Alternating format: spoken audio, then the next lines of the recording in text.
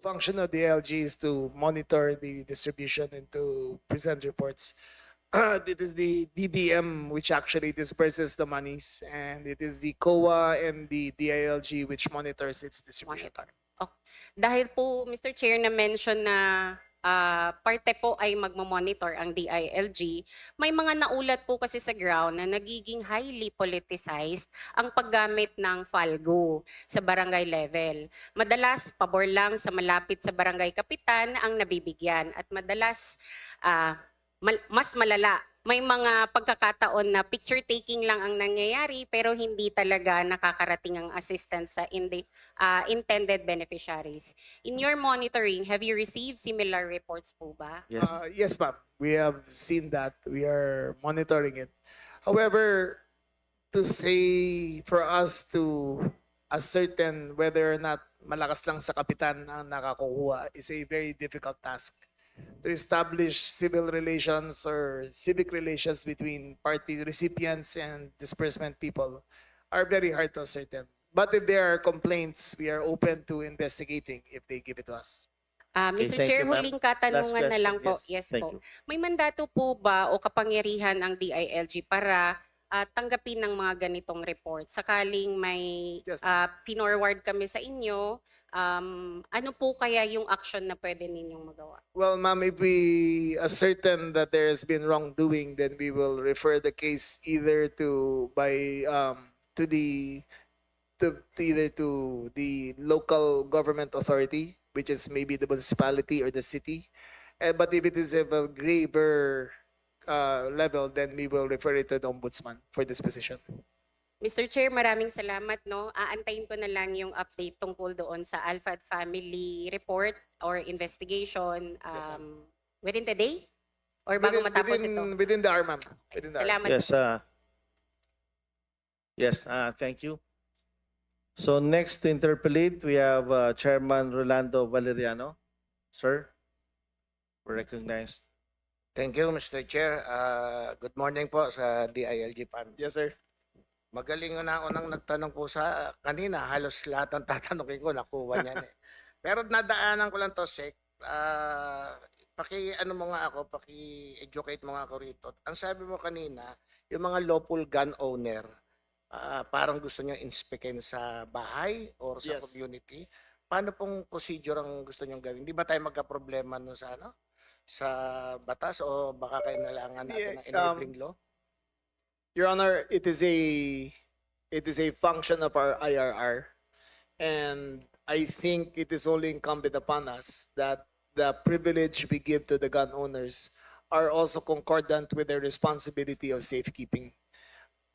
In both cases of school shootings, the safekeeping of the guns were not in standard procedure. What we propose to do is that we will revise the IRR, inform the person ahead of time that we will we will inspect their premises for how they safekeep their guns, so that we can have a checklist and remind them of the proper practices. Mind you, sir, there are there are over 4 million handguns Legal, which that is are legal. legal in this country, both from uniformed personnel and private owners. So I think it should be the responsibility of the PNP to inspect how they safekeep their guns and to make sure it is outreach of children.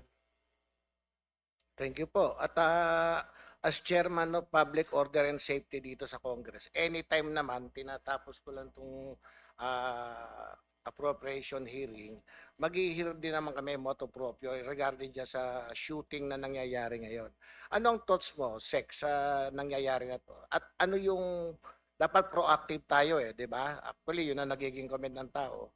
In the future, ano yung plano nyo or ano yung measure na ginagawa nyo para ma-prevent yung mga ganyang happenings pa? Well, number one, I have been very vocal in public about Congress repealing the Robin Padilla law.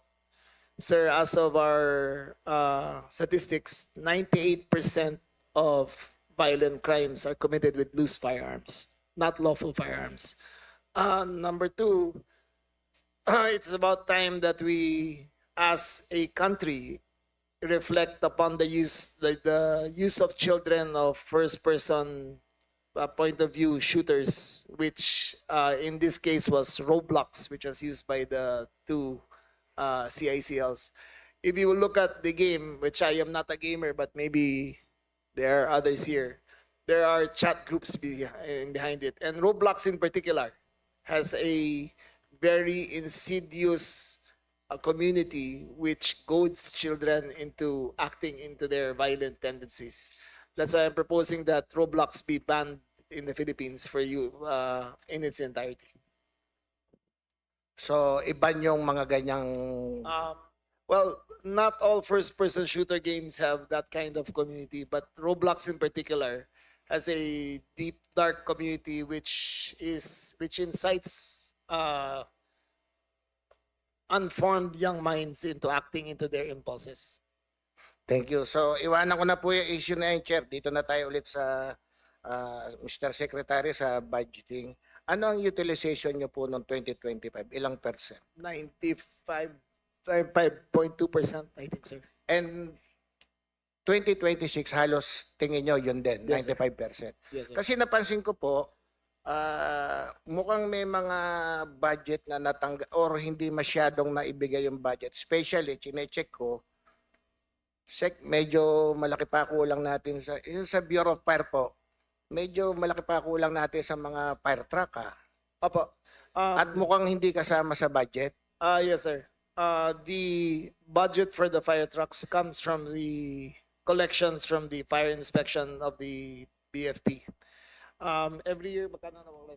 Almost 4.5 billion is collected by the for the fire code fees, but this is we remit directly into the national treasury.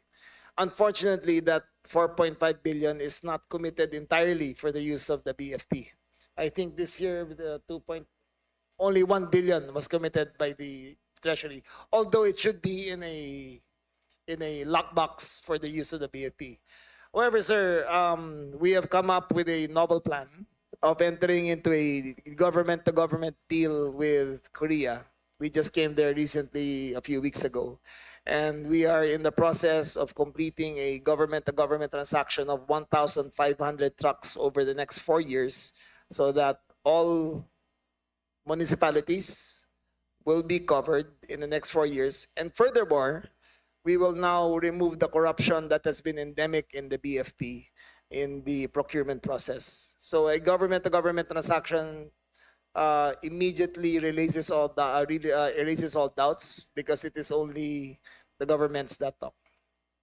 Thank you. And the reason why I'm asking that, Sec, kasi syempre kung ano yung maitutulong ng Kongreso, kung kailangan na magdagdag ng pondo since budget season ngayon, pero maliit lang naman din yung requirement na kailangan. So, Mr. Chair, I move sana na mahanapan pa natin ng additional budget tong Yes, sir. DILG, especially the Bureau of Fire tsaka yung PMP, and also ito na rin Bureau of Jail Management para kahit Yes, sir. paano makaganap sila ng katungkulan. Kasi parang narinig ko ang fire truck is mga 40 years na. May mga ganun. Meron tayo, sir. 1986, functional pa rin hanggang Baka ngayon. tinutulak na lang yun, Sec. Hindi, gumagana pa naman, surprisingly. That's why may yung refleeting program natin, sir, is a 4-year program, 1,500 trucks.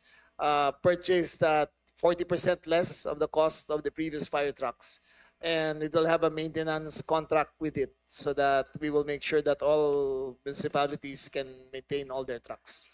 Sir, if you allow me, if we do repeal the Robin Padilla law, and I hope that this distinguished body acts on it, I would request that you add additional funds for the BJNP to enhance their facilities because the loose firearms in this country are prevalent, and if we catch them, it will be non-bailable. So we will need more room in our jails. Pag na-repeal yun, mapupuno natin yung BJMP. If we are 200 capacity, baka mag 300% capacity tayo, sir. Yeah. Sa matter of fact, Mr. Secretary, Mr. Chair, natapos na dito sa Congress yung batas natin, yung from 56 to 57 years old. In-extend natin yung ng 1 year yung PMP. Yes, sir. Kasunod na rin yung sa Bureau of Fire tsaka yung sa Yes, sir. BJMP. Are you agree with that? Yes, sir. And if I had my choice, sir, I would extend it to 60. And then let me explain. When the law was enacted in 1992, the PNP-INP law was enacted in 1992. The average life expectancy age of a Filipino then was 64 years old. And that was 34 years ago. Today, sir, our life expectancy for the Filipino is 70.5 years old. So it is increased already. Health is better. They are more productive. And the knowledge that they have accumulated through the years are invaluable. But I will live with 57, but hopefully over the years we can increase the retirement age because the experience that they gain is much too valuable just to let them retire. Pero Mr. Secretary, during the hearing, kasi ako chairman ng public order noon, kinuha namin ng inputs ng PMP. And according to them, as a matter of fact, gusto namin 60. Pero sabi lang kasi ng PNP hierarchy, ano raw, sama na yung training nila. So pagdating ng 50 na 60, medyo exhausted na sila. Ang sabi ko nga, nakikita ko pa, yung ibang chief PMP nga, nakakatakbo pa, even after That's 60, right. di ba? Mabilis That's pa right. umakyat ng hagdan eh. That's right. Nadadapa nga lang minsan. That's right. Oo. Uh, Kaya sila rin, idea rin nila na maging 57 lang. That's right. Kasi parang sinama nila yung training nila bago sila pumasok sa Yes, sir. serbisyo. Sir, ang 57 is still prime productivity for a policeman. I think in this body, sino ba 57 years old dito? Congressman Richard? But Si Kong Richard is only 37 years old. Congressman Teves, I think Bong is Teves, yeah. and a lot of us here are past 57 years old but are still very productive. And our wealth of knowledge is incalculable into making the department run better. So yun lang Mr. Chair. As a matter of fact, wala naman akong masyadong tanong dahil natanong nila. Imumove ko lang sana na ibang mga natanggal na budget nila, mahanapan natin ng budget kasi nakikita ko minsan pag may sunog, parang 5:1 yung volunteer, isa lang yung That's right, sir. hindi ko naman masisi dahil ang tingin ko nga kakulangan din ng budgetary So kung may magagawa po kami rito sa Kongreso, Yes, sir. total naghihimay-himay pa tayo ng budget, malagyan natin ng kaukulang budget tong PMP, Bureau of Fire, and the rest of your family. Thank you, Mr. Sec. You're welcome. Thank you very much, sir. Thank Yeah. you, Thank you, Mr. Valeriano. Chairman. Thank you. In addition lang po, no, regarding the fire trucks, kung ang DBM lang po ay ibigay kahit 72% ng collection po nila in 1 year, yung 100 fire trucks natin and even 40 plus fire stations in 1 year, tapos na po tayo. So, tulungan po natin sila. Siguro, i there's a need to support si pressure the Secretary. DBM para lumabas yung Binibigay ano po nila. sa amin is 25% lang Yeah. po ng collection namin. We're asking for 72%, so Yes, we sir. will support Secretary Rimulya. Since malinis naman po ang BFP, nalinis na po natin, Yes, sir. and the government to government also. Yes, sir. But Secretary, may I suggest also na not only Korea, let's venture out Japan. Kasi yung mga Isuzu parang 40 years. We checked it out, sir. It's 30% more expensive. ang Okay, ano yeah. nila. So I think Korea is the best option for us right now. Yes, I believe in your wisdom and leadership, Senior Brad. So before I go to the next interpellator, I would like to recognize Representative Julius Vergara, PTJ, Deputy Majority Leader Elisa Mica Gonzalez, Congresswoman Florabel Yatco, Representative Saldi Villa. For the next interpolator from the minority, may I recognize Representative Percival Sendanya. Sir, you have the floor. Thank you, Mr. Chair. Magandang umaga po, Mr. Secretary at sa buong DILG family. Sige po, simulan natin yung unang round with a question on a burning issue. Matagal na po natin naririnig. Ako po, taga Nueva Ecija ako, mga kaibigan ko sa Norte, yung usapin po ng slots for sale sa BFP at ito po recently may nakita tayo, may nahuli na high-ranking official. Ano po ang nangyayari sa BFP dito sa slots for sale at ano po ang ginagawa natin para tugunan Okay, ito? number one, sir, the case is officially solved, yung slots for sale na isang nahuli natin. Right now, I will defer to the BFP chief to explain our new hiring procedures and how we make it almost impossible to have the slots for sale. Take note that before this, the slots for sale ranged from 200,000 to 800,000 per slot. But for one slot, with our new system, which the BFP chief, I will defer to the BFP chief to explain, we will make it almost impossible for that, so that the slots will be for sale. Chief Kwan Chu? Thank you. Thank you very much, Mr. Chair and Your Honors, and to our good secretary. To cut the story short, Mr. Chair, the Uplan Santindig of the BFP, a mechanism that prevent and arrest persons who are into corruptions, not only outside but also the inside personnel of the BFP. It's working. And that is why just recently nahuli po natin yung isang SFO1 na nag-engage into anomalies. Mr. Chair, matagal na pong naging kwento ng BFP ang slot for sale. Gumawa ho tayo ng bagong makinarya and we called it the e-hiring that somehow prevents this kind of people doing anomalies during recruitment. And so far, wala ho tayong narinig on the first part of recruitment because it's system generated. It's online application at the doorstep of their home. Pwede na ho silang mag-apply sa BFP. Wala ho silang gagastusin. And during examination, automatically makukuha po nilang result. System generated po. So natigilan po natin nun. However, as I said, hindi 100% na nagagawa namin kasi human na po itong pagdating sa dulo. So ang ginawa po nung isang bumbero na to ay tiningnan niya sino ho yung umabot na sa stage na kung saan matatapos na po yung recruitment phase sa kanya. So randomly, tinignan niya sa Facebook at nung may nakita siyang may sumagot sa kanya, nag-offer po siya ng tulong. Ito po ay panibagong mekanismo na naman na ginagawa ng mga kasamaan po namin. Just very unfortunate na kasamaan nga po namin. The entire men and women of BFP felt sad on what transpired just recently kasi nga ho, lahat kami ang direction ay gusto na akong baguhin. Nahuli na po siya, as I said, epektibo po yung mekanismo ng Uplan Santindig and I commend the bravery and courage of that applicant para ho isumbong niya dahil naniniwala siya na nagbabago na ho ang pananaw ng BFP, Mr. Chair.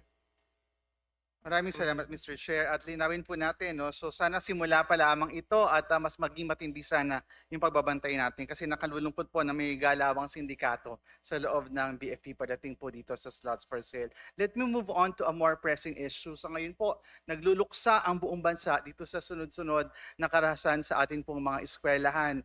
Hindi lamang po ito red flag, kundi isa na pong red alert ang nababalitaan natin na school violence.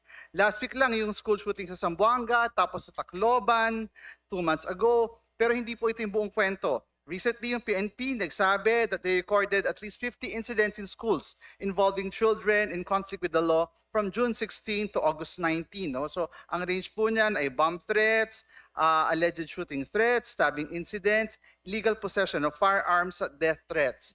Dito po sa nakaraang Senate hearing chaired by our colleague, Senator Risa Ontiveros, the PNP sa Anti-Cybercrime Group said that they had handled 74 cases linked to nihilistic violent extremism. At they rescued 42 minors in connection with these cases. Nagbago po ba ang strategy ng DILG at PNP after the recent events? At ano po yung mga efforts to closely monitor and apprehend nihilistic violent extremism online? Sir, there are two parts to that. One is the physical manifestation of how we deal with the children in conflict with the law and how we prevent. Again, the PNP is present in all in the schools in the country during entry and dismissal. That's number one. Number two, again, as I repeat, we have barangay tanods who will inspect the bags and identify the children who enter the school. However, what happens in their homes that influence them is beyond our control. I urge the country, as all of us, the government as a whole, to act on these nihilistic sites and have them canceled as soon as possible. Other countries have done that. Australia is very successful in handling the use of minors using the internet. China is very good at handling that. It is not censorship, but rather it is a filtering out of dangerous sites so that children will not get influenced. You will be surprised at the depravity of these websites. They espouse everything from Satanism to nihilism to anti-Semitism to anti-LGBT, and they encourage the children to act on this. So this is something that the DICT, the DILG, and all other governments, and even Congress can act upon so that these sites can be banned. Thank you very much, Mr. Chair, Mr. Secretary. Para lang po sa NYC, ano po ang ginagawa natin para po mailayo yung mga kabataan natin sa mga nihilistic violent extremism po? Mr. Chair, currently ang NYC po ay nag-allocate ng pondo para sa Mental Health Youth Hub. Ito po ay ang pagpapadala ng mga mental health peer-to-peer support facilitators sa mga areas gaya ng Zamboanga. So, nung nangyari po yung Zamboanga incident, nakipag-usap agad kami sa presidente and minobilize po namin yung mga facilitators namin. Nung recent Senate committee hearing po, it was recognized that there is a lack of guidance counselors. So we work with DSWD. Meron po silang programa na Tara Usap and may cash for work po yan para sa mga volunteers na tutulong sa mental health peer support. Mr. Chair, hindi po, I think it's not an accident. It's by design na magkasama sa DILG family ang PNP at ang NYC. Nasusundan po ba natin kung nasan yung incidents ng mga nabanggit ko kanina ng report ng PNP at ano po ang ginagawa natin? Halimbawa po, if you have this caravan, kapag may report na ganito sa ganitong area, nasusundan po ba natin at natatapatan natin ng immediate response, Mr. Chair? Yes, Mr. Chair. Naglabas po kami ng mga statements sa kaukulang mga nangyari. Limited po ang NYC sa pagpapadala ng support. So, ang pinakamabilis at magagawa lang po namin is magpadala ng mga facilitators. And siguro I'll take this chance na rin po, nag-propose po kami ng anti-bullying summit for next year na inapprove naman po ng DBM. So, we hope to work with you, Mr. Chair, para gawin yung programa nito for next year. Salamat po. Maraming salamat, Mr. Chair. Kasi po halimbawa dito sa report ng PNP, merong 12 alleged shooting threats, 4 stabbing incidents, 4 arrests for illegal possession of firearms at 2 death threats. Kung mamap po natin kung nasan ito, baka dapat dito rin yung tutok ng ating intervention when it comes to mental health services. Mr. Chair, I would like to add as well that nag-partner po kami with Meta. And currently ongoing po yung meta camps namin. Tinuturuan po namin per province and select sites how to use the tools of Meta. Kasi currently po marami po daw nagre-report sa Meta ng mga bullying. So ginawan po kami ng direct line ng Meta na kung may magre-report po sa NYC, pwede po namin silang direktang tawagan. So yun po yung ginagawa namin, Mr. Chair. Thank you, Mr. Chair. I agree with the good secretary. No? Malaki po yung papel din ng ating mga tahanan. Kaya nga hindi lamang whole of government approach ang kailangan natin dito sa pagtugon sa usapin ng karahasan sa ating mga eskwelahan, kundi whole of nation approach. And let me move on to an equally important issue. Yung issue po ng ating mga mas bata kaysa sa mga kabataang pinag-uusapan natin kanina. Sabi po ng EDCOM sa kanilang early childhood dashboard, aabot sa 4,600 na barangay ang walang child development center sa ating bansa. Ito pong mga CDCs, baka mas familiar po ang ating mga kababayan sa tawag na daycare centers. Ulitin ko po, 4,600 na barangay ang walang daycare centers. Ngayon ba lang po pinirmahan ng IRR ng Early Child Care and Development System Act? Sa tingin po ba natin sa DILG ay matutugunan na ang kakulungan? Matutugunan na ba ang kakulungan sa daycare centers because of this new law? Sir, the daycare centers are allotted in the budget of the barangays, should be part of the barangay budget. If you look at the DILG budget, sir, 96% is either for MOEE or salaries. So in terms of this, sir, for additional daycare centers, it is not the DILG's budget that is involved, but rather the DPWH, the province, and the other local government units that are involved. And I can imagine, mahalaga po ang magiging papel ng ECCDC Yes, para sir. i-facilitate po ito. Pero napansin ko po, isa yung ECCDC sa merong budget cuts this year. Sir, there are 124 million ang budget AZ. A lot of this will go, sir, to early child, to the feeding program and capacity building for the children, sir. Sige po, baka mahalaga po na magkaroon ng convergence to be able to facilitate yung gap na ito between the Yes, sir. DILG and the other concerned You're agencies. very Mr. cognizant of it, sir.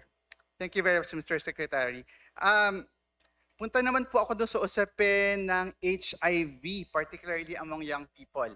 Pasensya na po, medyo malapit talaga sa puso ko ito. This was my area of work when I was working in the NYC. At nabalitaan po natin na ang NYC mayroong ginawang training program to capacitate the SK pagdating sa HIV AIDS programming and budgeting in partnership with our friends from UNAIDS and HASH. Sa anong regions or provinces po natin na-implement yung programa? Mr. Chair, nag-pilot po tayo dito sa Metro Manila. Pero ang pinaka-significant po actually, Mr. Chair, is yung participation natin sa Love Laban Pride Parade. And this was the first time na nag-attend po ang National Youth Commission actually in 2025. And ito pong 2026, ito po ang pinakamalaking contribution ng gobyerno through the National Youth Commission sa ating LGBTQ Pride Parade. Nagkaroon po tayo ng almost 500,000, Mr. Chair, attendees, and a lot of them actually went to the booths na meron po tayong HIV tests.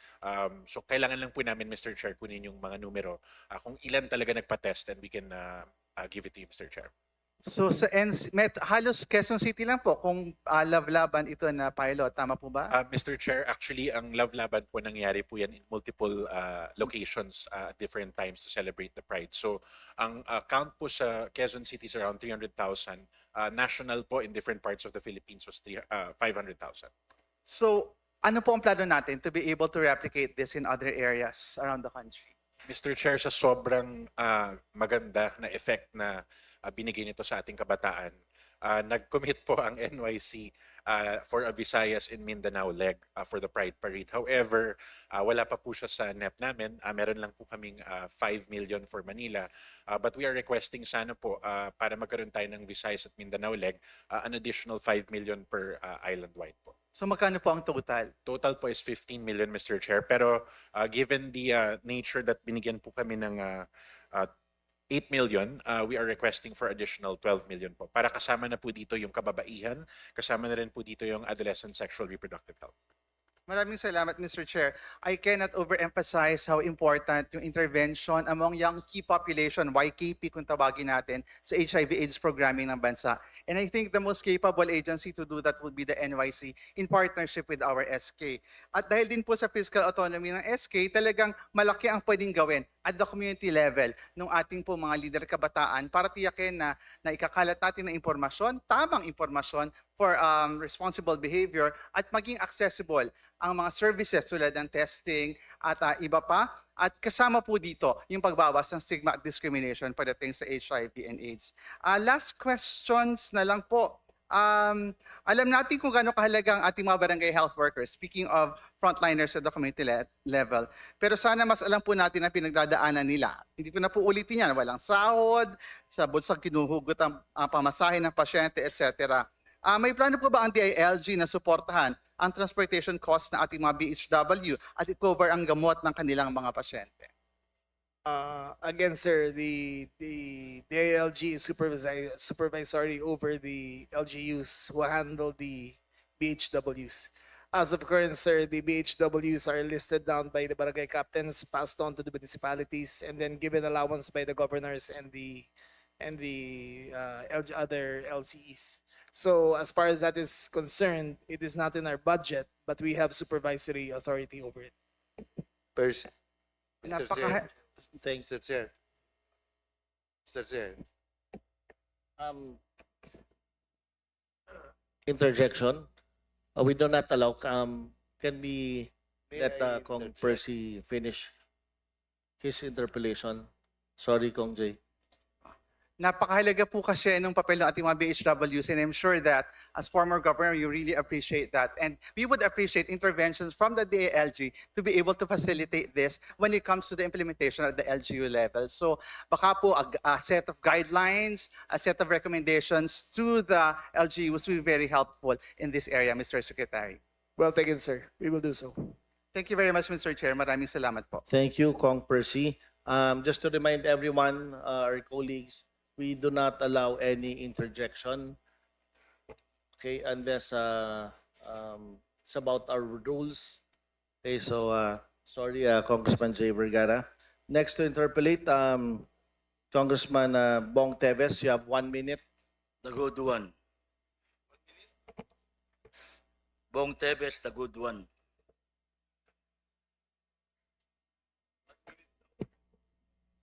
Mr. Chair, the DILG family, of course, the #1 agency na pinagtitiwalaan ng sambayan ng Pilipino, Philippine National Police, headed of our PNP Chief, Milicio Nartates, sa saring sa masipag na komisyoner ng Napolcom, Commissioner Vicente Calinisan, at of course, the DILG Secretary, ang ating kumpare, ating matagal ng kaibigan, energetic and handsome Secretary, Secretary Jumbi Kirimulya. Good morning po sa inyo lahat. Mr. Chair, alam naman natin na matagal lang napapabayaan ang ating Bureau of Fire Protection tulad ng sinabi po kanina ng ating kasama si Congressman Valeriano. Ang kanila pong mandato ay bukod sa umapula ng sunog ay magresponde sa natural at man-made disasters. Lagi natin silang nakikita sa kalsada tuwing may kalamidad, baha, lindol, sunog, lagi silang andyan. Mr. Chair, ang budget ng Bureau of Fire ay tumaas ng 2.9 billion from 35 billion for year 2026 to 38 billion for 2027. Pero bumaba naman ng malaki ang kanilang capital outlay from 1.4 billion for 2026 to 362 million na lang for year 2027. Malaking kakulangan ito dahil dapat tayo ay nagpe-prepare para na ngayon sa parating na El Nino sa susunod na taon at iba pang natural disasters. Ang PNP ay tumaas ng capital outlay ng 61% from 2.4 billion this 2026 to 6.2 billion for the year 2027. Tama naman dahil ito po ay ating pinagtitiwalaan. Sir Chair, kailangan po ng Bureau of Fire Protection ng 67 new fire stations sa buong Pilipinas. Tulad ng hiningi ko sa ating buting sekretary na lagyan ng isang fire station ang Birak. At ito naman ay kanyang pinangako.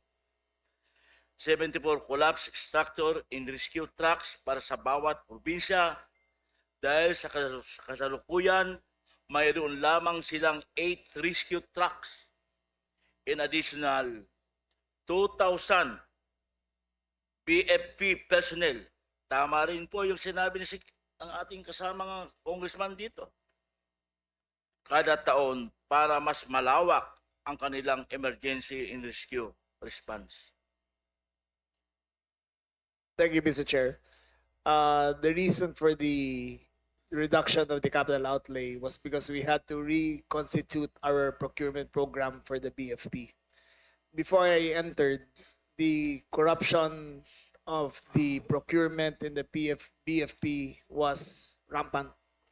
But now that we have instituted a system, you will see that in this year, calendar year 2027, the capital outlay will increase because we have instituted reforms and systems so that the corruption which used to be endemic before in the department will now be almost zero. That is in the procurement, that is in the recruitment, that is in the deployment. All of that, sir, we have reformed and now you can expect a more streamlined and efficient BFE. Thank you, Mr. Chair. Isa rin sa napuna ko rito. Tumaas ng halos 16 billion ang budget ng PNP. Pero bumaba naman ng halos 150 million ang panukalang budget ng NAPOLCOM? Paano po natin mapapalakas ang ating kapulisan kung babawasan natin ang pondong nakalaan para sa kanilang supervision, discipline at accountability? Hindi po ba sapat na dagdagan lamang ng pondo ng PNP? Kailangan din nating palakasin ang ahinsang tumitiyak ng ating mga pulis ay professional, disiplinado at mananagot sa batas. Mr. Chair, kung kinakailangan i-encourage po natin ang ating mga kasama na congressman na dagdagan ang pondo ng DILG, bakit hindi? Nang sa ganon, ang mga importanteng ahinsya na nandito po ngayon under ng DILG ay ating pong masuportahan. Thank you very much, Chair. I would like to commend the performance of the NAPOLCOM. When we assumed office in 2024, there was a 15,000 case backlog in the cases in NAPOLCOM. Some dated up to 2001. So the cases were 25 years old and unacted upon. Upon the leadership of our Viseo, in a matter of 1 year, we eliminated all 15,000 cases, disposed of it, rendered judgment on it, and now we have a zero backlog profile in the NAPOLCOM. The reason for the reduction of this, sir, is what the chair Viseo requested and what the DBM approved are two different things. So if you can accommodate the request of the vice chairman for the budget needed, that would be most greatly appreciated. Thank you, Mr. Chair. Siguro naman napakinggan natin ang paliwanag ng ating buting sekretary. Siguro pagtulong-tulungan nating dagdagan ang pondo.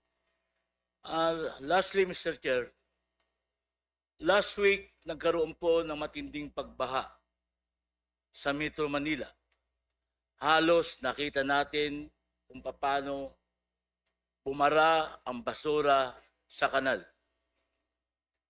The DILG is in charge of overseeing the LGU on the implementation of solid waste management under Republic Act 9003. Ang katanungan ko po, meron na po bang napaimbestigahan na syudad tungkol po rito? At tulad po ng sinasabi ng ating isang buting sekretary, Secretary Boying Rimulya, na merong mga syudad o bayan na may korupsyon sa basura. Ang akala po ni Congressman Bong Tebes ng TJP Party List ay may kita sa basura. Ngayon po, may korupsyon na pala sa basura. Thank you very much, Chair. I think the greater defect lies in the local government code that we have to redefine. According to the local government code, waste disposal is on the municipal and city level. So let's say Catanduanes, it is not the governor who is in charge, who creates a master plan for garbage collection. It is a plan of each and every municipality that is not necessarily integrated. So, sir, garbage collection is a scale business. If a small municipality engages in contracts left by themselves, then the costs become higher and more inefficient. If we can restudy the local government code to make it a regional program, a regional approach to solving the garbage problem, then that can be more efficient, sir. Thank you, Mr. Chair. Siguro ang kailangan din natin i-revisit natin ang Republic Act 9003. Yes, sir. And lastly, Mr. Chair, may I know what the stage of with regards to the hazing accident na nangyari po kay Mark Kenneth Alcedo? At alam ko po ito ay naimbestigahan ng ating NAPOLCOM through sa CIDG. Kasi ang lumalabas po sa aming pag-aaral ay isa pong PNP ang leader nito. At kayo po mismo, Secretary, ang nagsabi sa akin na pagtulungan natin na ma-resolve ang kasong ito at huwag nang maulit. Kaya siguro nandito po ang ating PNP chief. Sana maaksyonan po ninyo ito, lalong-lalo na ang leader po involved dito ay isang kabaro ninyo ay kernel ng PNP. Thank you very much, Mr. Chair. Yes, sir. This regards to the death of a student in Dasmariñas, Cavite. We have I think we have resolved the case already. But the anti-hazing law must be strengthened even more. As of now, the PNP has been vigilant in their own departments, the PNPA. However, in community-based organizations, we have a more difficult time in monitoring that. I think the best way to do that was to have a community-based ID so that we will know the actors in these certain communities. But that case has been solved, sir. Okay. Time's up. Thank you, Mr. Chair. Thank you. Mr. Chair, this representation manifests its full support of the proposed budget of the Department of Interior in local government under the productive in leadership of Secretary John B. Rimulya. At tulad ng sinasabi ko po, I encourage my fellow congressman to support the budget of the ILG in attached agency. Maraming salamat po sa Thank you very much, sir. Thank you, Kong Bong Teves. Next to interpolate, we have Representative Sarah Jane Ilago. Ma'am, you have the floor. Thank you. Maraming salamat, Mr. Chair. As a Philippine Commission on Women, may malaking budget cut na 27 million para sa susunod na taon. Maaari nyo bang maibahagi sa atin kung paano maapektuhan ang inyong napakahalagang mandato at serbisyo pagdating sa napakalaking makakalta sa inyong pondo? PCW? Thank you very much for that question, and magandang umaga po sa ating lahat. The Philippine Commission on Women has asked for 266,360,000, and it was given only 177. Mr. Chair, can we request the PCW chair to move closer to the microphone? Kindly speak closer to the microphone. We can't really hear you, ma'am. Thank you. Opo. Ang maapektuhan Closer, ma'am, please. Pakilapit po sa inyo. the areas of our work which Thank will you. be affected by the cuts in our budget proposal are basically the areas of regionalization, because last year you gave us like 30 million, and we are now in the Visayas because of the support that was given by this committee. And we hope that before the end of the administration of the president, we can go to Mindanao if we can be given another 30 million. But for the rest, we are prepared to live with what we are given. I think that the most important part of our work is to be able to reach the women. We are 51 years now, but this is the only time that we are moving down to the local level. Nag-issue ng PCW ng proper utilization and safeguards para sa GAD. Kumusta ho ang inyong assessment sa ating mga national government agencies and bureaus pagdating sa kanilang GAD compliance? Mahalaga ito, Mr. Chair, dahil at least 5% dapat na gagastos para sa gender and development mandate. Tama po yan, kasi if we have a policy, we have a very strong policy on women, but if we don't have a budget, then that is a joke. So we have strengthened our approach in GAD planning and budgeting with our partnership with the Commission on Human Rights, which is the ombuds machinery of the Philippines for gender equality. And just to show you that we have improved a lot, as of 2025 December, we had 378 government agencies that were registered in our gender mainstreaming system, which means that they are submitting and complying. But as of now, July 2026, we have 488, which is about 77.46% compliance in a period of 6 months. Because what we did is we reminded the heads of government agencies about their liability, that they can be charged administratively if they do not comply with the provisions of the Magna Carta of Women. So we're pushing hard to get things done. And we are also focusing on assessment of the performance, because after 1 year, they submit their annual report and we assess the performance. And before, we used to focus on how much was allocated, how much was spent. But this year, we are focusing on what has been the good or the benefits that has reached women as a result of the expenditures on the GAD budget. And we are now in the process of assessment. By September, we will be providing awards to those who are complying well. Mr. Chair, mahalaga ang regionalization at pagtitiyak ng GAD compliance ng ating mga NGAs. Ayan, kaya dapat ma-restore ang budget ng PCW doon sa 2026 level at kung kaya pang mataasan para magawa nila ang kanilang napakahalagang mandato.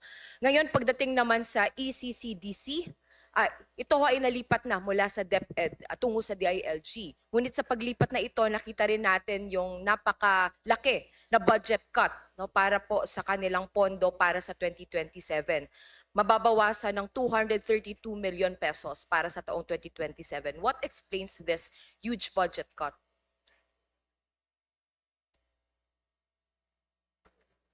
Ma'am? Kindly answer, please. Ma'am, we submitted the budget to the DBM, and we thought was adequate. However, DBM was the one who cut our budget, so that was what was presented. If it can be restored as we asked, then I think we will have a more effective and usable budget, ma'am. Thank you, Mr. Secretary. Mr. Chair, can we hear from the ECCDC, how this huge budget cut will affect their services and their mandate for 2027? Ma'am, kayo na ba? Mr. Chair, Your Honor, the conversion of these daycare center into child development center will be affected greatly because we do not have the FALGO. Actually, funding only covers the rehabilitation and repair of the DCC, not including contents as provided in GGAE. Procurement of content for CDC ensures provision of appropriate learning materials, furniture, fixtures, and other essential components for child learning and development. The ECCD Council allotted content which shall cover 360 only from 2,115 under the GS FALGO. Ibig sabihin ba, Mr. Chair, ilan ho ang bago nating itatayo na CDC for 2027? Ang tingin ko kasi dito, Mr. Chair, parang napunta na ho lahat sa barangay at sa LGU yung responsibility. Pero yung dati ho natin na ninanais na palakasin talaga yung programa natin para sa childcare ay hindi na po natin makita sa ating national budget. Centered pa po yan under po sa DILG. Your Honor, Mr. Chair, after validation with some provincial social welfare development, we lack all 3,743 centerless barangay. At ang pondo po niyan, dapat saan po nakalagay? Under the new law, nasa LGU. Nasa LGU. Yun nga ho, ang malaking problema dito, Mr. Chair. Pinalakas natin yung batas, pero pagdating naman sa pondo, pinasa natin lahat sa LGU. Hindi naman po lahat ay may kakayahan para pondohan itong pagtatayo ng ating napakahalaga ng mga child development centers. Kaya ho, at tayo ho, at a proper time, magpropose tayo ng special line item para po mapondohan itong mga child development centers na kailangan natin sa buong bansa.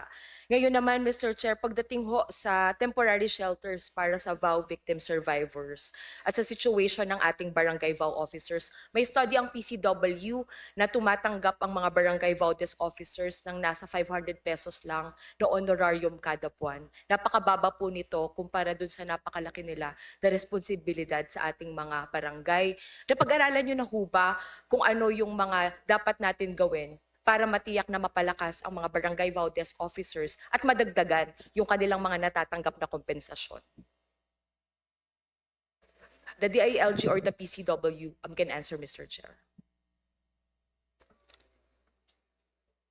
This is I would, Pat. I would Go ahead, defer to the secretary on this because we do not have a mandate at the local level.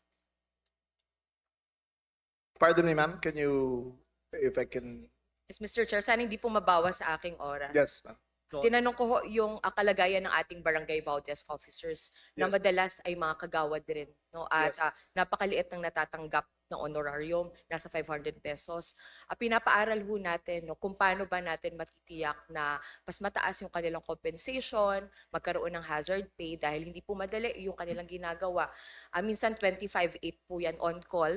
Yung Yes. trabaho ng mga barangay Vault Desk officers natin. May programa at mga bagong palisiya pa tayo para ma-improve naman yung kalagayan ng kanilang trabaho. Ma'am, that question is larger than what you have asked. If you look at the barangay, on the barangay level, meron silang lupon ng tagapayapa, meron silang barangay tanod, meron silang barangay health workers, meron silang nutrition scholars, meron silang, marami po yan eh. It adds to something like 50 to 60 per barangay. Now, in the previous Congress, they tried to pass the Magna Carta for barangay health workers. But it was opposed because there would have been a barangay Magna Carta for barangay tanods, barangay Magna Carta for all the others. So that question cannot be easily answered by giving priority to one at the expense of the others. So it is a balancing act that the local government addresses, and to what capacity that they can fulfill the expectations. Okay.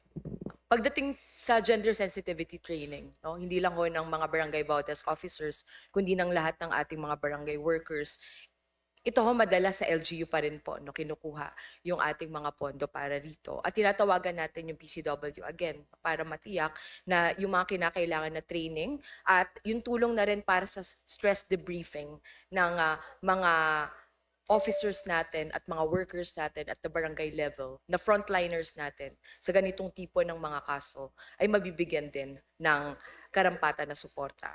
Ngayon, pagdating naman po sa Sexual Assault Investigation Kit, naglabas ng DILG ng Memorandum Circular tungkol sa pagsusulong ng paggamit ng saikit na locally made para sa ating mga Women and Children Protection Units. May nakalaan ba na pondo para dito ang DILG?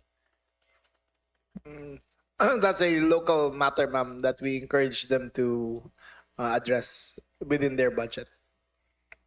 Again, Mr. Chair, wala na naman po no, na pondo para dito. No? Kaya kung hindi man sa DILG, pwede po natin tignan halimbawa sa DOH kung Yes, ma'am. mapasok sa mga WCPU funding nila, no, yung napakahalaga na saikit, yung access sa justice at yung paghabol sa mga perpetrators ng gender-based violence. Mahalaga po yung timely collection ng forensic evidence. Yes, ma'am. Pagdating naman po sa PNP-related na VAUSI, naglabas po kayo ng policy on addressing VAUSI among PNP personnel. Yes. Ngunit nakita ho namin dito sa inyong policy na pinapayagan nyo ho na magkaroon ng pag-uusap, marriage counseling doon sa VAUSI victim at sa kanyang asawa na PNP personnel. Ito pa rin po ba yung policy ngayon ng PNP? Yung between PNP personnel and husband. It is an existing policy, ma'am, that we try to reconcile their differences within the department. But of course, it has its limits. So on how it is resolved eventually is beyond our control. But it has to be a mutual agreement between the two parties that the case in the BAUSI. Mr. Chair, ang violence against women and their children ay isang krimen, no, sa ating mga batas. Hindi po ito simpleng away lang ng mag-asawa na pribado, kahit pa po involved ang PNP personnel. I want to give you an example. The provincial director of Batangas was relieved of duty and about to be relieved from service by a simple text message alone to a fellow policewoman. We take it very seriously, ma'am, that if there is harassment among the ranks, that we will file the appropriate charges, whoever they may be. In fact, maybe a member of Congress was also charged by the PNP for violence against women among the security personnel, and the charges have been filed by the DOJ. We do not allow, ma'am. I particularly am very sensitive about this. If there is any complaint against harassment of women personnel in the PNP, I take it very seriously and I prosecute it to the best of my ability. Dapat nyo pong baguhin itong policy na ito kasi sa ilalim po ng anti-vowsy law, bawal ho ang pag-aareglo. Lalong-lalo na ho dun sa mga kaso po ng physical abuse. Hindi po dapat ito pinapayagan. Hindi po ito yung simpleng away lang. Yes, I get it, ma'am. Ito po ay a vowsy case. No? Kaya po pagdating sa vowsy case, dapat po kasama rin po yung PNP doon sa susunod no, sa ating Okay, ma'am. anti-vowsy act. We will, duly noted, ma'am, and we will make the necessary adjustments. Alright. Pagdating naman po dito sa, nakakuha po kami ng report na meron pa rin pong insensitibo na mga nilalabas na anti-rape prevention post ang Philippine National Police. Kamusta po ang inyong guidelines pagdating dito? Ito po yung ilan sa mga nakarating sa aming office. This is Ano po ba the- yung policy nyo pagdating dito sa anti-rape prevention?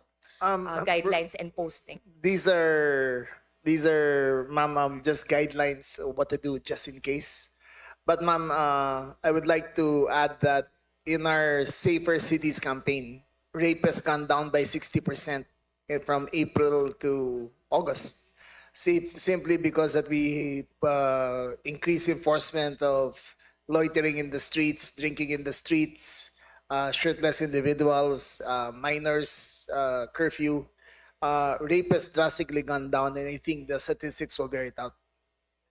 Mr. Chair, bakit po ito nire-report sa amin sa Gabriela Women's Party? Kasi po, tulad nitong sumigaw ng saklolo, alam niyo po ba na numero uno hong nangyayari sa mga biktima ng sexual assault at rape ay yung involuntary freeze dahil po sa takot, sa matinding takot. Ayan, kaya po sobrang insensitibo po ng ganitong tipo ng mga post na sinisisi pa no, yung mga aksyon ng biktima.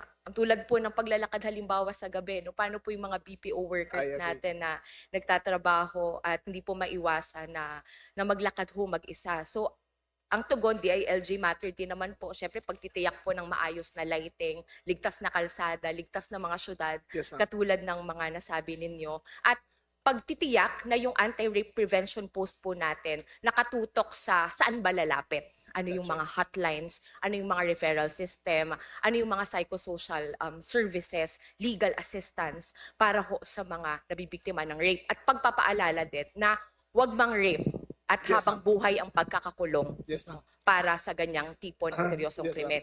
Dapat baguhin to, Mr. Chair, no, ng DILG, ng PNP. So, Sana teka, po ma'am. may malinaw na commitment na ma-take down Yes, ang ma'am. ganitong tipo ng We mga will- post. I At will- palitan natin ang gender-sensitive na mga posters. Yes, ma'am. Okay.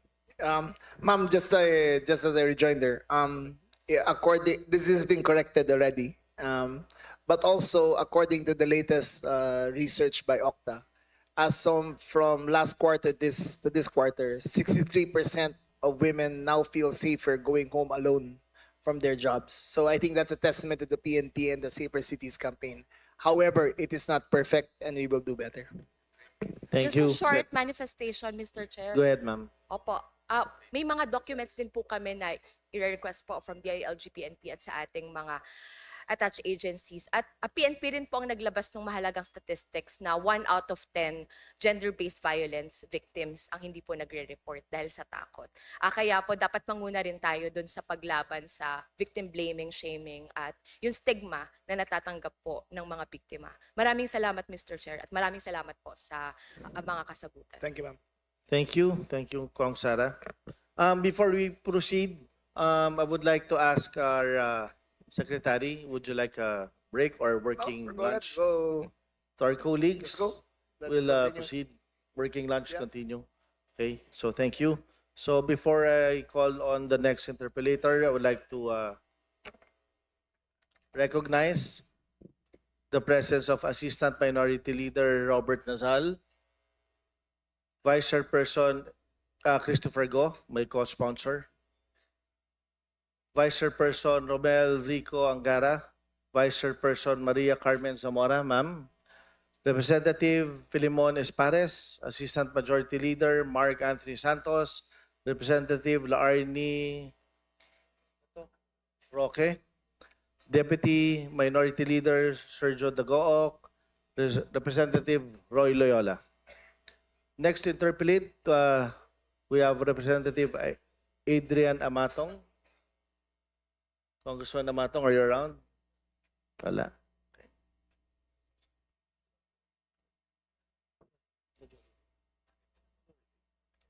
Majority pa rin. Representative Mark Huangco. You're recognized, sir. Thank you, Mr. Chair.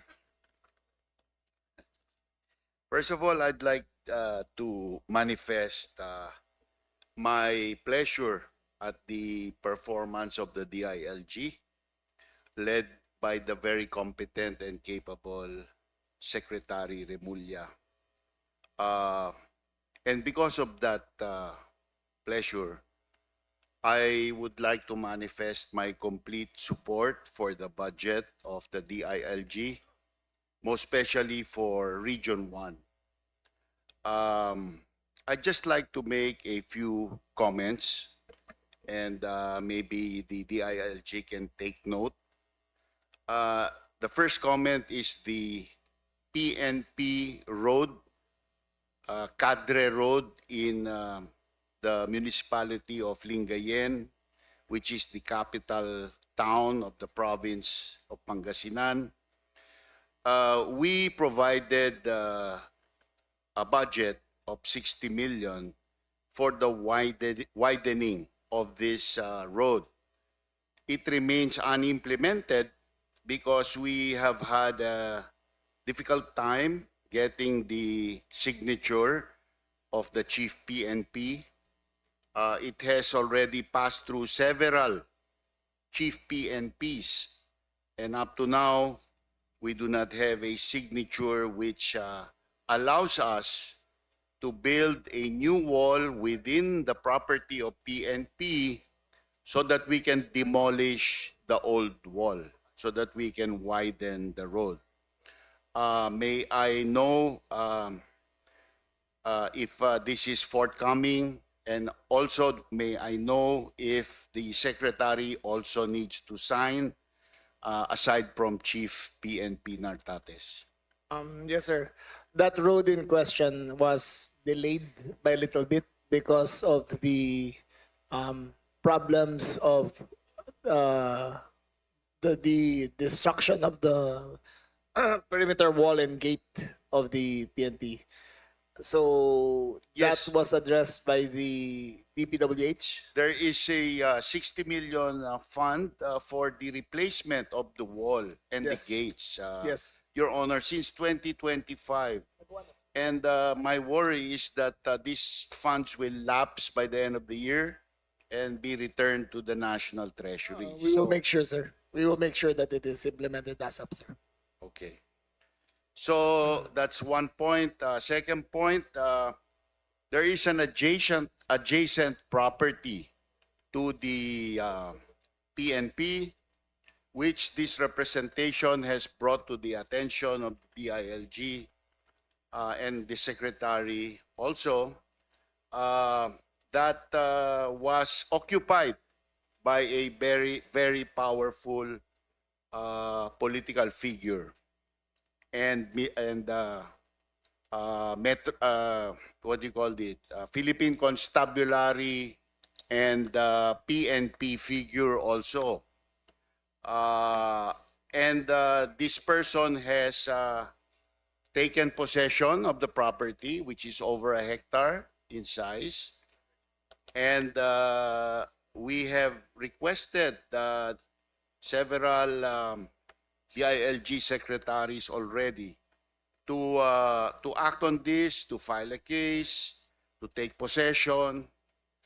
that the occupiers need to be evicted, and the possession of the PNP be restored to this property.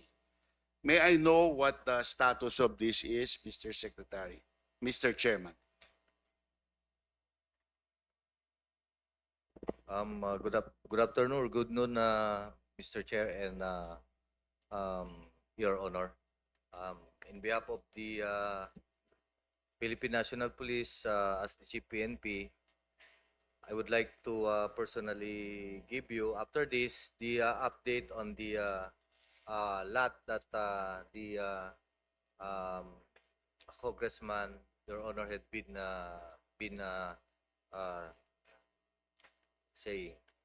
The out of the one of the problem of the Philippine National Police, of course, is lot acquisition, and this one is one among these challenges or problem that kailangan namin na makuha. And to brief the honorable congressman, the PNP lot is now a question of our dealing with the DNR, the Office of the Solicitor General, Provincial Prosecutor, Assessor, and other agencies, such that this lot should mapunta sa amin. And that this will pave the way also for the construction and or giving funds as well as the utilization of funds that the Honorable Congressman have said a while ago. And the PNP is committed to now committed such that this lot be Mr. Chair, finally. Mr. Chair, matagal ko na pong nadidinig yung committed ang PNP, pero wala pong nangyayari. Eh kung sabihin ko po sa inyo ngayon na sigurado nang mababalik sa PNP yung lupa, yung pong skalawag na gumawa po nitong kagagawa na inagaw ang lupa ng gobyerno, sisiguraduhin nyo ba na makasuhan itong taong ito? Kasi po, nangkukulong tayo ngayon ng mga politikong inaakala natin nagnanakaw sa gobyerno. Ito bang dating nagnakaw, pababayaan ba nating makalibre? Yes, Mr. Chair, the PNP is committed na makapag-file ng kaso after the conduct of thorough investigation. So for the information of the DILG and the PNP, there is a DENR administrative order number 2026-11 dated February 25, 2026, subject declaring certain portions of the unclassified public land as forest land for permanent forest purposes under land classification project number 47-A and 38A of the municipalities of Lingayen and Binmale, respectively, Province of Pangasinan, signed by then Secretary Rafael P.M. Lotilla. Ito po tinrabaho ng representative ng distrito, hindi po ng PNP. So, solved na po ang problema ninyo. Diniklara ng itong lupang ito ay pag-aari ng gobyerno. So, what will you do with the actions of this Calawag police that did this? If that is the basis, Mr. Chair, Your Honor, for the filing of criminal cases or even administrative case for the subject person, then we'll be referring it to that honorable body, Mr. Chair, Your Honor.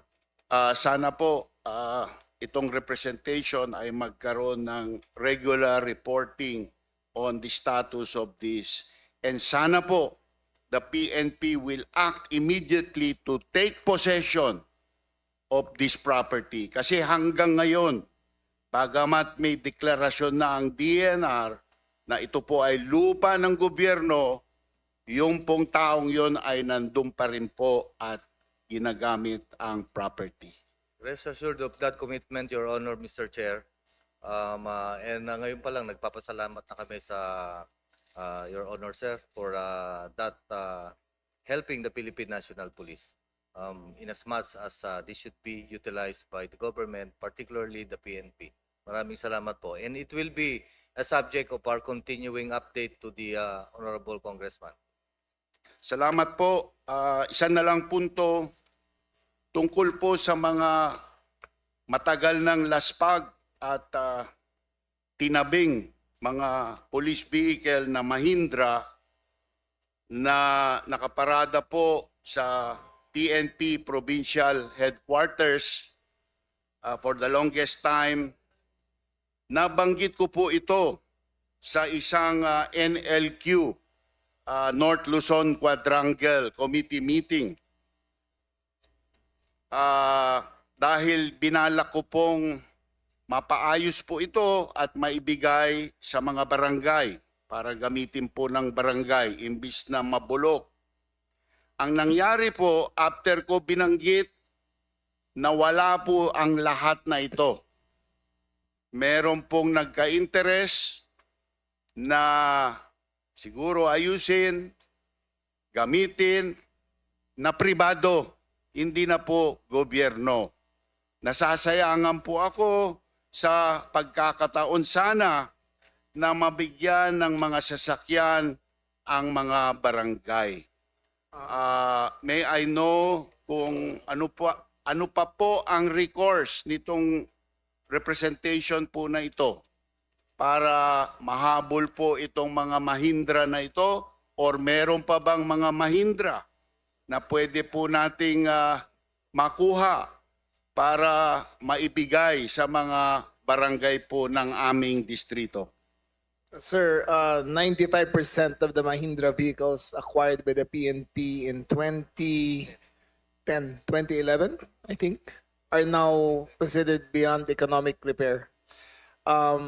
If you, in the normal life cycle of a police vehicle, it is usually 12 years, 10 to 12 years before they are replaced. Right now, sir, the Mahindra vehicles are between 13 and 14 years old already. Mr.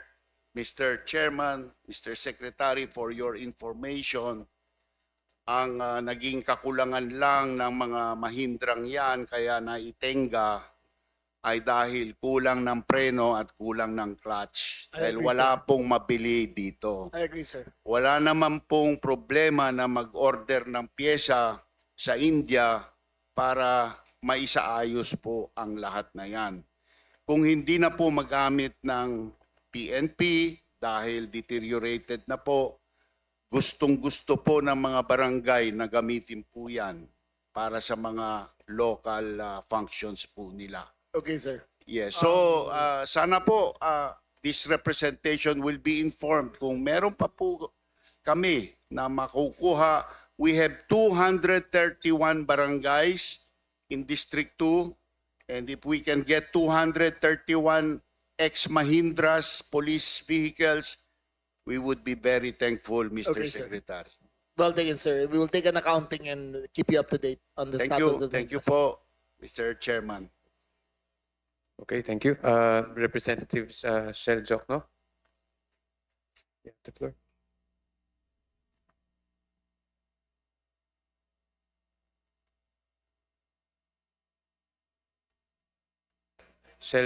Jok, no? Are you around?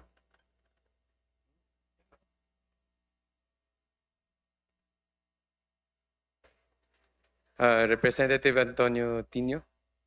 Thank you, Chair. Chair, may PowerPoint po. Paki-ready. In the meantime, pagbati po sa DILG at kay classmate, Sec John Vic. Good afternoon po sa inyo. Yes, sir. Yes. Ang mga tanong po tungkol sa LGSF, Local Government Support Fund.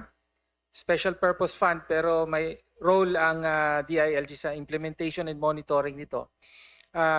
In the 2026 budget, talagang nilakihan, lumobo po ng husto yung LGSF, particular yung Financial Assistance to Local Government Units. So nakikita dyan, originally sa NEP, 5 billion ang proposal, pero at the end of the budget process, naging 37.4 billion. No? Ayun ang pinakamalaking component ng paglobo ng LGSF. Next slide. At that time, and up to now, pinuna natin ito, tinawag nating LGU pork. No? At pinoint out natin na kaya lumaki yan dahil yung pera, saan nanggaling?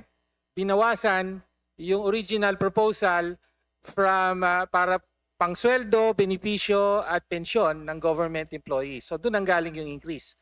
Okay, why did we call it pork? Kasi nga, yes, makakatulong, pero discretionary sa executive at ginagamit sa politika. No? We have a clip, video clip po. May paki-play lang po.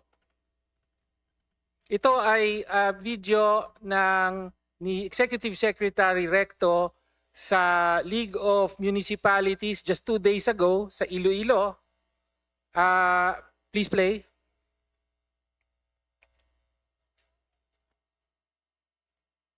May audio yan ah. Sige po.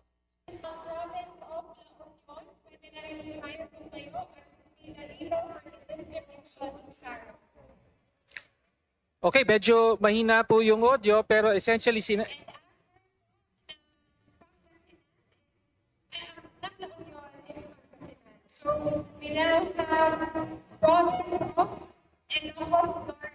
Ang nangyayari po dyan ay distribution ng saro ng financial assistance to LGUs.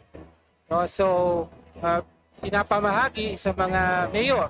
In this case, mga mayor ng Luzon, convention nila yan. So, ano ang gusto nating i-highlight dito? Na yung dapat purely bureaucratic transmittal ng saro sa ilalim ng administrasyong ito, ginawa na talagang full-blown official ceremony ng pork barrel distribution. Ganun ang tawag natin dito. Of course, hindi ito concern ni Secretary John Vic. My question to the DILG is, importante po ang, una sa guidelines ng financial assistance, may nilabas ang DBM, at magkano yung assistance, no? Meron lang general guidelines dito. Pagka ayuda, yung ibibigay na ayuda sa constituents, maximum of 5 million pag barangay level, tapos 50 million pagka province and city, 20 million pagka municipality for ayuda. Yung mga para sa AIX, medical, etc. Pero pagka infrastructure, sa barangay, may maximum, 10 million din. Pero pagka municipality, city, province, silent ang guidelines. In other words, it's up to the discretion of the DBM and the DILG. Tama po ba? Sir, these are all guidelines issued by the DBM Yes. and not the DILG, sir. But accurate po ba yung sinabi ko? Na, We are strictly on monitoring basis and we Okay. have no policy making basis regarding the distribution and utilization of the FALGU. and can I add lang sa answer ni Secretary, actually wala po, ang LGSF ay wala po sa DILG. No? So ang DILG lang is to supervise kung tama yung paggawa, since lahat po ng local government ay may mga officer tayo from sir. DILG. We're not in the policy nor in the Implementation. distribution side of the funds allocated, yes. sir. But in DBM LBC number 169, ito yung guidelines. Merong portion po ron na, for example, mga requests, nakalagay po rito, 3.4.3.4. The DBM, when necessary, shall forward the request to the DILG for the determination of the recommended amount for each LGU. So meron po kayong discretion. If it is referred to us, sir, if it is necessary or not. We have received very few. The USEX take care of that, but yes, it is mostly, sir, on the water systems that we are associated with. But otherwise, sir, there are far and few requests for us to monitor. Thank you. So actually, yun ang tanong ko, no, yung gusto nating malaman lahat ng publiko, malaking lump sum po ito. And in fact, tinignan ko yung budget, yung 57 billion total na LGSF for 2026, actually nadagdagan pa ng more than 10 billion may continuing appropriations yung hindi pa nagamit. So total 68 billion. Is that correct? Please confirm. Yes, sir. Oo. So yung 57 actually for 2026 naging 68 billion, no? Tapos may proposal uli for 57 billion for next year. So ang gusto po natin malaman, of course, in the interest of transparency, paano po nagamit ito? Kumusta na po ang utilization at magkano yung in-approve ninyo, DBM, DILG, sa bawat LGU? Sir, the utilization rate will be determined at the end of the year since the program started in 2026. We will give a full report in 2027 after we have monitored all the distribution and how they were used. Well, let me just note that in the guidelines, sinasabi po rito, actually may transparency requirement, and the LGUs, the recipient LGUs, are required to submit quarterly reports on how they use the funds to DBM, DILG, as well as actually Congress, Senate. No? So dapat meron kayo. Yes, sir. There's a subaybayan portal that we have for them to submit. Opo. Kaya nga, therefore, baka pwede po magbigay ng update on 2025. Meron na po kasi in 2025 as well as 2026 po. Yes, sir. We will gladly submit it to your office. Kindly submit To it the committee po. to the committee. Committee and then Yes, sir. Opo, I will opo. submit it within the day, sir. Thank you, sir. Thank you po. So yun po yung gusto nating makita. Gusto rin siyempre malaman ng lahat siguro, kahit yung ibang mga LGU, magkano ba? Paano ba na magkano ang natatanggap ng iba't ibang mga LGU? So that's one, yung monitoring. Of course, the other concern is yung implementation. No? Yes, sir. Yung implementation, tama po ba nasa level na ng LGU? Yes, sir. Okay. 100%, sir. How do we ensure na talagang na-implement ng tama at walang problema at anomalya? Ang malaking pondo rin po ito. We're talking about a total of at least 37 billion pesos. Sir, the department has hired engineers to help us assess. But mostly, sir, this is a function of the Commission on Audit to check whether or not they have complied with all. We're talking about over 40,000 LGUs recipients here. And our department will need the help also of COA in assessing the final outcome of their projects.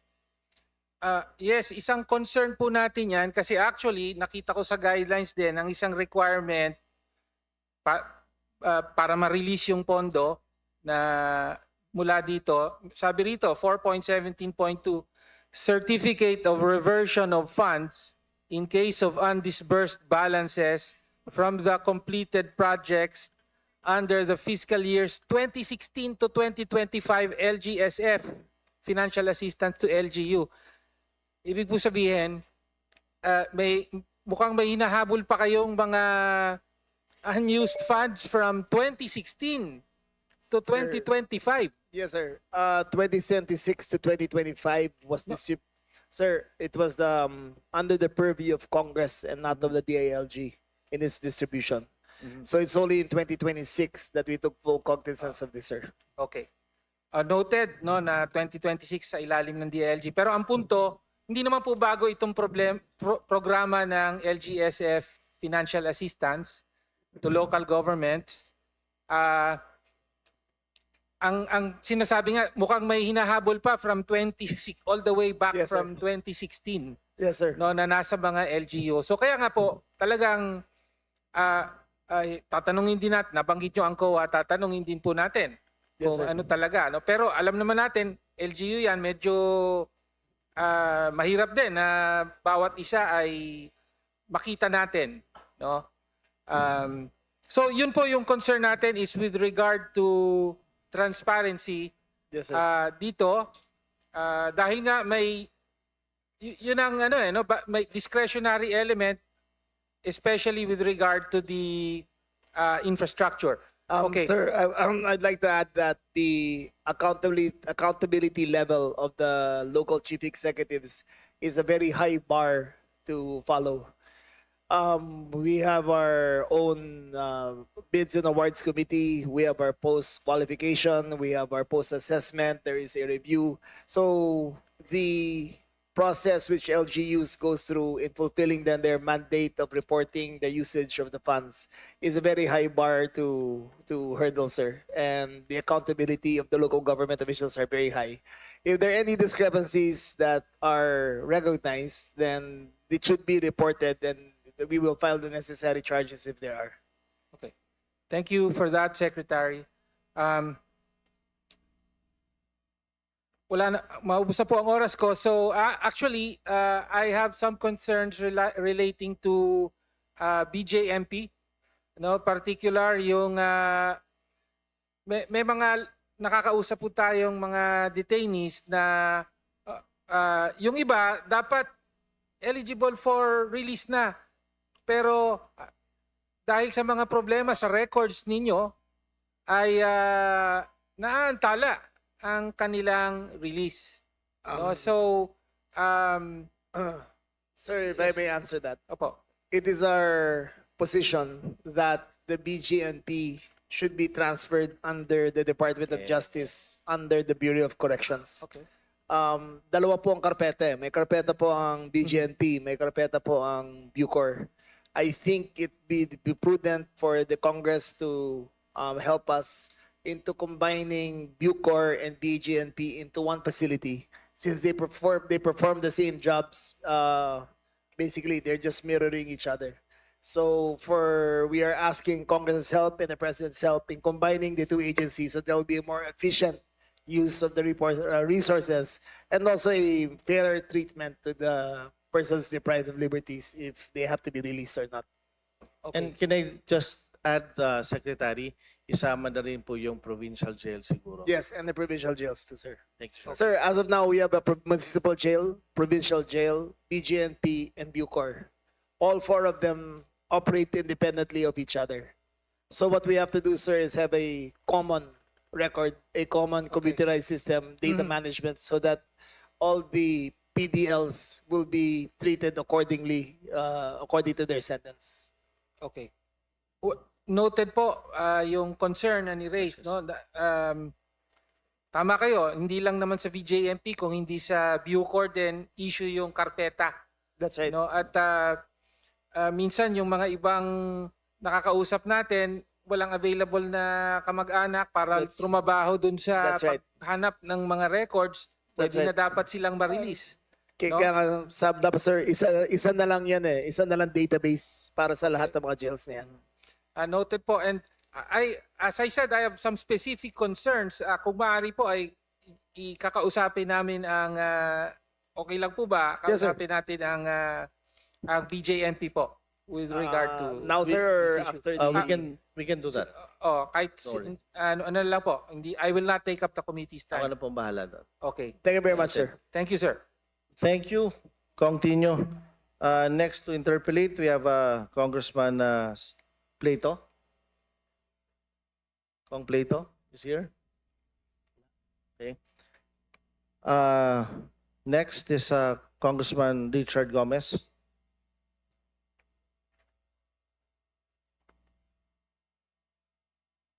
Before Congressman Richard Gomez, I would like to inform our colleagues that may patawag po si Presidente kay Secretary Rimulya. So he needs to leave by 2 p.m. But yung mga USEC naman po nandito. So, thank you. Richard, Kong Gomez. Thank you, Mr. Chairman. Mr. Secretary, Yes, sir. Chief PNP, it's nice to see you here today. Yes, sir. I know In you one- had in an one adventurous, piece. I know In you had one- an adventurous flight yesterday. Yes, in one piece, sir. It's nice to see you in one piece. Magandang hapon, Mr. Chairman. Just an overview, Mr. Chair, Mr. Secretary. When I ran for mayor in Ormoc in 2015 for the 2016 elections, Ormoc used to be the drug capital of Region 8. And when I won in 2016, my promise to the people was to eradicate drugs in the city and take out those men in uniform linked to the drug trade. After a year, we were declared drug-free, drug-cleared city. And after that, Ormoc became one of the safest cities in the country. And up to this day, Mr. Secretary, Mr. Chair, my advocacy and crusade against drugs is still on fire. I ask you to strengthen the anti-drug campaign program, at least in my district. Please do not allow the drug trade to flourish. Also, please check on your chief of police in Albuera and the former provincial director of our province. Paki-check na rin yung mga former records ng CIDG sa mga malokong mga tao sa amin. Dahil habang nandyan sila, hindi matitigil ang problema ng drugs sa distrito namin. Isama nyo na rin yung mga LCE, mga local chief executive sa district regarding illegal gambling, illegal drugs, and illegal quarrying. Napakabigat ng problema na yan, especially sa environment. Yesterday, the DNR was here. I also told them about the problem of illegal quarrying in our district. Although it's not under my jurisdiction, but as congressman, it is under my watch. Also, Mr. Secretary, using our allotted budget in Congress, I'm happy to tell you that Ormoc City, we only used to have 4 police stations. Ngayon, 8 na ho yung police stations natin. And thank you sa speaker natin that in the past 2 terms being congressman, maraming tayong napatayo ng mga police stations in Ormoc City and now in Cananga and Municipality of Isabel, including fire stations. And siyempre, ito na yun. Pag nadagdagan tayo ng police station, dagdagan yun na rin ng personnel. Pag nadagdagan tayo ng fire stations, lagyan yun na rin ng fire trucks. No? So, Mr. Secretary, also, I created SWAT teams in Ormoc City and it's functioning very well. Sayang nga, na-miss namin kayo kahapon because they were ready to welcome you and the Chief PNP. I'll be back October 1, sir. Yeah, nice to see you there. And Mr. Secretary, Peace and Order is one of the most important programs in the local level to attain economic dependence. And with your continued help and support, this progress in our city and in the district will be fully strengthened. Thank you, sir. So I need your commitments, Mr. Yes, sir. We are very committed. As you can see, 2 weeks ago, I went to Leyte and we distributed Tacloban and we distributed additional motorcycles. And when I come back on October, I will distribute the additional police vehicles and ambulances for your district and for your province, sir. Thank you very much, Mr. Secretary. Mag-ingat ka lagi. Thank you, sir. And Chief PNP. Plus 2 fire trucks, sir, that are allotted here. Napakagandang balita. Thank you so much. Good afternoon. Thank you. Good afternoon, sir. Chairman, thank you. And with that, Mr. Chair, as member of this committee, I fully support the budget for 2027 for the DILG. Thank you so much. Thank you More very power much, to sir. you. Thank you.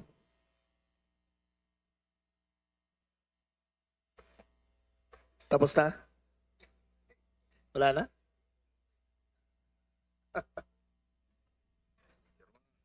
Adjourned na ba? Chairman, may mga... Yung Vice Chair, sir. Kala ko adjourned na. Sorry. Next to interpolate, Representative Edgar Erice. You have the floor. Thank you, Mr. Chair. Nawala yung chairman eh. Anyway, good morning to Secretary Remulla and the rest of the DILG, PNP, and BJMP, and other agencies under the DILG. Good morning. Good afternoon na pala. 12:39. Wala, mga pala, sir. 12:39. Good afternoon, Ang una ko pong katanungan, tungkol po dun sa Seal of Good Governance. Is it really a measure of good governance, or it's just a paper compliance, documentary compliance of yan po yung laging nakikita natin. Meron po bang third party validation itong Seal of Good Governance? Sir, Prisa, thank you very, very much for that question. If you notice, since I assumed office in 2024, we have taken out the SGLG for 2024, 2025, and 2026. We have decided that the Seal of Good Local Governments should be only allotted once every term. For the very reason that it should not be a yearly assessment, but a whole of term approach on how the municipality or the LGU performed. We have studied the matter, and to put perspective, every year, sir, when it was a previous system, the LG used to commit 5 million man-hours a year just to study the documents of the local governments. Now, sir, we will do it once every term, whole of term approach into their total value of governance and what they have input in their system. Unfortunately, there is no budget for a third-party compliance because that would add it to maybe a couple of, maybe another 5 billion in order for that to happen. Talaga din po, di ba, kung ma-determine natin kung yung Seal of Good Governance na binibigay natin ay talagang nagre-reflect dun sa actual na improvement in the services. That's right, sir. To our Ang people. nangyari kasi, sir, may checklist lang, tapos may compliance, tapos check lang ng check, tapos award ng award. So na-diminish yung value ng SGLG. But this time, sir, it'll be a whole of term approach. Hopefully, sir, we will see better results in a more comprehensive report on how they functioned as a local government unit in the first 2.5 years of their incumbency. For example po, in terms of their compliances with solid waste management, in terms of their compliances with yung pong mga biddings, contracts, malaking tulong po yan kung yung actual talagang Yes, sir. actual na nangyayari, hindi lang documentary compliance. Yes, sir. Malaking tulong yan para sa good governance. Yes, sir. Paano po kaya natin ma-relate itong mga seal na ito dun sa actual na nangyayari dun sa mga local governments? Sir, there used to be 10 indicators for the Seal of Good Local Governments, but we have reduced it to 3 main, which is resiliency, fiscal management, and innovation. And then those 3, sir, are best indicative of how a local government performs. For the information of the body, there used to be up to 14 categories, and each submission would be this thick. And I think it was only right that now we have revised it, simplified it, and made sure that the most salient parts of good local government performance are included in this. Will you be amenable if we will be able to maybe enact a proposal or a law that would legitimize third-party validation of Seal of Good Governance? Yes, sir. We do have a third party, but it's only on project implementation. But if the Congress will allot the budget for a third party validator for all these, for the categories that we have presented, then we will be most welcome to accept that budget, sir. We don't need a particular law, but just a appropriations. Yes, sir. Meron po ba kayong mga income na tineturn over nyo sa national government? Ang DILG, sir? Yes. Only sa BGNP. BFP pala, BFP, sir, BFP. BFP, not PNP, sir. Ang BFP collects 4.5 billion a year. We remit the entirety to the National Treasury. For example, Napolcom meron din, no? May income. But it mostly will you be amenable kung halimbawa we will propose that in the general provision na ma-retain na lang for this purpose itong proceeds ng that would be most income. welcome, sir. Because again, we only get to utilize like the BFP in particular. Only 33% of what 30% of what we remit is only given back to the BFP, and hence the numerous complaints and concerns of the various congressmen. But we are constrained by what the DBM gives us. However, we have entered into a long-term deal of 1,500 trucks for the next 3 years. So hopefully, by then, everybody's concerns will be addressed. Pwede po siguro after this, kung sino man yung in charge nyo dyan sa, maybe we can work on a special provision, and maybe we can request the Committee on Appropriations na mailagay sa special provisions na yung pondo na yon na income nyo. Automatic. Pupunta sa amin, Automatic sir. na sa inyo na. That would be most welcome, sir. Doon kami hirap na hirap eh. Maybe mamaya po kung sino yung pwedeng makausap para sa proposal. Yes, sir. Tungkol dito sa floodings. Actually, I have a proposal actually. Nakita ko po kasi tuwing babaha, minumura yung presidente. Minumura yung, especially in Metro Manila. Because of the population. Minumura yung mayor, minumura yung congressman, minumura yung DPWH, minumura yung DNR, pati MMDA.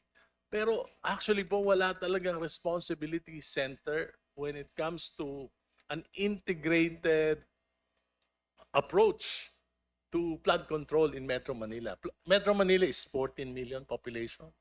We have 12,000 metric tons of garbage produced every day. Tapos po, hindi lang sa yung pong flood, marami pong maraming causes yan. Hindi lang yung waterways, pati po yung informal settlers on top. Don't you think that dapat baguhin na natin yung sistema? For example, there must be one accountable agency for a metropolitan area, a conglomeration of highly urbanized cities. For example, like Tokyo, like Bangkok, they have an elected governor and a legislative assembly. Makati po, 24 hours ang color coding. Pagdating sa Mandaluyong, Quezon City, ilang oras lang. So, hindi po coordinated. Kaya, pati po yung master plan, may master plan po ng flood control ang Quezon City. Gumagawa po yung ibang karatig, yung Caloocan, gumagawa ng master plan. Baka, bandang huli, it runs contrary to the master plan of every city. I totally agree, sir. In our recent study, and when we unearthed when we studied it, a lot of our drainage systems some of them are over 100 years old. The pipes that we are using are still made of brick and mortar that are only this big when they should be 1 meter long already. But I agree, sir, that it's outside of the MMDA, there should be the Department of Water which will be created, should not only be focused on producing water for consumption, but also mitigating the effects of water during flooding. Thank you, Mr. Secretary. Pangatlo ho, yung violence and crimes sa Japan, Singapore, South Korea, and even China. Meron po silang total ban gun o kaya very restrictive. Very, very restricted, sir. Gun regulations. At sila yung may pinakamababang krimen Yes, sir. dito sa Asia. Why not we think about of implementing a very restrictive gun ownership? Yes, sir. I have reported on that a couple of times. Just to give you the statistics, sir, 98% of gun violence are done by illegal firearms, loose firearms. 98%. So it is my clarion call to Congress to totally repeal the Robin Padilla law to make loose firearms non-bailable. Because right now, sir, we catch them at a checkpoint, they will post bail, and the next week they will commit another crime. So that is one solution, sir. The 98% of the gun owners are responsible, but the 2% that are committed by the gun owners are very minimal compared to the 98% done by loose firearms. If we repeal the Robin Padilla law, I assure you, sir, we will cut crime dramatically if we give us those powers and make it non-bailable. Eh kung mas hihigpitan po natin yung gun ownership, very limited talaga yung pwedeng magkaroon ng pag-aari ng mga armas. Ako po, I'm 66 years old. I fought a lot of politicians. Wala pa akong baril. Buhay pa naman ako. Pagka wala kaya itong baril, malayo ka rin sa violence. Totoo yan, sir. Again, sir, I propose that even that owning a firearm in the Philippines is a privilege and not a right. We do not have a Second Amendment which protects the rights for gun ownership. So I propose, sir, that we will amend our IRR so that the police can schedule appearances and inspections in every gun owner's home to make sure that how they keep their guns for safekeeping are up to standards that we recommend. The 2 school shootings, sirs, were done by legal firearms belonging to uniformed personnel. So if we have the power to schedule and to inspect all those homes, then maybe we can curb the violence with legal firearms. Thank you. For my last question, Mr. Secretary. Ang problema natin, basura. We're producing around 12,000 tons every day. And most of the, isa po sa nakikita nating problema dyan, yung corruption sa garbage collection. At nasabi na rin po yan ni Ombudsman Remulla. Ang nangyayari po kasi ang karamihan, siguro mga 80-90% ng mga contracts, for example, in Metro Manila, clean all. Ibig sabihin, pagka sinabing clean all, kukunin yung basura, pag pinirmahan ng local government na malinis na, babayaran ng buo.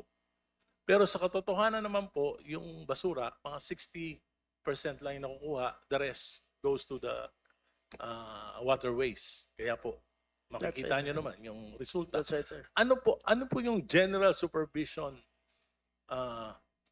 authority ng DILG to check on contracts? Kasi po, we are already almost in a garbage crisis. Sir, zero, sir. We do not have supervisory powers on contracts of local governments. It is COA which has that, sir. But to answer your question, sir, as a comprehensive solution, the local government code mandates that garbage collection is done on a LGU basis. So let's say in Metro Manila, Makati, Pasay, Parañaque have their own systems of collecting garbage. It should be, sir, a regional matter so that the scales of garbage disposal, collection, and as a business can be done in a more efficient way. We have municipalities like, sir, in Cavite, Noveleta, which is in charge of their own garbage collection, but they only have 370 hectares. So how can they possibly dispose of their garbage within their system if it is a LGU based? So there is a need to revisit the local government code on how garbage should be handled and who is accountable and who has oversight over them. But there is a provision in the Constitution that the President has general supervision over local governments. Yes, sir, but you're talking about 40,000 local government units and supervising them to that minute level. I think, sir, a structural reform on how garbage is collected is a more effective way of addressing the problem rather than using our existing laws, which are arcane and almost useless in its application. Thank you, Sec. Thank you, Congressman Elise. Next to interpolate, we have Congressman Rufus Rodriguez.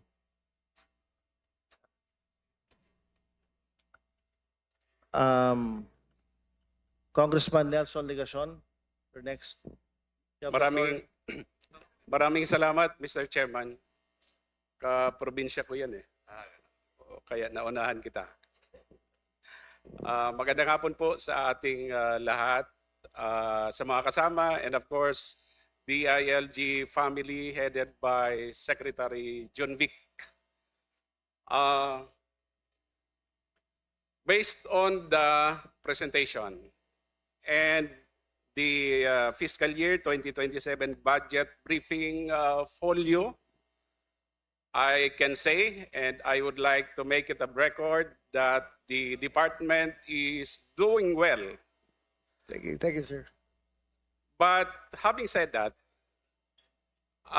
let me dwell on at least one bureau under the Department of Interior and Local Government. I am referring to the Bureau of Fire Protection.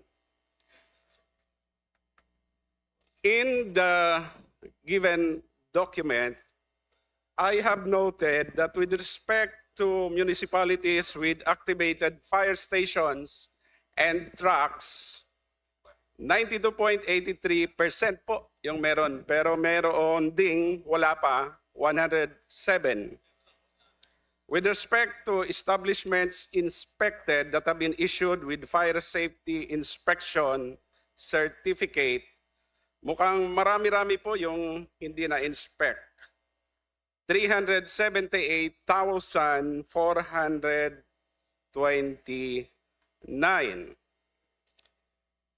Yung the second to the last item, sa ilalim po nito, ay yung fire codes fees collected for the year 2025. And it amounts to 4.3 billion pesos. It appears to us, even as earlier manifested, that the annual collection is really about 4 billion pesos or higher. Yes, sir. Now, I have with me a copy of what is called as Budget Hirit for fiscal year 2027. It enumerates herein certain programs, the corresponding amount, and the justification or purpose, including what we were discussing earlier about the need to procure fire trucks. The Yes, sir. total amount under this document is 3,427,988,000. Now, I understand that the fees collected, 20% thereof is remitted back to the concerned local government units, and 80% goes to the national government under trust fund. Yes, sir. But even then, the balance as of, I suppose, December 31, 2025 is around 10,536,154,803 pesos and 81 centavos. Ibig sabihin, malaki yung Malaki, sir. pera ng Bureau of Fire Protection. Malaki, sir. Hindi pa kasama dyan yung collection o magiging collection ngayong taon, 2026. Yes, Now, yung request, Honorable Secretary, is only for the amount of 3,427,000 pesos. Yes, sir. Kapag i-charge natin yon doon sa 10 billion, may maiiwan pang 7 billion. Yes, sir. 108 million pesos. Yes, Plus sir. yung ngayong taon, Yes, which sir. is around 4 billion pesos. Yes, sir. Napakalaki yung amount. Yung hinihingi is only 3.4 billion pesos. No, sir. We ask for all of it, but they only give us a portion of it. That is why, baka yun na po ang pag-usapan natin ngayon. and I will be providing the chairman of the committee a copy of the what is called as budget hearing for fiscal year 2027. Kanina pinag-uusapan natin, mukhang payag naman po tayo lahat na pagbigyan yung kahilingan ng Bureau of Fire Protection. Pero hindi na pag-usapan saan pa manggagaling ito. Sa ilalim po ng Section 13, Paragraph C of Republic Act number 9514, sinasabi po dito, and I quote, that Chief BFP is authorized subject to the approval of the Secretary of the Interior and local government to use the income generated under the Fire Code for procurement of fire protection and firefighting investigation, rescue, paramedics, supplies and materials, and related technical services, etc., etc. So may basihan, kaya lang ang kailangan po yata yung approval ninyo, Secretary. Hindi sir, siyasabit po namin sa DBM ang budget na kailangan namin. We always ask for everything, but they only allot us 1 billion every year. Okay. Now, this is now addressed Under to the the trust fund, sir. chairman. Yes, I of think this is the addressed committee, to all the congressmen. to the Na committee, itulak to po all the natin sa congressmen. DBM because Yes, sir. collection naman po ng Bureau of Fire ang Yes, pagkukunan ng pondo. Okay. So, dapat Kesa po naman- doon gamitin. Kesa naman, hindi po natin nagagamit yung pera. Tama sir. May pangangailangan, di ba? Yes sir. May malaking pera. Hindi naman ganun kalaki yung hinihingi. Sir, Ibigay na natin. ginagawa na nga namin lahat sir para magtipid eh. Sir, ang fire truck dati ay 16 million isa. Yung bagong binibili namin of equal quality is going to be 10 million na lang. Pwede. Under a government-to-government grant. We are doing everything we can to utilize the funds that are given to us by DBM. And we are cutting corruption and we're doing our best. But if you can help us, sir, if you can, as a body, can help us utilize these resources, then surely we can solve a lot of the problems. It appears to me, Mr. Chairman, that even the request is not complete with respect to the number of fire trucks needed for the entire country. Pero mukhang napakalaki yung pera at pwedeng doon kuhanin. May Yes, sir. pagkukuhanan, I therefore move for consideration either today or later the grant of so much amount, additional amount in favor of the Bureau of Fire Protection, in favor of DILG, that amount to be taken from the Collections. collected fees Yes, sir. under the trust fund. Thank you very much, sir. Duly noted. Congregation, still have time. Yun lang po, Mr. And Chair. if I may Thank you very add lang much. po, no, since naayos na po ang BFP through the efforts of Secretary John Vic Dimulya and government-to-government transaction, I don't see any reason na hindi i-release ng DBM. And this could be a great legacy also of the President na during his time, 2027, lahat ng LGU may fire station, lahat ng LGU may fire truck, and hindi lang po sunog ang And ambulances, sir. and ambulances and even rescue. So For the- we really have to support. For the information of the body, the BFP has 5,000 nurses in its payroll, but we only have so many ambulances that are allotted to us. Sir, if And- we can have that budget, we can fully utilize class 1 ambulances, not only patient transport vehicles in case of all these emergencies. Yes, and just to add for the knowledge of everyone, kulang po ang personnel natin ng 40,000. Ang inaalaw lang po sa BFP is 2,000 per year. So para matapos din, it will take 20 years. We are proposing 4,000. Para in 10 years, kompleto na po yan. Wala na pong problema. Total, may pagkukunan naman po ng budget sa collection fees. Yes, sir. So thank you.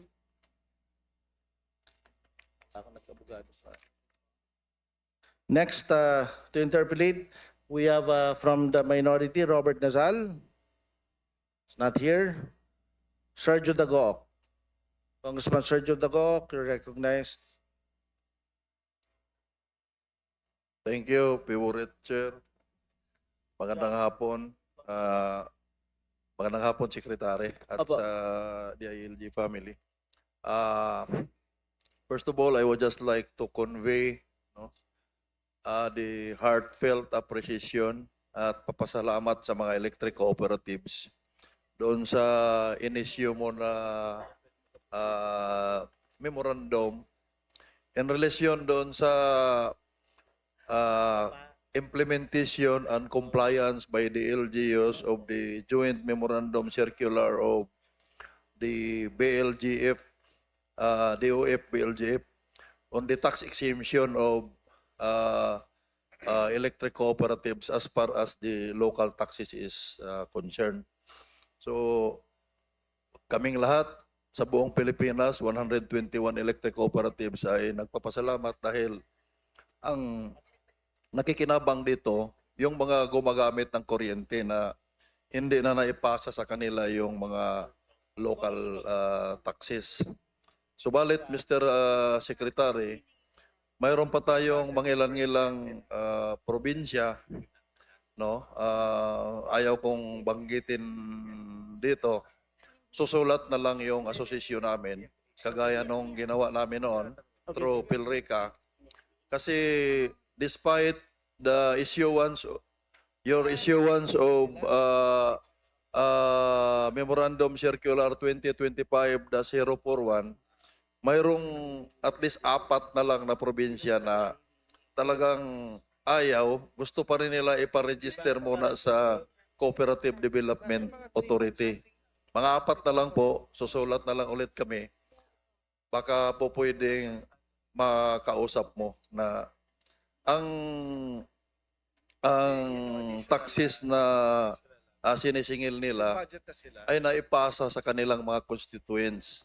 In effect, hindi po electric co-op ang nasasaktan dito, kundi yung kanilang mga constituents. Kaya nga, talagang naglalabi kami na maipasa tong RA 10531 para hindi masaktan yung mga gumagamit ng kuryente sa probinsya. So, yun ang isa, Mr. Secretary. Maraming salamat at makitulong ulit kami doon sa nalalabing 4 na probinsya. Okay. Can we give the assurance of the Secretary? No? Always, sir. I will give my word on that, sir. Thank you, Mr. Secretary. Pangalawa, Mr. Secretary, mayroon po tayong kinakaharap na krisis sa presyo ng kuryente. This representation is working hard na maibaba natin yan. Umaabot lang ako yung parang nagwa-wild na ako sa committee dahil doon sa mga circular na ng Department of Energy, ng ERC na nagpapataas ng kuryente at ako'y nagpapasalamat kay Presidente na last so na nabanggit na niya yung pinail ko since 2019, my first term. Last term ko na po. Pero last show na lang nabanggit ni Presidente yung VAT on systems loss. Losses na nga, binabat pa. So, in relation to that, yung kasing systems loss, may law enforcement aspect yan. Sa Republic Act 7832, yung pagnanakaw, inaanohan namin na nagpapile na ako ng bill na maamindahan yon. Pero while waiting for that, alam mo naman yung paggawa ng batas, medyo mahaba. Baka pwedeng magkaroon ng pag-uusap ang DILG.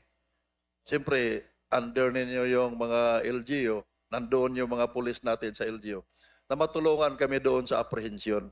Kasi ang una nating i-remove, yung non-technical. Kasi mahirap alisin kagad yung technical kasi inherent yon basics.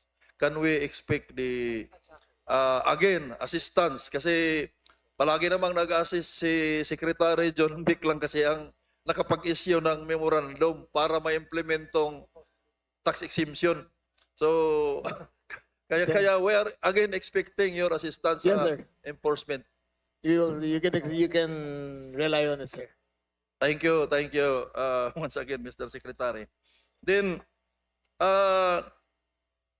pangatlo, Mr. Secretary, mayroon tayong mga awards sa mga LGU.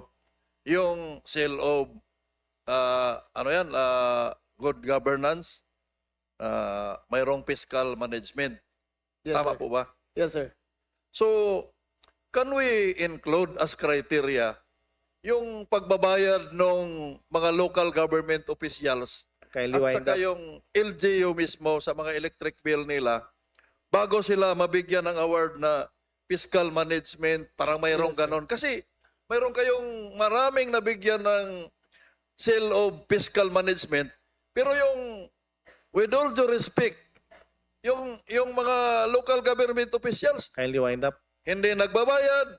Tapos yung mga electric bill mismo ng yung mga munisipyo, mga etc., street lighting, hindi nagbabayad. Paano nagiging example sila, nagiging huwaran sa fiscal management kung hindi man lang nila binabayaran yung mga utilities? Can we expect that, Mr. Secretary? Yes, sir. We will include it in our next round of evaluation, sir. Thank you. Maraming salamat talaga, Mr. Secretary, at ang mga electric cooperative ay may utang na loob sa DILG sa pag-upo mo na na-issue, na-implement namin at least 4 na lang na probinsya. That's all, Mr. Chair. Maraming salamat. That's a very good Thank you very much, start. sir. Thank you, Secretary. Thank you, Kong Dugok. Next to interpolate, we have Congressman Jam Baronda. Ma'am, you have the floor. Thank you, Mr. Chair. And Yes, of ma'am. course, Secretary John Crimulya and the men and women of the ALG. I would like first to commend all of you for a job well done. I hope that we have barely 2 years to go. Yes, sir. Sana Yes, ma'am. we will continue to feel yung bagong Pilipinas. And I would like to congratulate, of course, Secretary, for your Unified 911 program. Thank you, ma'am. I hope madagdagan na yung pondo ninyo. And I would also like to commend you with your character. You maintain the values that your parents taught you, knowing you when you were like the governor of the province of Cavite. Thank you. With you leading the agency, not only the ILG, including BFP, also our PNP, I know we are in good hands. But Thank you, my ma'am. problem today lies not only with the ILG, it's with the local government, it's also with the SK officials and the barangay officials. I am very lucky to have been given the chance to serve the Barangay Council of Barangay Havillana Haro and as the SK President of Iloilo City in 1996. And I remember until now, during my days as SK President, we were given the opportunity by the National Commission to be empowered by the National Commission. Remember, your task is to provide us with enough knowledge, guidance to become the better person of ourselves. During 1996, when I was the SK President of Iloilo City, puno po kami ng lahat ng programs. We do have the Scholar Training Boss 1, 2, 3. Ano ito? Una, kailangan malaman po muna natin kung anong reason bakit nandito kami. Ano yung reason?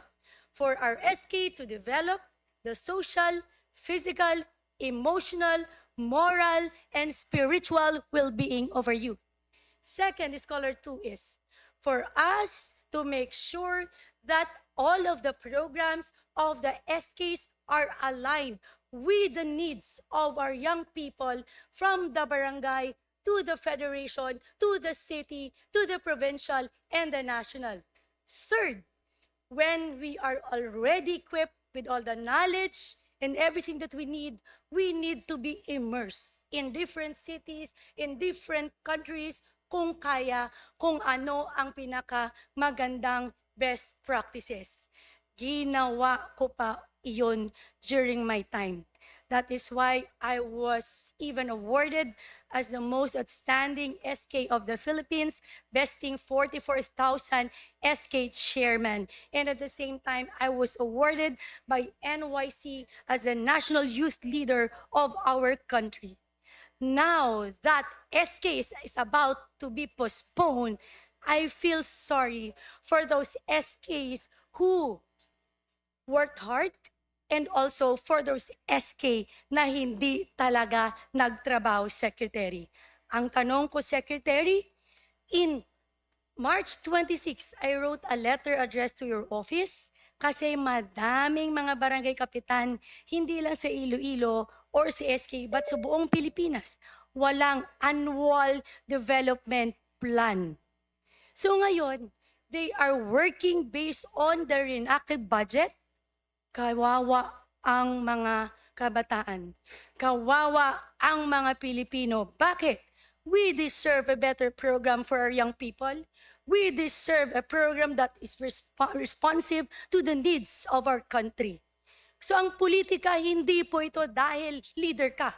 Ang politika, we should serve our city, we should serve our barangay and our country. Ang korupsyon hindi nag-umpisa sa taas. Kailangan umpisahan natin sa baba. Na pag-strengthen and pag-make sure that we are guided. When you are guided, no, wala kang reason for you not to be better. Ang tanong ko, Secretary, Iloilo City alone, in 2026, Diyos ko Lord, Marso, ilan pa lang ang nakasubmit ng annual development plan? Even sa barangay. Yung iba, December pa lang, walang annual development plan. Meaning, we are paying their salaries na walang ginagawa. Worst, now that this government has many programs to empower our people, but until now, hindi natin sa tingin ko nagawa ng tama. Una, we are and I am for uplift program for our people. But ang problema, ano bang sektor? Like for example, ngayon may programa po si PSA, si DSWD. And ano yung reason and purpose nila sa pagpili ng mga beneficiary ng uplift? Based doon sa CBMS. Ano ang CBMS? Community-Based Monitoring System. Ang problema, in Iloilo City alone, nung tinanong si PSA, ilan ang beneficiary natin ng CBMS na bibigyan ng 2,000 a month? Sabi nila, 623. 2,000 a month hanggang December. Ang tanong ko sa DSWD, ilan ang nabigyan nyo ng first tranche? Ang sagot sa akin, 327. Ay bakit naman po 327 lang? Kasi po sa 600 plus na lista, hindi po qualified ang majority, almost half, Mr. Secretary. Ngayon, we are not against the support of the government. We just wanted to make sure na ang bibigyan ay ang dapat bigyan. Dapat siguro kailangan magkaroon tayo ng isang IRR. Kunyari ngayon, lahat ng sektor ng transportasyon, yan na lang tutulungan. Kasi sila ang mostly nung nagka-problema tayo sa fuel crisis. Siguro naman, sa mga scholarship grants natin sa mga kabataan, hindi natin alam kung sino bibigyan natin. Basta sino lang malapit sa atin lahat. Baka pwede, kasama ang SK, hanapin nyo ang mga kabataan sa elementary na walang nanay, walang tatay, na namatay na. Or sa high school, hanapin nyo yung single parent na may 7 na anak. So, Mr. Secretary, thank you so much. You know what, I really wanted to do something to do good for our country, but nag-iisa lang kayo. So what can you do? We still have 2 years to go Secretary, for can you to create answer? impact to our lives. Yes, ma'am. Thank you, ma'am. Thank you, ma'am. Jam. Your question was very varied, and there's not one question that I can do, but what we can ensure is that upon your suggestion that the annual development plan be mandated, we can issue a memorandum circular immediately, and those who have not submitted their annual development plan will be excluded automatically from the SGLG. Outside of that, the SK concerns and the other concerns are, the SK concerns, sir, I have my own views. We may not agree on it, but it is something to be taken later on. With the other things, ma'am, it is the DSWD and the other attached agencies that are concerned. But I share your values, ma'am, and I share your concerns, and we will act on what we can as a department. Okay. Thank you, Sec, for Yes, that last na lang, answer. Last na lang po. Today, may travel, Mr. Ma'am, Chair. your last po. question is, I I'll would give just you like- 20 seconds. Yes, I would just like to ask Secretary kasi ito, can we regulate all travels ng mga barangay officials? Because like for example today, may biyahe 3 araw lang yung mga officials, 30,000 pesos sa Boracay. Ngayon nagka-problema pa tayo. Do we allow all of this? Kasi ginawa-gawa na ngayon, not all ha, there are barangays who are doing well, there are federations who are doing well, but I think majority are not doing well because ginagamit lang yung pera ng kaban ng bayan dun sa pagbiyahe, Tama. Manila man or abroad. So can you do something, Secretary, to at least make sure na i-balance natin na pagbigay din siguro ng mga travel orders for barangay officials? We will Thank take note you. of that, ma'am. Thank you. Thank you, ma'am. So next to interpolate, we have from the minority, Bong Suntay. He's not around. Okay. Next is Congressman from the majority, Yolohio Rodriguez. Ang pinakagwapo po sa Katawhan. Diyos maray na hapon tabi sa kabos. Mr. Chair, una sa lahat, ang pasalamat po sa ating buting Secretary John Vic Remulla, of course, the DILG family. So, nais po natin magpasalamat dahil sabi ko nga, yung ng mga nakaraan, yung suporta niya po sa ating provincial fire marshal Tanduanes Building, yung command center. So, and then yung sabay ko na rin po ang pagpapasalamat ng ating sa ating buting secretary, of course si ating chief ng fire, Superintendent Juan Chu, sa agarang pag-hire ng 14 na applicant na nakapasa na mula sa Catanduanes, na I-hope na makonsider po na madistino sila sa aming probinsya para managdagan naman po ang ating mga local fire marshal doon, kasi sa ngayon po 40% ng fire marshal sa Catanduanes ay po mga taga-mainland Albay. So kailangan po namin na talagang dapat local, kasi in case na may emergency, halimbawa man nakalib, nakadiop, pwede nating i-augment kasi taga doon lang sila. Pero pag taga mainland, medyo mahirap po kasi nandoon na sila. Kaya lang po ating pinapakiusap. Papasalamat din tayo yung bagong binigay nyo sa amin na fire truck ng mga nakarambuan sa barangay sa munisipyo ng Bagamanok. Salamat po at yun po ay mapapakinabangan dahil medyo malayo po yun na munisipyo. So, Mr. Chair, napakahalaga po na magkaroon ng maayos na fire stations at sapat na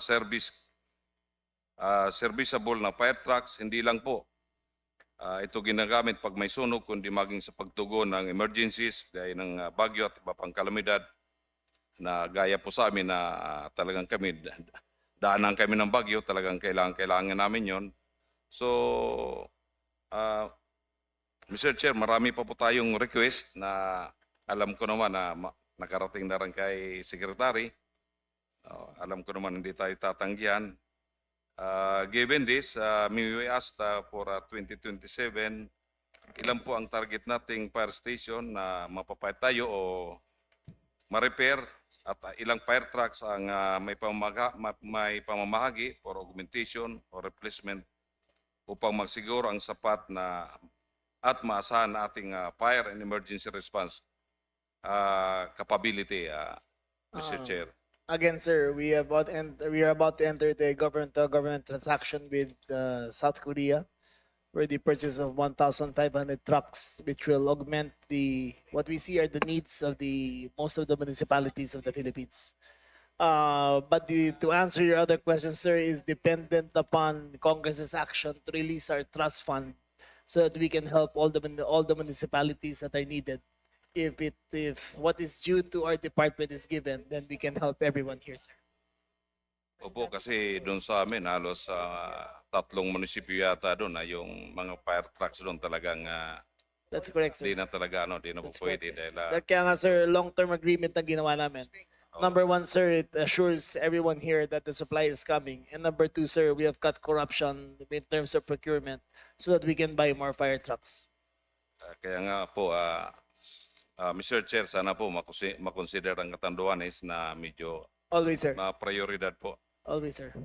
Mr. Chair, regarding po ito sa palagi nating pinaparating dito tuwing may budget tayo, kasi nung yung kaso po natin nung 2022, nung naransak yung bahay ko, and then yung 2025, may mga na-abduct din tayo mga leader. Hanggang ngayon po, wala pang nangyayari. Sabi ko nga, mag-2028 na naman, baka kung ano na naman to. So ito po ang aking palaging panawagan. Hindi man lang tayo na-update sa ganitong sitwasyon eh. Mr. Chair. Can we ask the PNP to update us, give us a copy of the incident? I think you're asking for the incident report? Yes, yes. Oo. At saka wala kung na ano kung umusod ba ito. Yes, sir, Chief PNP. Yes, Your Honor, Mr. Chair, I will be submitting the update on the case. As of now, there's no significant update, but I will going to direct the respective investigators as well as the police officers in the area to coordinate with the Honorable Congress. Chief PNP, Mr. Chair. kindly submit to the committee. Kailan po kaya natin pwedeng masubmit, mabigyan ng update? Official. Yung kay Kong Leo, pwede by phone, but we need the official sa committee. Yes, Your Honor and Mr. Chair. Today, sir. Today, sir? Ang bilis. Ganyan kagaling ang Chief PNP natin. Thank you, Mr. Chair. Kasi sabi ko, mag-2028 na naman eh. 2028, sabi ko, baka panibagong kabanata Tama-tama na naman naman yan. yung date ngayon, 27. Sabi ko, mukhang sinusundan Bukas yata ako eh. 28. Anyway, sabi ko ay mabait naman tayo. Anyway, Mr. Chair, recently lang po ay may mag-assume na sa amin yung provincial director po, nag-assume ng May 15. Until now po, hindi man lamang nagpapakita sa atin eh. Siguro hindi yata kailangan Is the serbisyo provincial ng director of representante Katawhan ng, is here? ng Nandito distrito. ba? Okay. So wala po yung PD, Para mga ID, di yata kailangan yung yung Hindi, sir. serbisyo we po. will assure you that We will assure you that the courtesy call shall be made, sir. Bago lang kasi ang kaka-turnover lang ng regional director natin. So we will give instructions to the regional director to make sure that as soon as you get home, he will be in your doorstep waiting for you, sir. Oo nga, oo nga. and don't worry Kong Leo, hindi lang sa'yo nangyayari yan, pwede sa akin. But di ko sila hinahanap. So hindi po kailangan mag-courtesy call sa akin ng PD namin. Ay sa akin naman sabi nga daw di daw ako machimpuan. Sabi ko, ang pulis naman may intelligence, yung pagbaba ng eroplano, alam mo na darating ka eh. Hindi po yun hindi yung katwiran eh. Kaya yun lang po Kindly wind medyo up. nakakalungkot man. Sabi ko, wag tayong susunod sa isang tao. Dapat yung nasa isla, lahat amo. Di ba? Dapat siniservisyohan natin. Hindi yung isang tao ang siniservisyohan lang. So may karagdagan lang po tayo bilang chairman ng Special Committee ng Bicol Economic Development. Kindly wind up. Mayroong po tayo, may establishment po tayo sa sa Region 5 na yung Bureau of Fire Regional Office na sa ngayon po nakita natin parang nakatiwangwang lang po doon sa isang lugar. So alam ko may phase 1 na po yun eh. Ano ba po yung status nito? Yung natapos na yata ang phase 1 nito, 5 years na nakatingga eh. Ano bang status nito? Ito ba matutuloy pa ba ito? Sabi ko nakita may pera naman ng Bureau of Fire eh.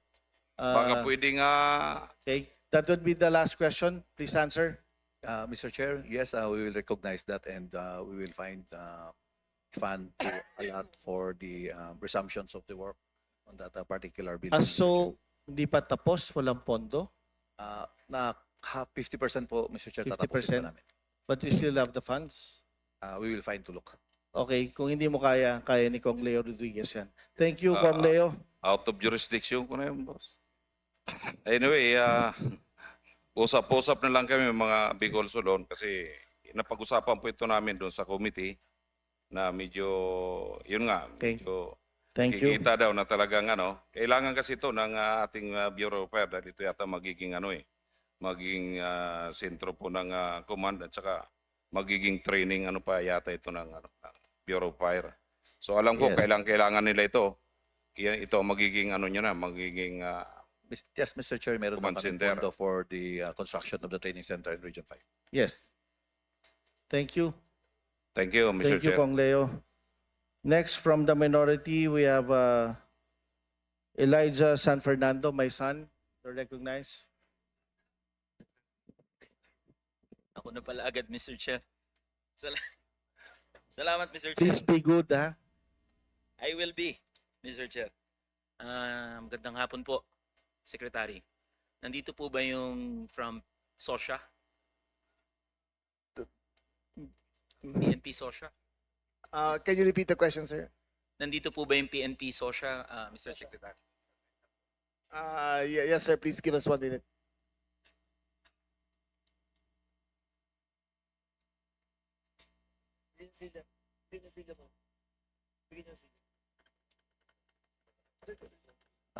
I'd like to remind the secretary it's 1:30. Sec, if you It's need okay. to leave by 2, Yeah, it's it's okay. fine. Yeah, we have. I can make time. Thank you, boss. Okay, sir. Thank you, Mr. Secretary. Aware po ba tayo sa concept ng train now, pay later for security guards?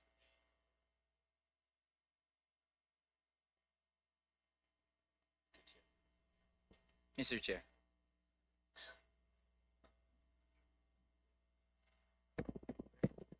Yes, sir. Sir, meron pong mga information na nare-receive kami na may ganun po. Thank you po, Mr. Chair, Mr. Secretary. Ang siste po kasi, halimbawa may gustong mag-apply as a security guard. Kailangan po niyang mag-undergo ng 1-week training sa isang training agency. Tama po ba to, Mr. Chair, Mr. Secretary? Tama po, Mr. Chair. Okay po. So along the course po ng kanyang training, halimbawa may tatawag po na security agency na nangangailangan ng security guard. So nakapagtapos na po itong security guard o papasok ng security guard ng training sa training agency. Ngayon ang mangyayari po, kapag pumasok na sa security agency yung security guard, ang gagawin po, hindi i-honor kung ano yung training na nakuha niya doon sa training agency. Kasi ang nagiging step po, yung security agency, meron din siyang training agency. So ang mangyayari po dyan, kapag na-deploy na yung security guard, ang mangyayari doon sa kanyang bayad o sa kanyang sahod, kakaltasan parehas ng bayad doon sa training agency kung saan na siya nakapag-train at another nakaltas sa kanyang sahod doon sa security agency na meron ding training agency. Would you care to clarify this matter, Mr. Chair? Yes, Mr. Chair. Sir, yung arrangement po ng security agency tsaka nung training school, meron po kasing mga training agency, nagkakaroon po sila ng memorandum of agreement between the training school and the security agency. So yung training school po, sila yung nagkakandak ng training para po dun sa security agency. But meron din po kasi na security agency na aside from operating as a security agency, may separate po silang license to operate as a private security training agency. So ina-allow din po yun na mag-conduct po sila ng training. But doon po sa situation na kung yung nag-training po siya from the other agency na hindi po nire-recognize ng isa pong security agency, that thing po sir is kailangan po namin mag-conduct ng investigation para po ma-check kung sino po yung mga involved sa ganung practice po sir. Maraming salamat po, Mr. Chair, doon po sa kalinawan na binigay po ng ating DILG family. Dahil yan po ang practice, industry practice. So yung mga security guards po natin, pag lumabas na yung payslip nila, doble-doble po yung kaltas. Mr. Chair, aware din po ba ang ating DILG family regarding po doon sa DOLE guidelines pagdating sa pagkaltas sa sahod ng mga security guards? Yes po sir. Actually sir, meron na rin po kaming na-receive na complaint regarding po sa mga unauthorized deduction ng mga security agency. And nagpapatuloy po yung mga investigation na ginagawa po namin. Maraming salamat po dahil yan po ang numero 1 na nirereklamo ng ating mga security guards. merong mga unauthorized deduction sa kanilang mga payslip. Malinaw po nakasulat sa ating labor code, sa ating mga batas paggawa, na anumang deduction na ikakaltas sa sahod ng mga security guard ay kailangang merong written agreement doon sa security guard at doon sa kanyang pinapasukang agency. Ano po ang mga corrective measures na ginagawa ng PNP SOSYA para po dito sa mga erring ng mga security agencies? Unang-una po sir, sa ngayon, nagkakaroon po kami ng intensified post-to-post inspection, nationwide po ito.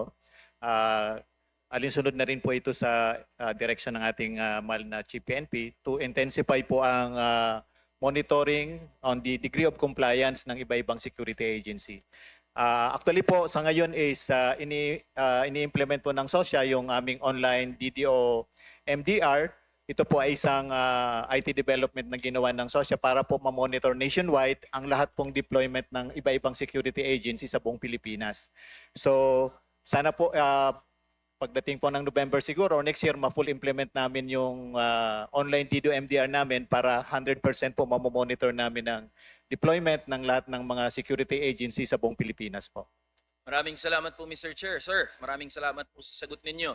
So inuulit po natin sa mga nakikinig po na security guards, hindi po pwede ang anumang unauthorized deductions unless otherwise agreed upon by the security guard na siya ay kakaltasan ng sahod. Moving forward, Mr. Chair, aware po ba ang PNP SOSYA about the Executive Order number 97? Yes po sir. Okay. Ito pong Executive Order number 97, it's about adopting ng ILO Convention on the Freedom of Association. Aware po ba ang PNP SOSYA na kadalasan sa mga labor disputes, nagagamit po ang mga security guard para itaboy o magkaroon ng intimidation sa mga labor dispute cases? Yun naman po sir yung mga cases na involving sa rule po ng labor.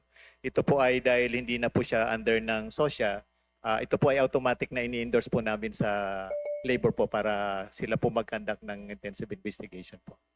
Thank you po. Sa RA 11917, meron pong regulatory action o power ang SOSYA sa mga labor code violations.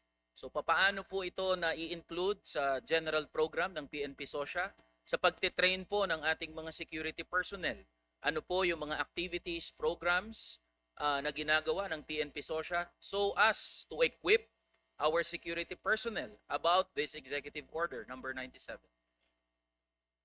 Yes po, Mr. Chair. Sa current POI po ng SOSYA, kasama po ang mga labor policies, rules and regulation doon po sa program of instruction, and at the same po doon po sa ginagawa namin ngayon na training management system, nakapaloob po doon yung mga bagong subjects po para malaman po nating mga security guard kung ano po ang mga polisiya po na may kinalaman po sa labor practices po, Mr. Chair. Maraming salamat po sir sa pag-reiterate po ng ganyang ginagawa ng PNP SOSYA. On March 23, 2026, meron pong strike na naganap sa Package World. Yan po sa May Laguna. Ang ginamit po ng company ng Asia Brewery ay yung mga security personnel para bombahin ng tubig yung mga striking workers. Ngayon po, sumulat ang aming opisina sa PNP SOSYA to take a look into this case. Dahil meron po, uundayan na ng saksak ng mga security personnel, yung mga manggagawang nakastrike. This is a constitutionally guaranteed right ng PNP SOSYA. Gusto po naming makuha, ano na po ang status ng investigation ng PNP SOSYA regarding this case? Sa ngayon po sir, ongoing pa po yung administrative investigation doon po sa nangyaring strike po doon sa Kabuyaw po. We'll give update po sa after na matapos po yung administrative investigation. Thank you sir. Meron po ba tayong indicative dates or timeline regarding this case po? We'll provide po the update within this week po sir. Thank you sir. We'll be keeping in touch po with your office regarding this matters. Thank you po Mr. Chair. Kaya ko po natanong to Mr. Chair, sir, dahil po sa nangyaring ito sa Package World ay naglabas po ang PNP SOSYA ng Memorandum Advisory number 008-2026. So ito po ay pagpapatibay, sinasabi po ng PNP SOSYA sa lahat ng security personnel when it comes to labor disputes, dapat hindi mangialam ang mga security personnel sa anumang labor disputes, and they must respect what is written in the labor code and the freedom of association as written in our labor code and our constitution. Ito po ba ang policy direction ng PNP SOSYA? Yes po, Mr. Chair. Maraming salamat po, Mr. Chair. Maraming salamat po sa assurance ng PNP SOSYA at kaisa niyo po kami sa hangarin na mapaganda, maitaas ang antas ng kabuhayan ng ating mga security personnel. Maraming salamat po, Mr. Chair. Thank you, Maraming anak. salamat po, Mr. Chair. Magaling talaga ang anak ko. Before I recognize the next interpolator, I would like to recognize Assistant Majority Leader Antonio Roman III, kinakapatid, Congressman Jeffrey Ferrer, Congressman Munir Arbison, ang pinakamagaling sa NUP, Congressman Brian Hamsuan, Congressman Elijah San Fernando, Vice Chairperson Rufus Rodriguez. Yes, next to interpolate is DS Bambi Imano. Thank you, Mr. Chair. I'll try to make this as short as possible, and I know that the Secretary will be able to understand this for having been a previous governor. Very simple lang, Mr. Secretary. We have this one case in one municipality which is Alupihi, ay Hitagom. There was the SK, ang nangyari, Mr. Chair, sorry, is pinailan siya ng kaso ng SK kagawad niya. SK chair to, pinailan siya ng kaso ng SK kagawad niya.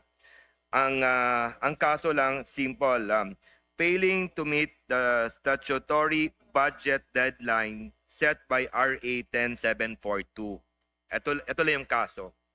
Dinala sa Sangguniang Bayan ang kaso. Then the SK chair was found guilty. Ang problema, ang hatol doon sa Sangguniang Bayan was removal from office. Removal from office. Okay. So, ang ginawa ng SK chair, pumunta siya doon sa Sangguniang Panlalawigan because he believed that there was abuse of authority. So, nung dumating yung kaso sa Sangguniang Panlalawigan, sabi ng Sangguniang Panlalawigan, sobra naman to. Suspension lang, 3 buwan. Grabe naman yung removal. So nung nangyari, nag-decide yung Sangguniang Bayan na suspension ng 3 months, and after 3 months suspension, nag-order ngayon yung Sangguniang Bayan na kung pwede ibalik na siya dun sa as SK chairman dun sa bayan. And sabi na, ang problema, hindi ni-recognize nung Sangguniang Bayan yung appreciation ng Sangguniang Panlalawigan. Supposedly sila kasi, when you're governor, you review all the resolutions of the Sangguniang Bayan sa Sangguniang Panlalawigan. Tapos, ang nangyari, hindi sumunod yung Sangguniang Bayan. So, sumulat dun sa DILG under Yusek Benito. Ang sabi naman ni Yusek Benito, sa legal opinion niya, number 62, na wala daw kinalaman sa independence ang DILG tungkol sa kaso na yon. So ngayon, budget call na rin ng local government. So, nung ginawa ng Sangguniang Bayan, papareview nila Sangguniang Panlalawigan ngayon. Sinagot sila ng Sangguniang Panlalawigan. Akala namin hindi niyo nire-recognize yung decision opinion ng Sangguniang Panlalawigan. Ngayon, ayaw din namin i-recognize yung budget niyo. So for 2027, ang mangyayari, walang budget yung isang bayan dahil dito sa kaso. So may I know what the decision of DILG for this case? Or opinion, not decision, opinion of the DILG, Mr. Chairman. Yes, sir. I will refer this question to the USEC for legal USEC Benitez. Yeah, Sir, good afternoon, Your Honor, please. Now, as far as the authority of the Sangguniang Panlalawigan to resolve the appeal of the dismissal order of the SK chairman, now that is consistent with law, that is in accordance with Section 67, Paragraph A of the Local Government Code. And if you are if we're going to question the dismissal of the SK official by the Sangguniang Bayan, again, this is a recognized option by the Sangguniang Bayan conformably with Section 18 of Republic Act 10742. But unanswered your question earlier on whether or not the Sangguniang Palalawigan can take cognizance of the appeal, we reply in the affirmative, Your Honor, please. So you replied again.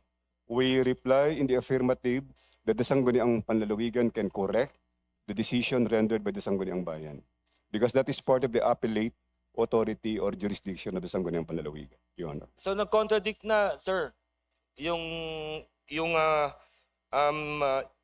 number 62 na opinion nyo at saka ngayon, the Sanggunian can now recognize the appeal. The Sangguniang Panlalawigan has authority to resolve the appeal because that is consistent with Section 67 of the Local Government Code. But if question will be asked on the propriety of the dismissal by the Sangguniang Bayan of the SK, now including its decision to dismiss that person, then that's also allowed under the SK Reform Law of 2015, Your Honor. So this is what I will ask of Mr. Secretary na lang, Mr. Chair. So it would be easier. I will not take much of the time because I was told that the Secretary is leaving. We will submit to you the documents that I have. And can you actually just reply before we go to plenary, Mr. Secretary, Mr. Chair? Okay, sir. Thank you. That's all the Okay, concern, Mr. Chair. Thank you very much. Thank you very Thank much. you, DS. Thank you, Secretary. Next to interpolate, we have Congressman Jeffrey Konghun. Is he around? Wala. Next is my idol, Representative Joboy Aquino. Thank you, Mr. Chairman. Mr. Secretary, kanina pa po ako dito. Yes, sir. Yan, continue mo lang yung smile mong yan, Mr. Secretary. Thank you, No? sir. Yung ganyan lang. At saka sayang suit natin. Ganda ng color. Thank you, sir. Diba? Thank you, sir. Anyway, mabilis lang to, Mr. Secretary. And to the DILG family, no? First, I would like to thank our chairman right now because last year, Chairman Arnie was the one who introduced the additional funding, the increased funding of the SBDP. No? So ngayon, ang original proposal ng SBDP is for the 1,948 barangays is at 10 million each, Mr. Secretary. No, per barangay, 10 million. A total amount of 19,480 million. Sa NEP, ang lumabas for 2027, no, naging 5 million. No? Wala naman nung question dyan because it's under the DILG's jurisdiction yan. Total amount is 9,740 million. Ano ka lang, Mr. Secretary, because yung one example is my district, no, Lone District, Butuan City, highly urbanized. But when you say highly urbanized, it doesn't mean na wala kaming rural barangays. No, just last month, pumasok ako 15 rural barangays sa mga schools. Chinek ko ano mga kailangan nila, a lot of them classrooms, no? Now, under this program sa SBDP, isa sa mga menu niya is classroom. Now, if we base it on 5 million, ang classroom ngayon, Mr. Secretary, is 3 to 3.5 million. Kumbaga, bitin. Di ba? Ako, no? Ang iba pang ano nito is health center, water, which is very important sa mga rural barangays. No? Electrification. In fact, ako, I've been trying hard. No? Gusto ko mag-serve sa mga rural barangays. Napakadilim. No? Gusto ko magbigay ng street lights na solar para hindi sila mabigatan. Dahil kung magbibigay ka ng may kuryente, mabigat sa isang rural barangay para magbayad. Now, with 5 million alone, medyo mahirap ang classroom. Ako lang, Mr. Secretary, please continue smiling Oh, appeal lang yung akin. Baka pwede maging 7 million. I mean, 7 million instead of 10 million. Okay, babaan natin. But ang binigay 5 million, baka naman appeal lang. Pwedeng maging 7 para maging 2 classroom. Sir, if it is possible for Congress to increase it, then we will welcome it. We actually asked for 10 million. BBM only allowed 5. So it is up to this August chamber to adjust it to what it sees fit. But we would most certainly welcome if it is increased to 7 million. Yeah, may iniisip din kaming baka makapasok din dito, makatulong. Kasi very important. I agree, sir. This is not only for me. It is for the whole Philippines. I agree, sir. Mga barangay. It's under your In program. Cavite alone, sir, we have a shortage of 2,000 classrooms. Yeah. So I totally understand what your predicament is. That's all, Mr. Secretary. Thank you very much, sir. Thank you. Thank you. Kong Joboy, are you done? Thank you very much. Yeah, Next to- meron pa ba? 1 hour, 40 minutes. Yeah, may 1 Pa-break ko hour na lang and sa 41 minutes. Secretary. Makapahinga muna eh. Yes. Okay lang, okay lang. Thank you. Thank you, Kong Joboy. We're good. Next to interpolate, we have Congressman Romaldo. Is he around? Wala. Congresswoman Flora Bellatco. Wala. Next, pinakamaganda sa Kongreso. Isa sa pinakamaganda sa Kongreso, Congresswoman Mika Gonzalez. Ma'am, you have the floor. Akala ko vice or acknowledgement lang. Ako na pala. Thank you very much, Mr. Chair. Good afternoon po to the DILG family and all the attached agencies. I just have a quick question on I think this was open during the first few interpellators, but I want to ask whether, because we've observed po na for the past few months, mga bata po ang involved na sa mga nangyayari sa ating eskwela. And napansin ko lang din po, wala po ba kayang parang syndicate sa mga bata na nagre-recruit sila para to encourage or to encourage gun violence or violence in general? Kasi hindi lang po 1, 2 beses yung mga ganyang cases. Ang dami na po. So I was just wondering whether the PNP or the DALG or the other attached agencies, meron na po ba tayong nakita, na investigahan na meron pong ganong klaseng recruitment sa ating mga kabataan? There are 3 parts to this, ma'am. One is there are parts of the crimes which we cannot discuss because it will encourage copycat crimes. So we cannot reveal everything. But if there's an executive session, I can reveal the details of the crime. So what we try to discourage are copycat crimes that that the perpetrators become idolized by those who perpet.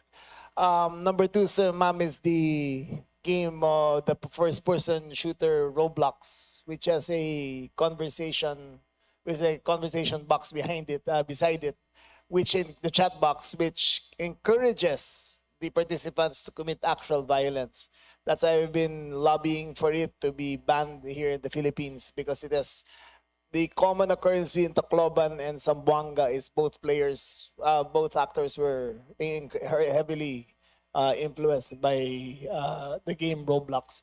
The last part, ma'am, is we are trying our best to enforce it by creating police presence outside the classrooms, outside the school sites, and inside with the barangay tanods.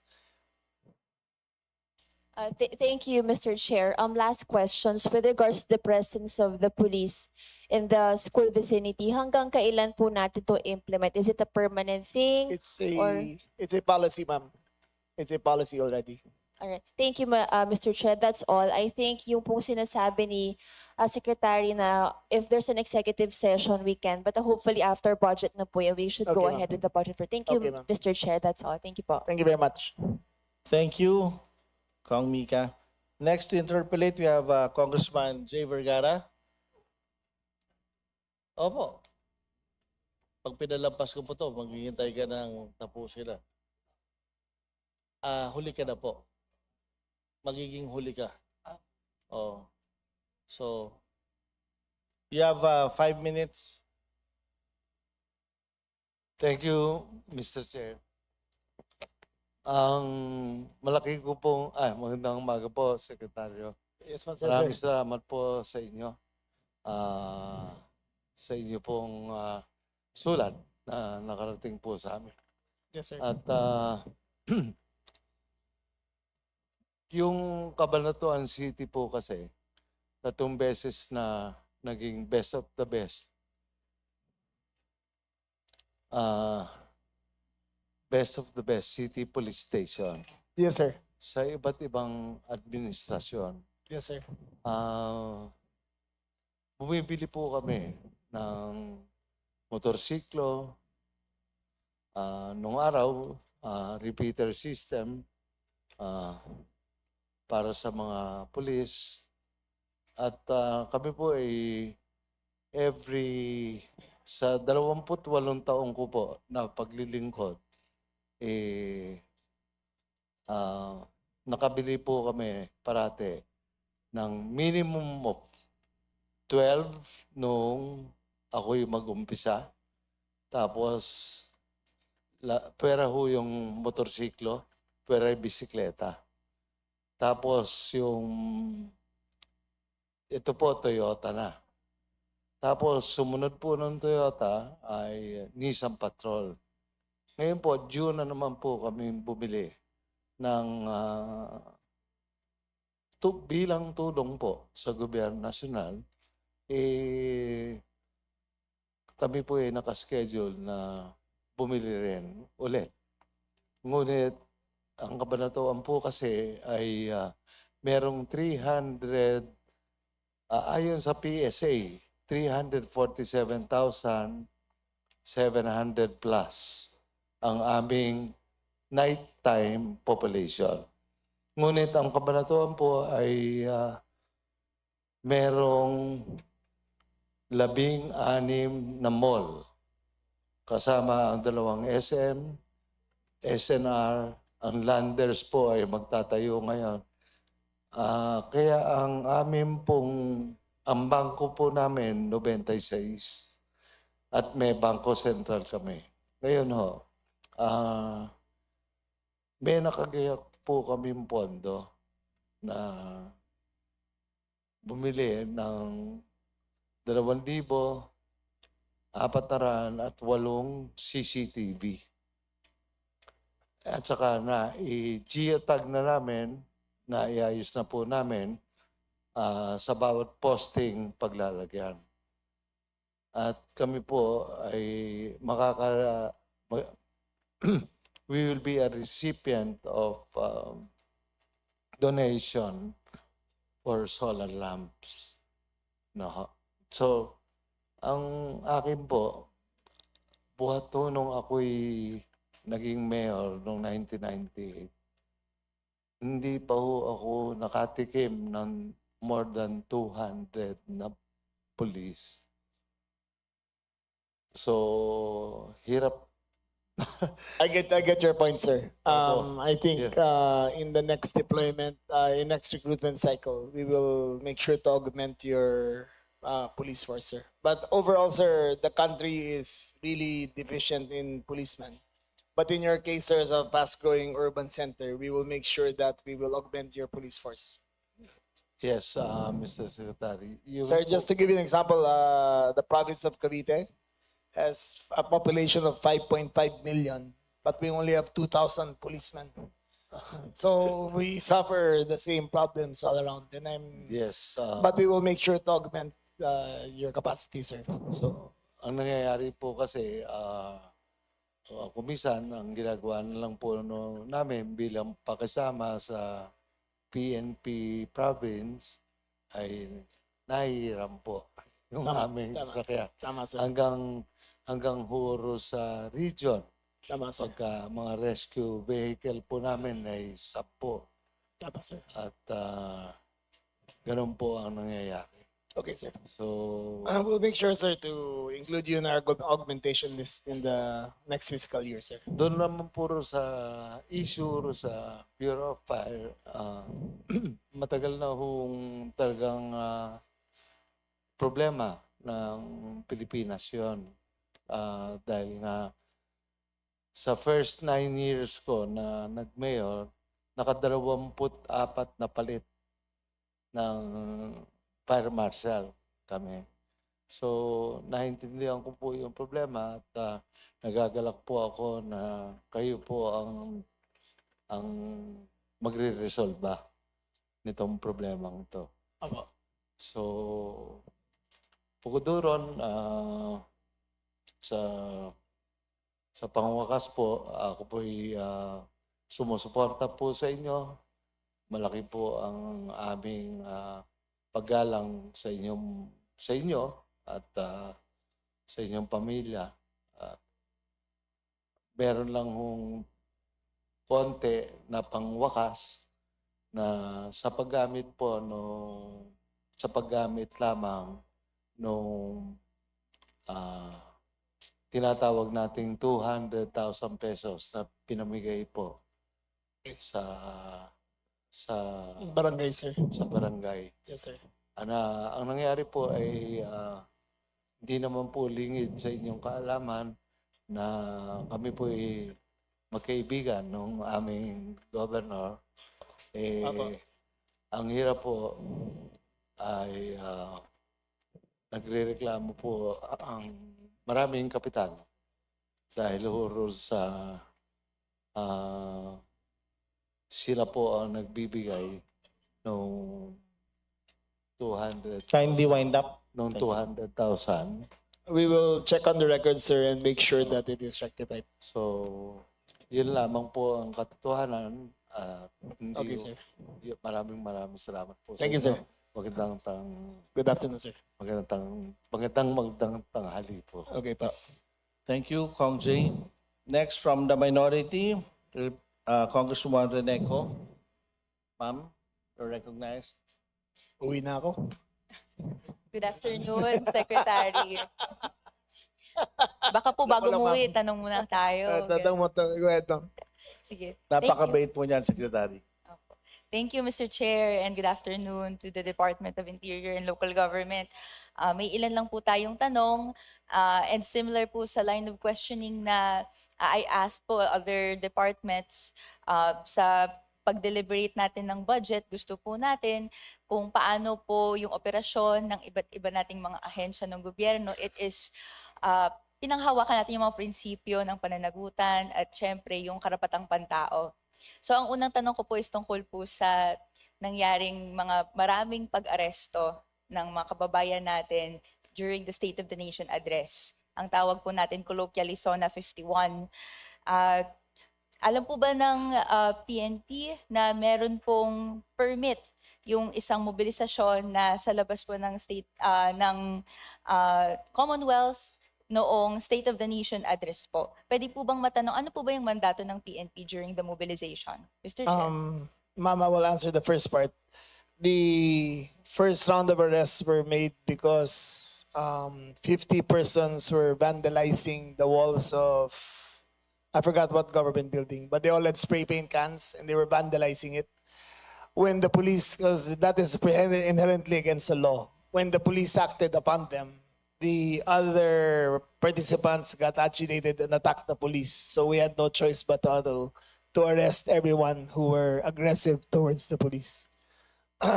In most of these cases, when they showed aggression, which is beyond the ambit of what they applied for, then we applied the full force of law in handling.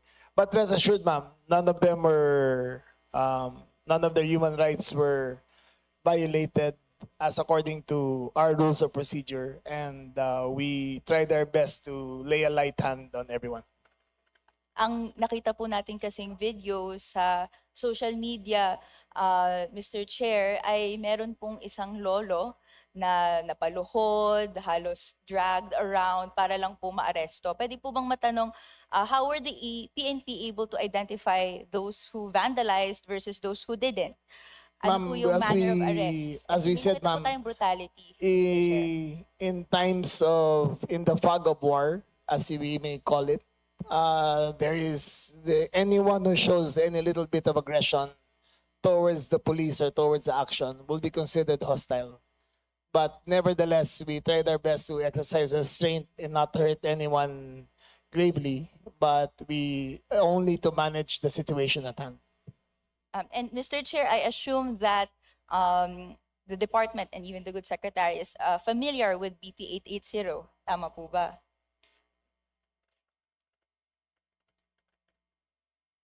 Yes, ma'am. The right to peaceful assembly. Yes po. Under BP 880, specifically Section 10, and even this is in the handbook, no, that serves as implementing rules, I suppose. The police must not carry firearms when dealing with mobilizations.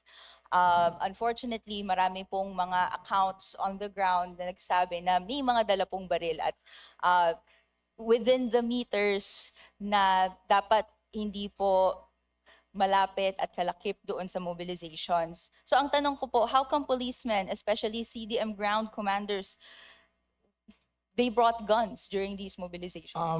That must have been a mistake on the. We will investigate that part. But the first responders on the front lines do not have any guns with them. But the support groups at the back, we cannot help but if there is a commotion that they will augment the response. But rest assured that in no way or form were any of the firearms drawn or used against any participants of the rally.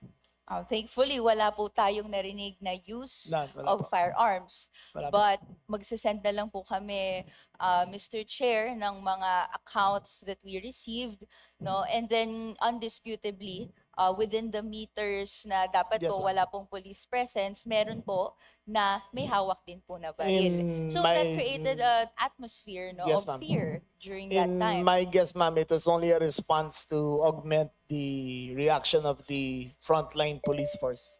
But again, for your consideration, none of the firearms are drawn or used against any of the participants. Pwede po ba makahingi, Mr. Chair, ng after-operation report ng Civil Disturbance Management Ground Deployment Plan and even yung official incident Okay, ma'am. logs para masabi na yun po yung accounts from Yes, your ma'am. end? We can give it to you by this Secretary, afternoon, Kindly give it to the committee. Yes, ma'am. By this Thank you. afternoon. Okay. Thank you, Mr. Chair. And then, Mr. Chair, we also requested this from the Good Department and kay Secretary last year, no, yung tungkol po sa body cams. Yes, ma'am. We are aware na syempre ito po ay mga suot ng ating mga kapulisan.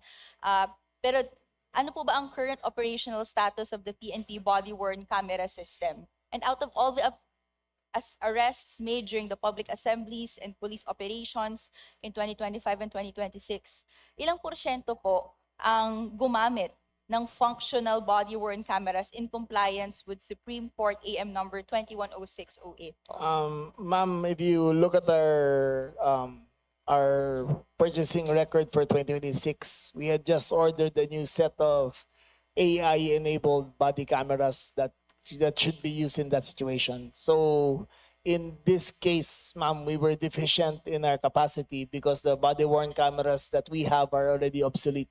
However, we are already in the process of having it bidded out and purchased within this year so that a more AI capable and a more responsive and more fair system that will be used, body cams will be used by the police force. So to clarify, kino-confirm po ni Secretary na dahil kaka-procure lang ng mga bagong cameras na to for the operations that have been undertaken. In the hindi process po of suot. procurement, ma'am. In the process of procurement. Pero may suot pa rin po bang body-worn cameras as mandated by Supreme Meron, Court meron, ma'am. rules? Meron, but not up to standard not up to the industry standards that we have now. We only have 2,000 units for 320,000 policemen. So we are ordering another 10 or 20,000 this year and augmenting it every year. Ano pong different dito sa AI assistant body-worn cameras versus sa hindi? Yung old system, ma'am, yung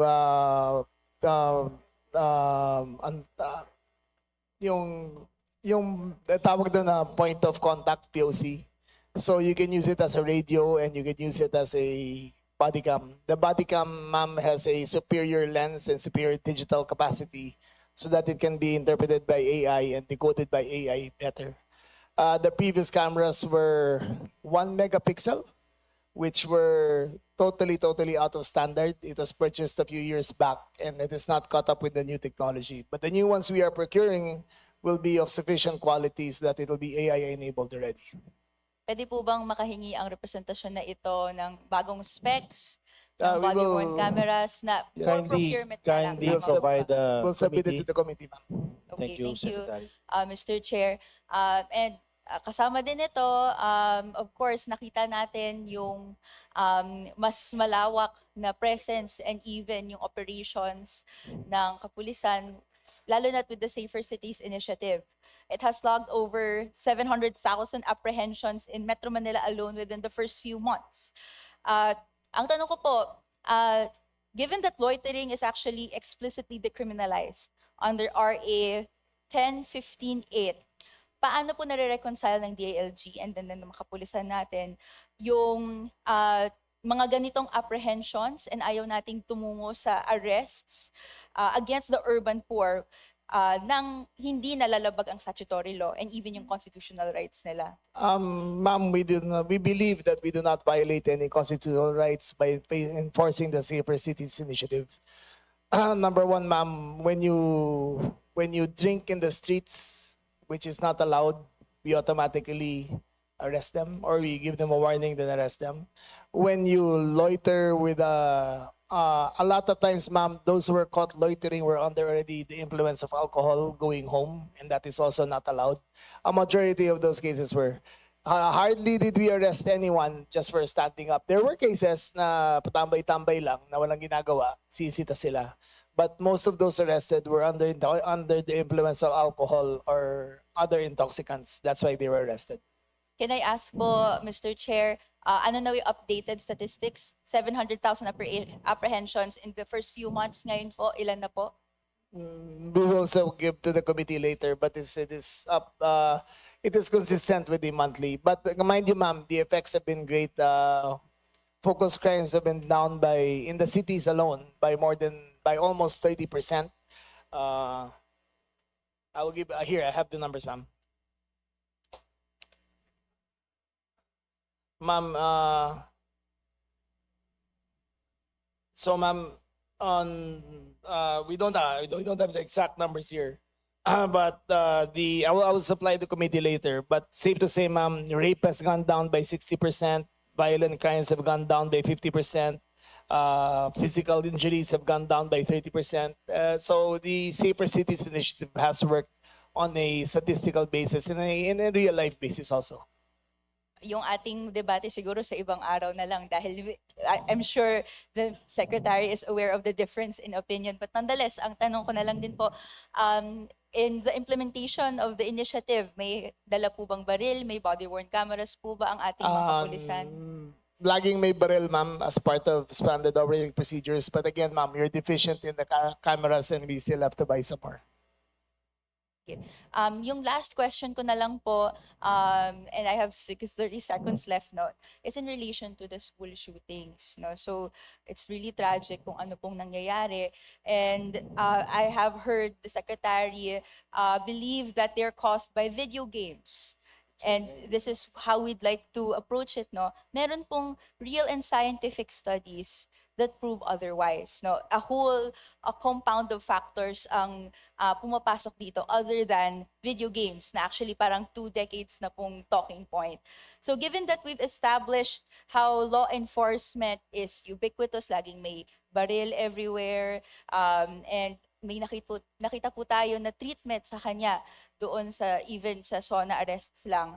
Paano po ba na-ensure ng department that police at home and those who are deployed in school zones treat children accordingly?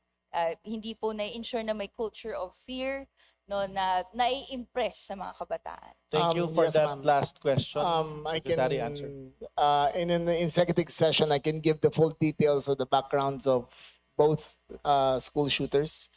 But safe to say, the video games played a large part in how they went down the rabbit hole and examining other means of retribution on their wrong part.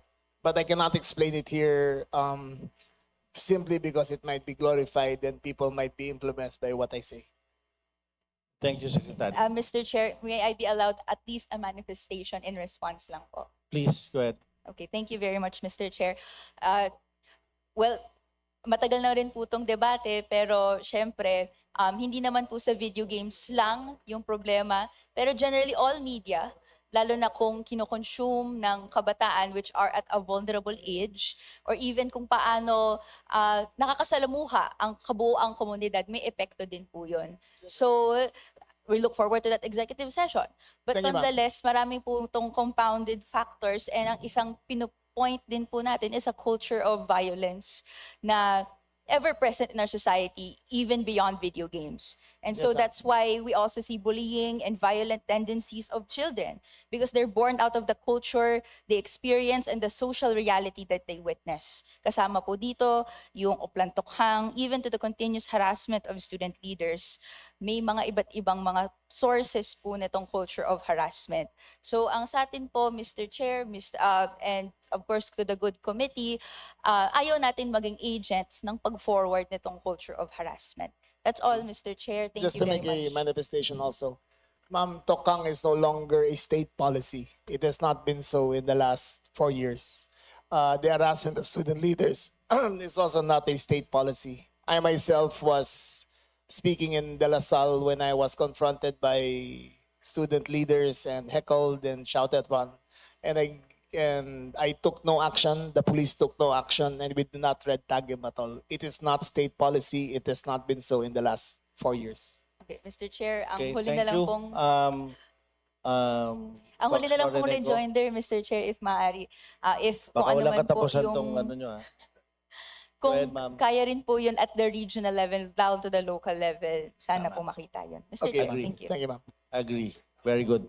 Thank you, Congressman Reneco. And I would like to Last remind question, Secretary, one more? And okay na ako. baka hanap ka na ni Presidente. One more question and I'm good. One more. Yeah. Ang maswerte po magtatanong sa inyo, Representative Mark Santos. Yes, sir. Thank you, Mr. Chair and members of this committee. Alam niyo po, di na po ako magtatanong kay Sec John Vic eh. Kasi nate-text ko naman po yan at nakakausap ko. Okay, thank you, Congressman Mark Santos. So next to interpolate. And then, I just want this committee, baka hindi niyo po kilala si Sec John Vic. Opo. Yan po ay descendant po yan ng mga bayani sa Cavite po. At napakaswerte ko po. At ang magulang ko ay pinanganak po sa Cavite. Baka matatanda niyo po yung Battle of Zapote Bridge. Das Piñas, Bacoor lang po yun. Hindi lang po si Sec John Vic. Siguro kaya nandito po ako ngayong hapon as a congressman, yung magkapatid na Remulla po ang inspirasyon ko. Kaya Pareho pala tayo. Salamat. Thank you very much. Well, anyway, sasagarin ko na, Sec. Yung katapangan yung magkapatid parang nahawa na din ako kasi ngayon, tinanggap ko ang committee chairmanship ng dangerous drugs. At kahit may alinlangan yung aking may bahay, ay talagang, sabi ko, si OMB Boying at saka si Con John Vic, di nga natatakot di ba? But anyway, going back sa drugs po, yung sinabi po ni Representative Rene regarding sa mga social media, Sec, meron po tayong pending bill dito sa bills actually sa Congress where i-restrict na po yung access sa social media. I totally agree, sir. Yes. Actually, hindi lang po cyberbullying, harmful content, and digital addiction. Kasama na din po dyan ngayon ang droga. Yes, sir. Diyan po nire-recruit yung mga bata, kabataan. At gusto ko lang po malaman, Sec, kung ano ba ang talagang for the information of the committee also on dangerous drugs. Sana po ay suportahan niyo po kung Yes, ano sir. po ang magiging support doon sa social media ban. I- Hindi lang po sa UK ito at saka nasa Australia na din Australia po. also, sir. Buong mundo na rin po ito. Sec. I am in total agreement with you, sir. I'm in total agreement with the ban. I would prefer, sir, 14 years and below that they be banned or restricted, hours of restriction of use. 14 years and below, Sec. Yes, sir. Okay. And anyway, Sec, Alam kong pinapatawag ka na ni Presidente. Any legislation po, I would like to also to recognize PNP Chief for a job well done and the DILG family. Maraming salamat sa suporta ninyo. Second At answer. sana mapadagdagan pa ang pondo ng DILG. Salamat po. Thank you. Salamat po. For your will have information, to, Secretary, thank you, for Nick. your information, sabi Yes. ni Kong Biro, tulog pa raw si Sige, go ahead. yung driver mo. Sige. So, go ahead, go ahead. no. Hindi, go ahead. Secretary, your If Biro excuse. Kimbo is the one Ah, going hindi to po ask. siya.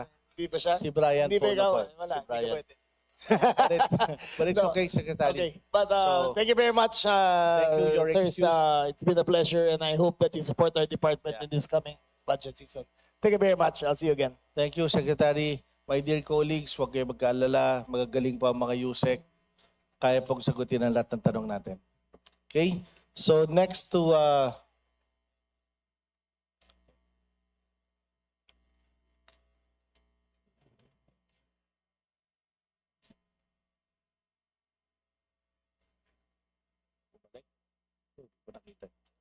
next to interpolate, we have Representative Brian Poe, recognized. Thank you, Mr. Chair. Mr. Chair, it's unfortunate that the Secretary had to leave. I had survey results from San Carlos City that I was hoping to share, but I'm sure you guys can pass along the message. I wanted to congratulate the PNP because in the city of San Carlos, our recent survey, which is a face-to-face census across the whole city of San Carlos, the trust rating of the PNP is at 97%. 95% of San Carlinians feel safe. And I believe that's attributed to the servicemen of the PNP. So I just wanted to share that with your team.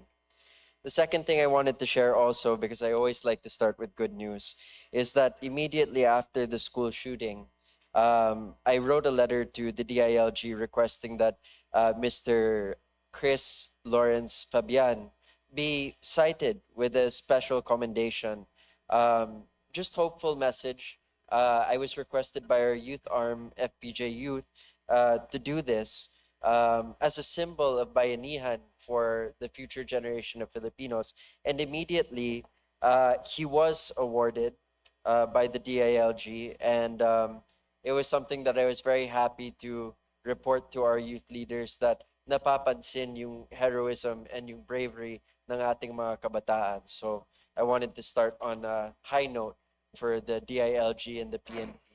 So with that being said, Mr. Chair, I wanted to ask a quick question on what is being done now that we've seen a rise in school violence to increase the response time of the PNP to local shootings or other incidences in schools. Is there more coordination with DepEd?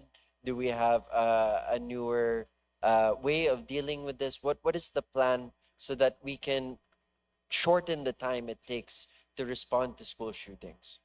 DILG, can the answer? USEC. Thank you very much, Mr. Chair. Thank you for the question, Mr. Congressman. Insofar as your question on the coordination with the DepEd, yes, the department has been closely coordinating with the DepEd. In fact, we are scheduling simultaneous. Kindly speak nearer to the microphone. Thank you. Thank you. In fact, we are scheduling a nationwide simultaneous active attack drill incident together with our attached agencies, the PNP and the BFP. The guidelines for it are being refined so that all aspects of the drill will be refined before we roll out in schools. And as mentioned by the Secretary earlier, Mr. Chair, police are stationed outside schools, and we are working on a memorandum circular wherein barangay tanods will be stationed or will be allowed to go inside the school premises themselves. And the PNP is also conducting its efforts on to prevent nihilistic violent extremism. Mr. Chair, if I can also refer to the PNP for any additional inputs. Chief, you are recognized. Sir, thank you, Mr. Chair, Your Honor. Your Honor, it is pangarap ng Philippine National Police, of course, na makapag-respond even immediately after 1 minute, say 2 minutes, or within that 5 minutes period. For the information of the Honorable Committee Chair and Congressman po, ang ating response time ng Philippine National Police in any cases, especially the one called through 911, ay 97% compliant on 5 minutes, within 5 minutes. And if we're talking about the immediate response to any incident, not only shooting incident, but any focus crime or any crime, of course, kailangan natin i-capacitate ang ating Philippine National Police. And we're doing a lot of things, like we're coordinating or in coordination with our community stakeholders. Number one is, of course, is yung ating program, the Unified 911. Napaka-importante po yan. It's not only for the response for peace and order, but as well as for public safety and other things na kailangan ng ating mga kababayan. That is one. Number two is we're trying, of course, to capacitate ourselves to be truly effective and, of course, capable. Kanina pinag-usapan natin about body-worn camera, and for the information of our Honorable Chair and Congressman po, ang ating body-worn camera po ay 2,000 something lang. It is about 2% out of the percentage filled up. And so, marami po tayong binibili or pinoprocure thanks to the yearly budget that is being given to Philippine National Police. Ito po ay ang ating training, equipment, etc. And other programs that we need so that we can respond within that 5 minutes. Your Honor, Mr. Chair. Thank you, Chief. Thank you.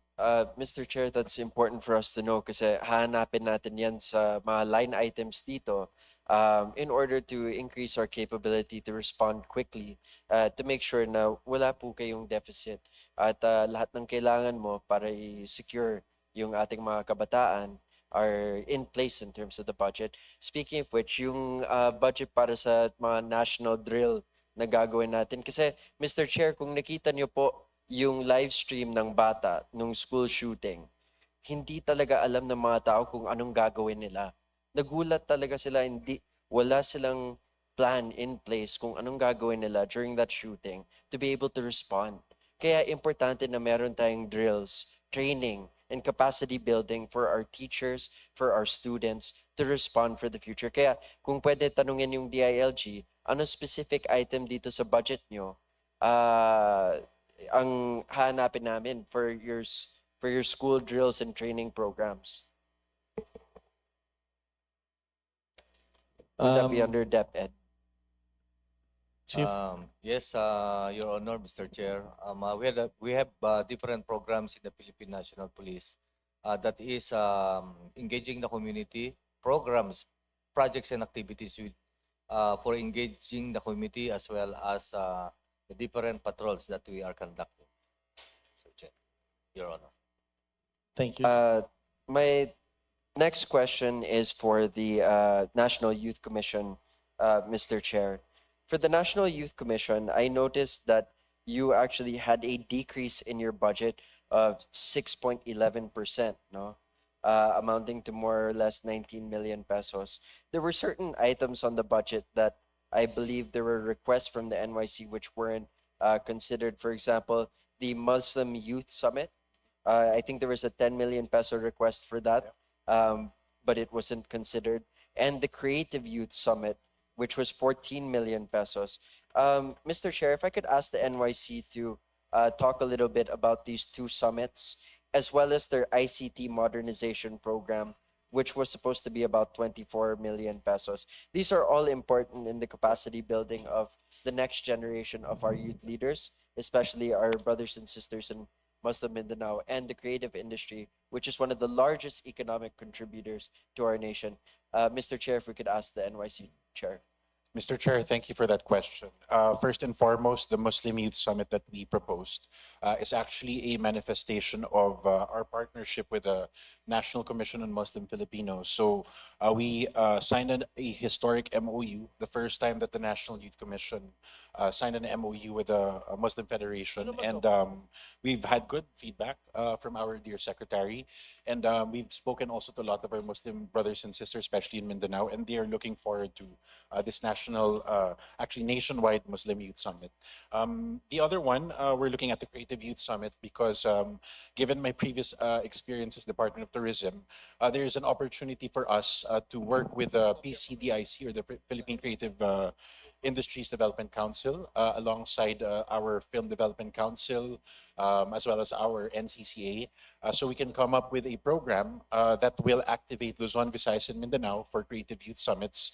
And at the same time, we wanted to maximize the use of our ambassadors, Bini and SB19, and bring them to Mindanao and Visayas, not just Luzon. So we hope, Mr. Chair, that you would consider this because we will be able to use this highly for next year.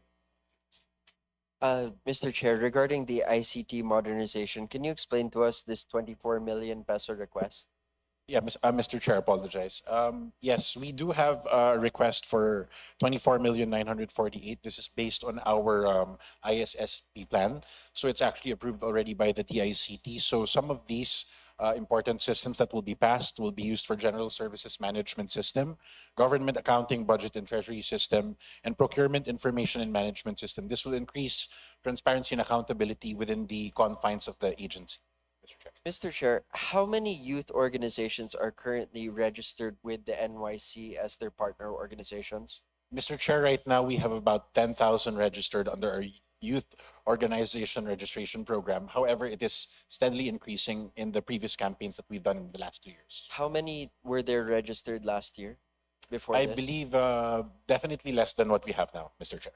The reason why I'm asking, Mr. Chair, is you have an increase of youth organizations, 10,000 youth organizations under the National Youth Commission, and yet you have a 6% decrease in the NYC's budget. The math is not mathing, Mr. Chair. We say that ang kabataan ng pag-asa ng bayan, and we also say that many of the youth are apathetic or they feel that they're not involved in government. The National Youth Commission is already getting them involved. In fact, over 10,000 organizations have signed up for programs with the National Youth Commission to be their partner, and yet we're removing budget from the National Youth Commission. Mr. Chair, it doesn't make sense to me. And 6% of their budget is only 19 million pesos compared to many of the massive projects that we have. I feel, Mr. Chair, if we can restore the budget, if not increase the budget of the National Youth Commission, it is warranted, especially with the progress that our chair in the National Youth Commission has made. Yun lang, Mr. Chair. Yes. Thank you, Congressman Brian Po. And I totally support it. You want to respond? Mr. Chair, if I may, just for the record, we just wanted to report that we do have an issue with absorptive capacity, which is why we passed our proposal for optimization plan. One of the biggest things that actually can help us mobilize further would be to approve or increase the personnel services, or the PS, so that we can procure more projects, because we only have 2 people for procurement. So we're doing the best we can, but in order to absorb more budget, we would like to propose an increase in the personal services. Thank you, Mr. Chair. Thank you. Next to interpolate, we have Congressman Antonio Roman. Magandang hapon sa inyo. Kahit sino ho pwede sumagot from DILG. Just inquiring on the status of the local government code amendment. I remember this time last year, nag-uusap tayo na natanong ko yung pag-amend ng local government code. Dahil alam natin, luma na yan. Sino ho makakapagsabi ng status ng amendments sa local government? Kailan po namin maaring asahan? Thank you, Mr. Chair. Good afternoon, Congressman, sir. Sir, right now, we have divided the task in coming up with the recommendations for the proposed amendments to the local government code. We have divided into 3 groups. The first group is headed by the DBM, and DBM is in charge of consulting with national government agencies. the ILG is in charge with consulting the local government units in coordination with the different leagues. And the COD NGO is the one consulting or talking with non-government organizations and CSO so that we'll be able to get the feedback coming from all sectors of the Meron ho bang society. deadline or just some indication of when? On our part, we have already done 2 or 3 consultations with the different leagues, sir. And we already have a list of the proposed amendments, but we need to further vet it out so that when we bring it to Congress, more or less, no, it will already be a polished proposal coming from our end. So you're doing a consultation, but knowing that when you submit it to Congress, it's going to be vetted through additional consultations at the committee level. So I'm just trying to speed up the process. Kaya kung binabanggit yan is because ang dami pong mga pending na panukalang batas na tingi-tingi, inaamyenda po ang local government code. Isa dyan yung pagpapataas ng penalty. Na sa totoo lang, yung maaaring ipataw na isang lalawigan ay hanggang 5,000 pesos. Yung 5,000 pesos po, isang ayuda lang. You know, so sana ho, without a deadline, isang pangarap lang po yan. Minsan, saka gusto natin maging perpekto, nagtatagal. Pero hindi naman magiging ganap na perpekto yan dahil pag binigay nyo sa amin yan, mag-iiba pa rin po yan. So ang akin lang po, kung maaari natin simulan ng proseso, mas bibilis. Sinasabi ko po yan dahil ako po ay Vice Chairman ng local government. At Chairman po ako ng isang TWG na may kinalaman po sa local government.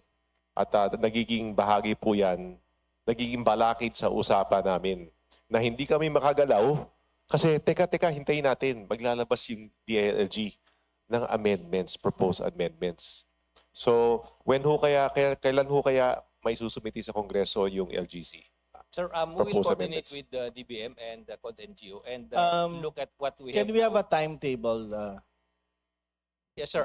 We will submit it to the committee until next week. What next all week? the things that we have now.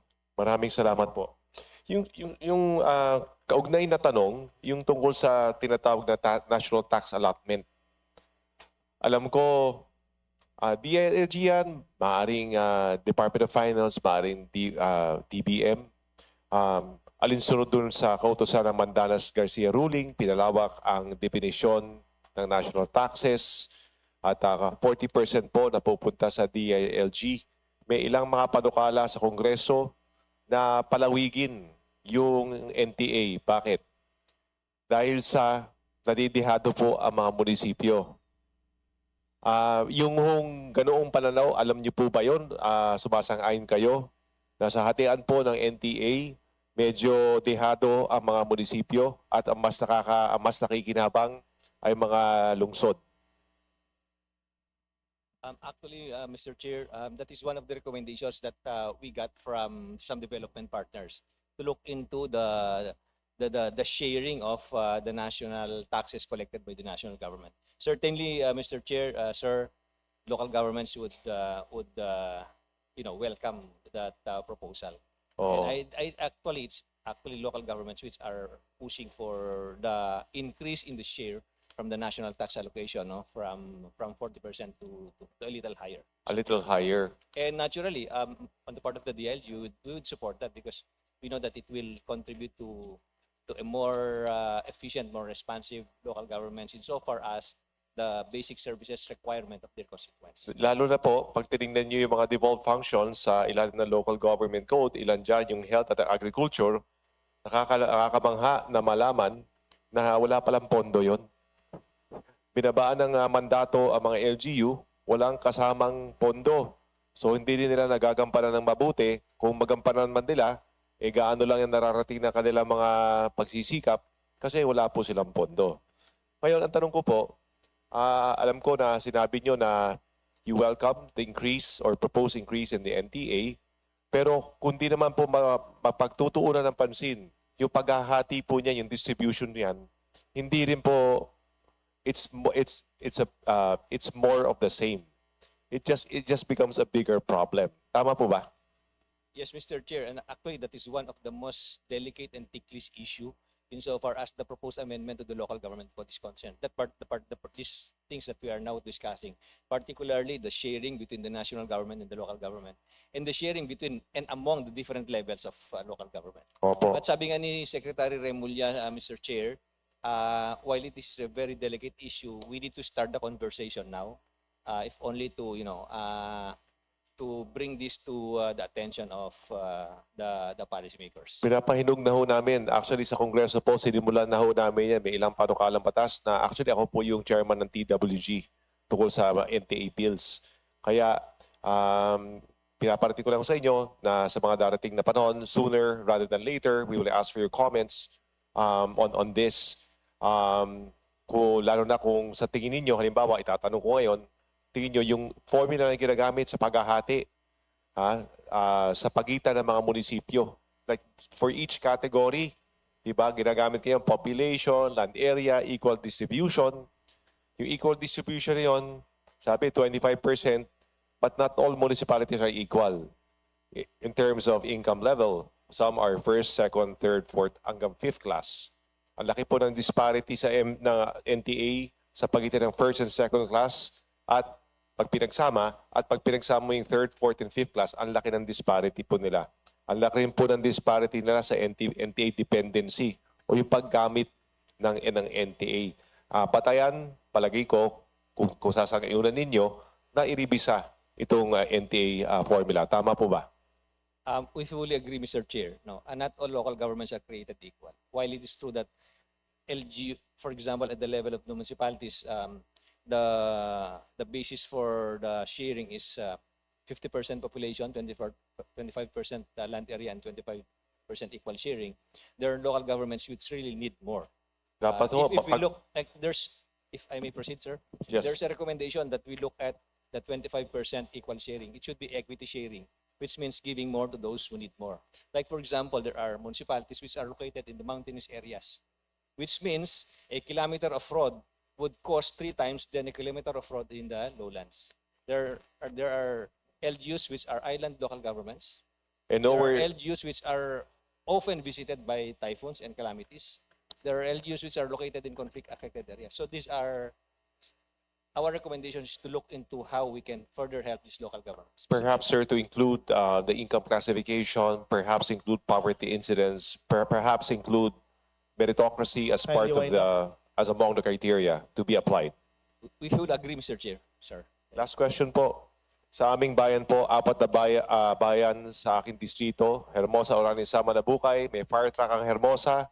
Ang Orani, Samal, Abukay, wala pong fire truck.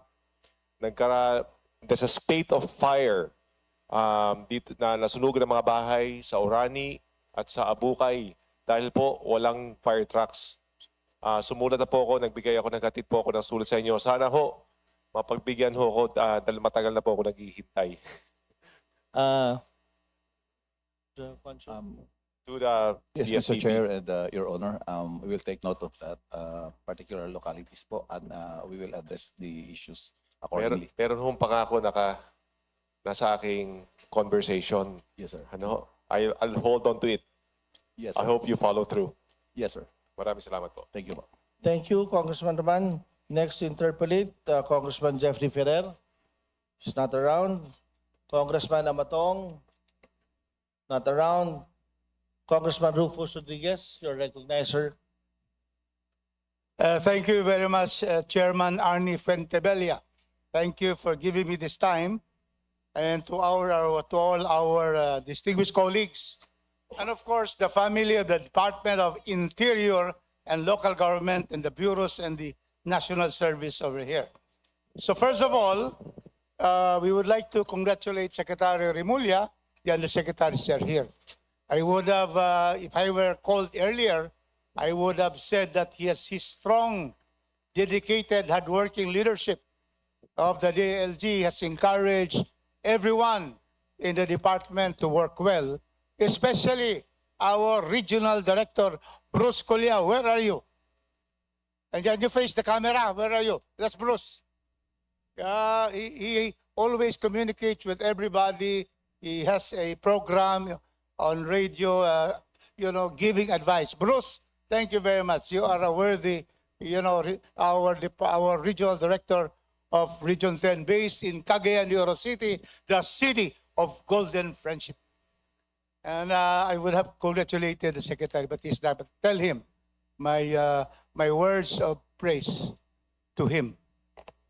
Thank you, Mr. Chair. Yes, Your Honor, we will definitely relate to the secretary. Thank you. Next is the Philippine National Police, the highest trust rating all over the country, not only in Cebu. And that is shown by the leadership of our Chief Jose Nartates over there. You have very good regional directors. Right now, you have our very own, our city, at the time, Kokpo, Cagayan de Oro Police Chief. Now, your regional director, you have now Aaron Mandia. Where are you, General Mandia? Oh, yes, face the camera so that your people will be able. Saan ba camera dito? Okay. Thank you, Aaron. You have been our very efficient city chief. And let me thank also Chief Nartates. You have elevated it's our loss by the gain of NCRPO. And that is the great, our general now, the NCPRO director. Where is Chris Abrahano? Saan kayo, Chris? Ayan! Ang galing yan. Short service, but he was able to bring around the RAG PTD to support the police, and that is why Cagayan de Oro, very high ang trust rating sa police natin. And then, of course, our police chief, Police Colonel Dante Pahe. Where are you? Colonel Dante, City Chief of Police. Wala sila, Secretary. But he's watching. Yeah. Sir, Thank you very much. And so we are saying, Mr. Chairman, that our police chief, when I requested him last year to give us a total of about 10 vehicles, you know how much he gave? I have to thank you on behalf of the city of Cagayan de Oro. You gave us a total, I have here the record, Mr. Chairman, the total of, for Region 10 and Cagayan de Oro, the Chief Nartates has given us a total of 16 4x4 personal carriers. 16, I only asked 10. And Innova, 31 units. Can you imagine that? A big hand for Chief Nartates. Yan talaga. Parang iniinggit mo yung ibang congressman. Yes. Pero, well, I asked him Yung iba hindi nagingi. Ako, nagingi ako kay PNP Chief. And I'm very happy that for this year, you are going to give us for 2027, 8 units of personal carrier and sub-compa patrol cars, 25. I hope Cagayan de Oro gets 20 out of these 25 cars. Thank you again, Chief Nartates, for your kindness. And that is why with the mobility in Region 10, it's one of the most peaceful. Region 10 and Cagayan de Oro. Now, I would like to ask you, what do you ask now? Stop my time. Still running my time. Can you restore back to 3 seconds less? Nakahinto po, 102. 102. 1 hour and 2 minutes. But when I stopped, there was still 3 seconds na natuloy. Don't worry. Don't worry, sir. In other words, I thank always my good friend, Chairperson Arnie. Thank you. So we go back to the chief. What is your request? Because I'm sure your budget request was slashed by the DBM. Is the DBM here? Wala sila? Mabuti na lang kasi in the DBM is known in Mindanao. Here is known as Department of Budget and Management. In Mindanao, it's known as Jutay Bahin ng Mindanao. Please proceed. Yes, sir. Thank you very much, Your Honor, Mr. Chairman, sir, and the rest of the honorable congressmen who are here. Of course, if we would like to invest in peace and order and public safety, kailangan natin bigyan ang ating mga safety officers at ating mga peace officers of necessary equipages, of the necessary training that is for capability. At kung one by one, bibigyan na natin ng pagkakataon, of course, the needed capital outlay that with us. The approved capital outlay that we had given at par with that is we had lined up a 1.7 billion worth of outlays, capital outlays.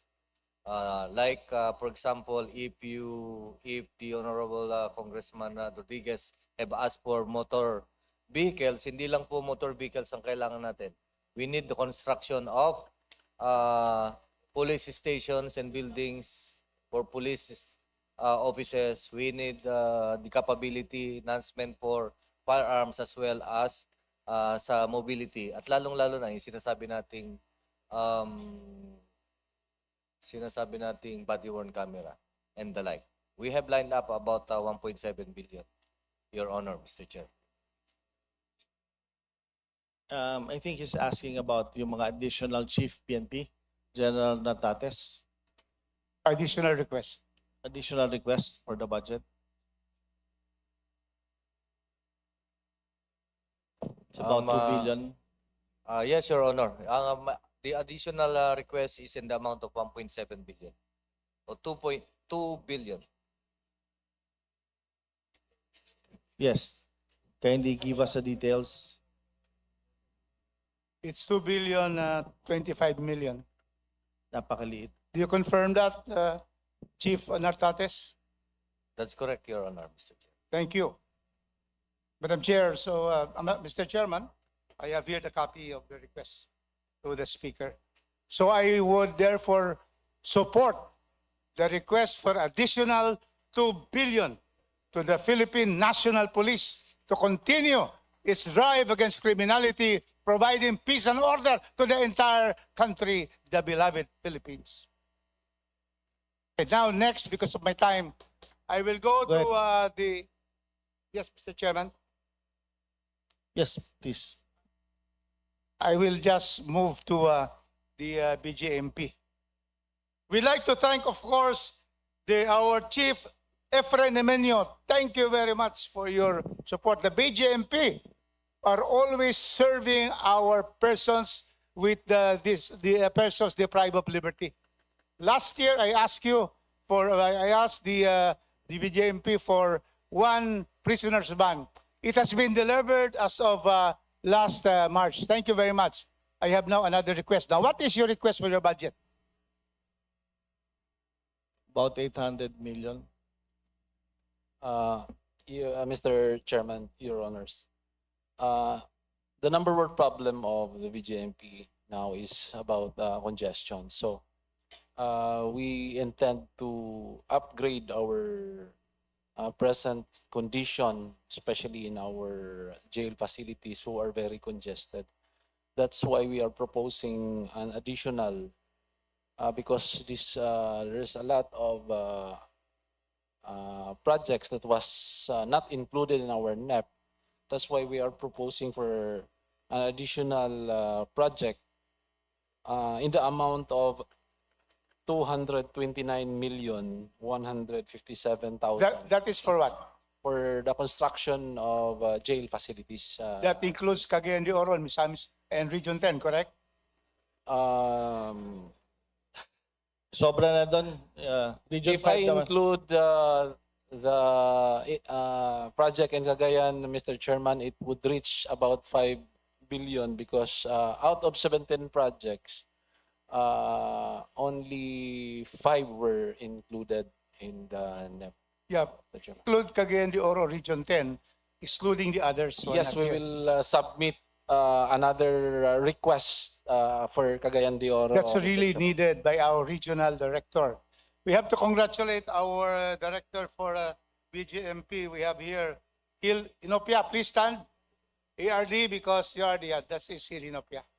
Because our RD Hagorin is recuperating from spine. I know your people. They're doing very well. The PDLs are really fed very well. Yes. And they don't want to live in anymore the jail. Thank you. Thank you. What else pa? Summarize na lang lahat. How much total ang request nyo? PNP is 2 billion 25 million. How much is yours? At present, Mr. Chairman, Your Honors, we have an additional request of about 754,554,000 pesos. Plus 100 million for Region 10. How much is that? That would be 847 800. million. Thank you, Mr. Chairman. We will push for this. Finally, Mr. Chairman, I go to the Bureau of Fire. I thank so much our FC Superintendent Wilberto Rico Juan Chu. Yes, sir. Thank you. You have a very good compliment. And the Regional Director, Richard Arbutante. Where are you? Please rise. That is Richard. Ayan, no? Sa camera. Yeah, very good compliment of the Bureau of Fire.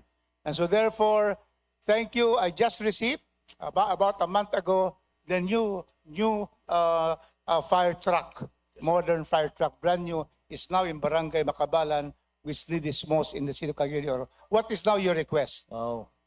Mr. Chair and Your Honor, I have 5 items actually. We call it a budgetary reach in the amount of 3.4 billion pesos.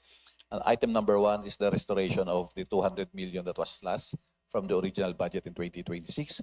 We will use this amount to purchase 8 collapse structure search and rescue trucks. Ito po yung ginagamit pag may mga collapse structure sa lindol po, sa earthquake. And one of these truck will be for Cagayan de Oro, Mr. Chair. Thank you. Make it 2. Another item number 2, Mr. Chair, is the 1.8 billion pesos for the 74 collapse structure search and rescue truck. The intention of this one is to capacitate all provincial fire offices to have a rescue capability para hindi na. How many for Cagayan de Oro? Another one, Mr. Chair. Make it 2 again. Thank you. Please Okay. proceed. Then additional of 373 million pesos for OPEX and our Unified 911 maintenance and operating expenses. And item number 4, Mr. Chair, Your Honor, is the procurement of 82 ambulances in the amount of 287 million pesos. And number 5 is the additional quota for FO1. That is 2,000, so that we will be able to achieve the ideal manning requirements for the BFP in a shorter period of time. Pagbibigyan ho kami ng additional 2,000 on top of the 2,000 yearly. Ang mangyari pong magawa namin yung manning requirements na tama po within 10 years instead of going to 20 years. So all in all, Mr. Chair, yung amount po dito ay umabot ng 3.4 billion pesos. But Yes. additional to request for legislation. 3.4, 27 million, right? Yes, Mr. Chair. 3 billion. With that, Mr. Chairman, I make a manifestation as I congratulate the DLG, the PNP, the Bureau of Fire, and the Bureau of Jail Management. In the proper time, Mr. Chairman, I will move for the approval of the budget of the DLG and the attached agencies with all the requested increase, Mr. Chairman. This country cannot be developing, cannot be economically strong, culturally strong if we have no peace. And who provides the peace? And who provides those, for example, there is a calamity, fire. Our fireman Cagayan de Oro arrives at the scene before the fire. And then also the BGMP. So, Mr. Chairman, I thank you for the additional time. You have always, it pays to be a friend of the chairman. And so with that, in the proper time, I will move for the approval plus all the increase requested by the branches and also the LG. Thank you very, very much, Mr. Chairman. Duly noted, Congressman Rufus. Parang nakadami ito Bakit yung chairman wala? Mali na to. Next to interpolate, Congressman Munir Arbison, sir, to recognize. Maraming salamat, Mr. Chairman. Mr. Chairman, unang-una gusto ko lang magpasalamat sa DILJ at saka sa Chief PNP for the maintenance of peace and order sa Sulu. Alam mo, yung Sulu ngayon, dati-rati ang tinatanong, ang gulo-gulo ng Sulu Bakit kaya? Ngayon, ang tinatanong na, saan bang magandang beach? Kasi peaceful na So maraming salamat sa Chief PNP at saka sa DILG. Ang question ko lang sa regarding the transition sa DILG. This is in accordance with the Executive Order 91 regarding the transfer of the BARM to Region 9. Ano na kaya ang status ngayon?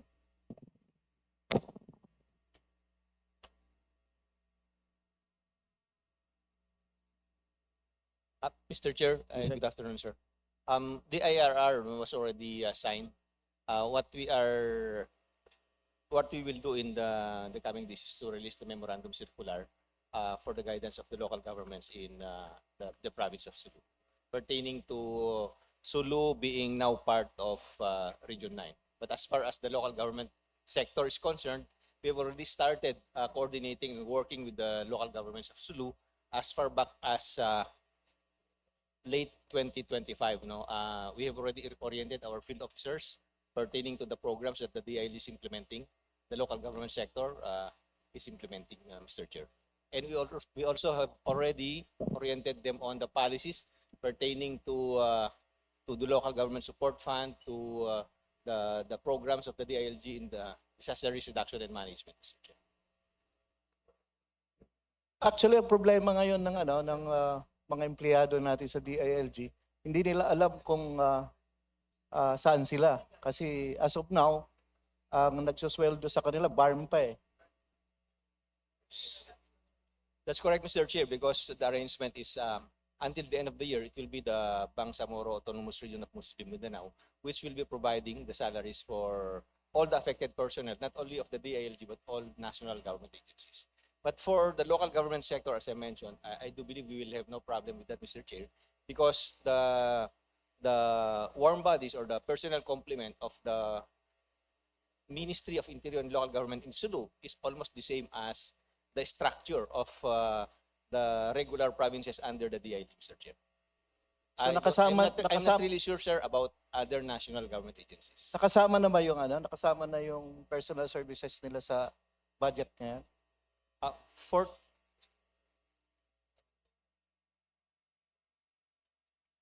2027, Mr. Chair, as far as LG, the local government sector is concerned, their salaries are already included in our proposed budget for 2027. Maraming salamat. Maraming salamat, Mr. Chairman.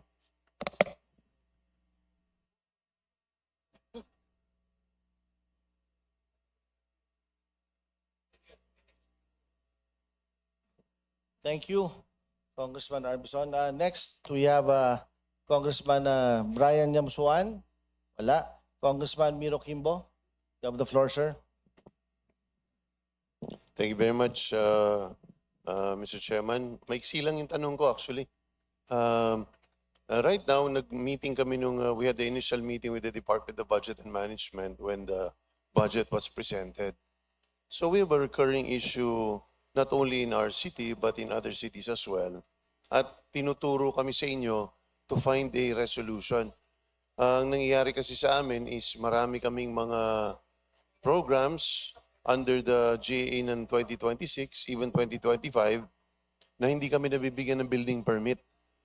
For one reason or the other, nagpapabalik-balik kami. We comply and then may panibago na naman silang requirements which were not present at that point in time. So, tinatanong ko sa DBM, ang sabi sa akin is sa DILG, kami humingi ng sangguni kung saan kami, because obviously, when many of these programs are stranded at hindi siya nadi-dispense o nakikarry out, yung programming ng gobyerno hindi nangyayari. At yung budget na yun ay nasasayang. So we're talking about schools, we're talking about facilities, health facilities, but primarily schools talaga yung hindi namin na ipapatayo. Ano bang may tutulong sa amin dyan? Ano bang aming recourse pagdating sa DILG? Sir, as far as yes, good afternoon, sir. As far as requirements for example, for the issuance of building permits is concerned, there's already a set of requirements, and so long as the project proponent faithfully complies with all the requirements, there should be no reason why the building permit is not issued. Yeah, but there are fine nuances of every requirement eh. Pag pinadala namin doon, biglang may location plan, tapos yung location plan, ito ginagawa, na bordering already, in fact, beyond being reasonable. So pwede ba namin nung isangguni po sa inyo yon? Kasi I think this is already a matter that requires the attention of the DILG using its supervisory powers over the local governments. Yes, sir. We would look into the concern that you have raised now. So, yun lang po, bago ako sumulat sa inyo, kasi noong una sa DBM ko talaga gustong i-raise, pero ang sabi nga ng DBM, sa DILG ninyo yan kasi sila may mandato dyan. So, we will provide you with all the data we have so that malaman namin. Kasi obviously, if it requires disciplinary action on the part or whether it's an admin proceeding or for that matter, ayoko naman dalhin sa ombudsman at lahat, sa totoo lang. Kasi ang mahabla dyan are the regular employees na talagang pakiramdam ko at sinasabi nila, inuutusan lang naman daw sila na i-refuse yung aming application for building permits. So yun po ang aking sinasangguni sa inyo, Yusek. Yes, Mr. Chair, I would be happy to receive additional details from you, sir, so that we'll also be properly guided as to the course of action that the department will take. Thank you. Opo, at akin na lang, kayo ba yan? Hubert Herbacio? Kayo ba yan? Sino? Nagkapalit po pala. Okay, kala ko parang biglang gumandang lalaki si Herbacio. Okay, ha? Okay. So, yun lang po ang aking katanungan. Ayoko na magtanong sa ibang bagay. Gusto ko lang po i-congratulate siyempre ang ating PNP. Si PNP Chief ay meron ding roots sa Marikina. Kaya nakikita ko po yung inyong galing at gandang lalaki. Ay alam kong taga Marikina ho talaga kayo, ha? So, sige po. Maraming salamat. Sandali.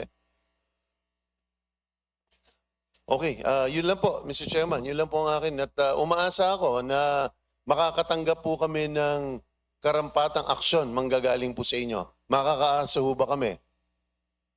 Yes, Mr. Chair. Okay, I will hold you to that. Thank you very much, Mr. Chair.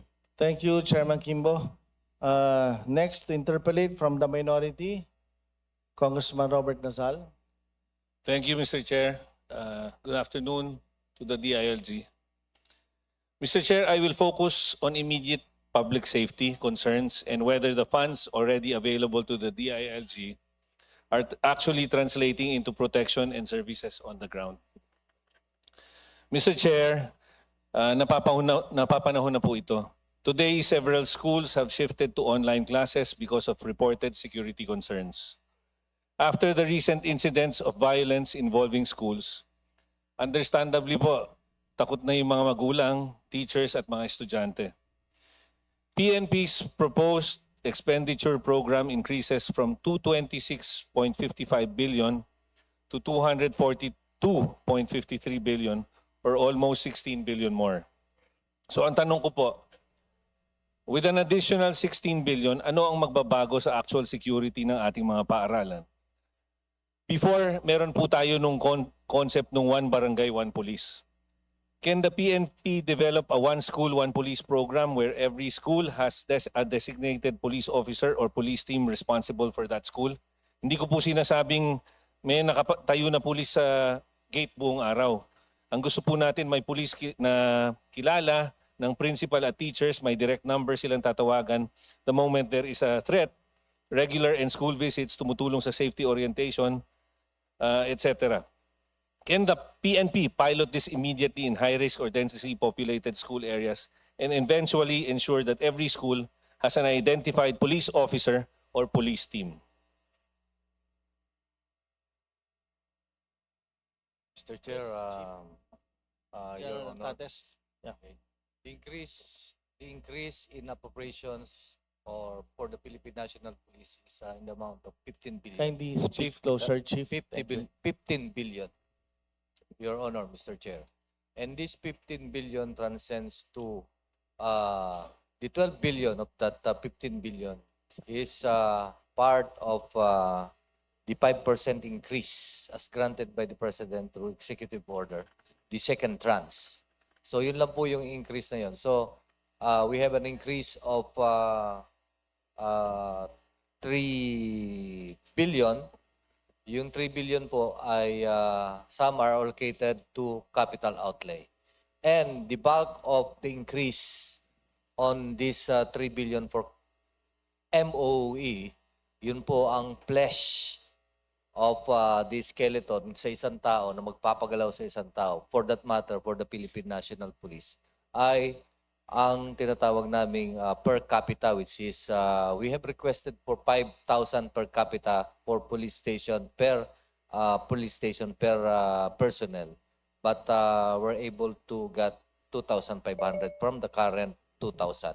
And of course, maski na po, dagdagan natin ang police at lagyan natin ng isa kada eskwelahan, if it will not be efficient, ay hindi po natin gagawin. Ang pinaka-importante po are the different programs that we need and different activities. Like, for example, continuous coordination with this, not only with the schools, but the entire community in order to have a peaceful school, kung yun po ang gagawin natin. At patuloy po natin gagawin yun. Your Honor, Mr. Chair. Baka po may idadagdag ang DILG kay USEC under public safety. Baka, is there anything you want to add? Are there specific programs po which will address ito pong problema natin ngayon sa mga eskwelahan? Good afternoon po, Your Honor. At the present po, we in the Public Safety Office of the DILG, we're talking po we're creating po Kapwa Caritas. This is a Public Safety Youth Ambassadors Program. This is in partnership with the DepEd and Commission of Higher Education, with partners from the PNP, the BFP, the BGMP, and the syllabus or the curriculum of such program is being almost done by the Philippine Public Safety College. And there is already an existing technical working group with the Department of Education. And the final draft is going to be presented hopefully by next week. And hopefully we could already pilot this program excuse me, by middle of September, sir. Starting with the federated student government of the high school all over the Philippines. There's a federation. This is also in partnership with the National Youth Commission.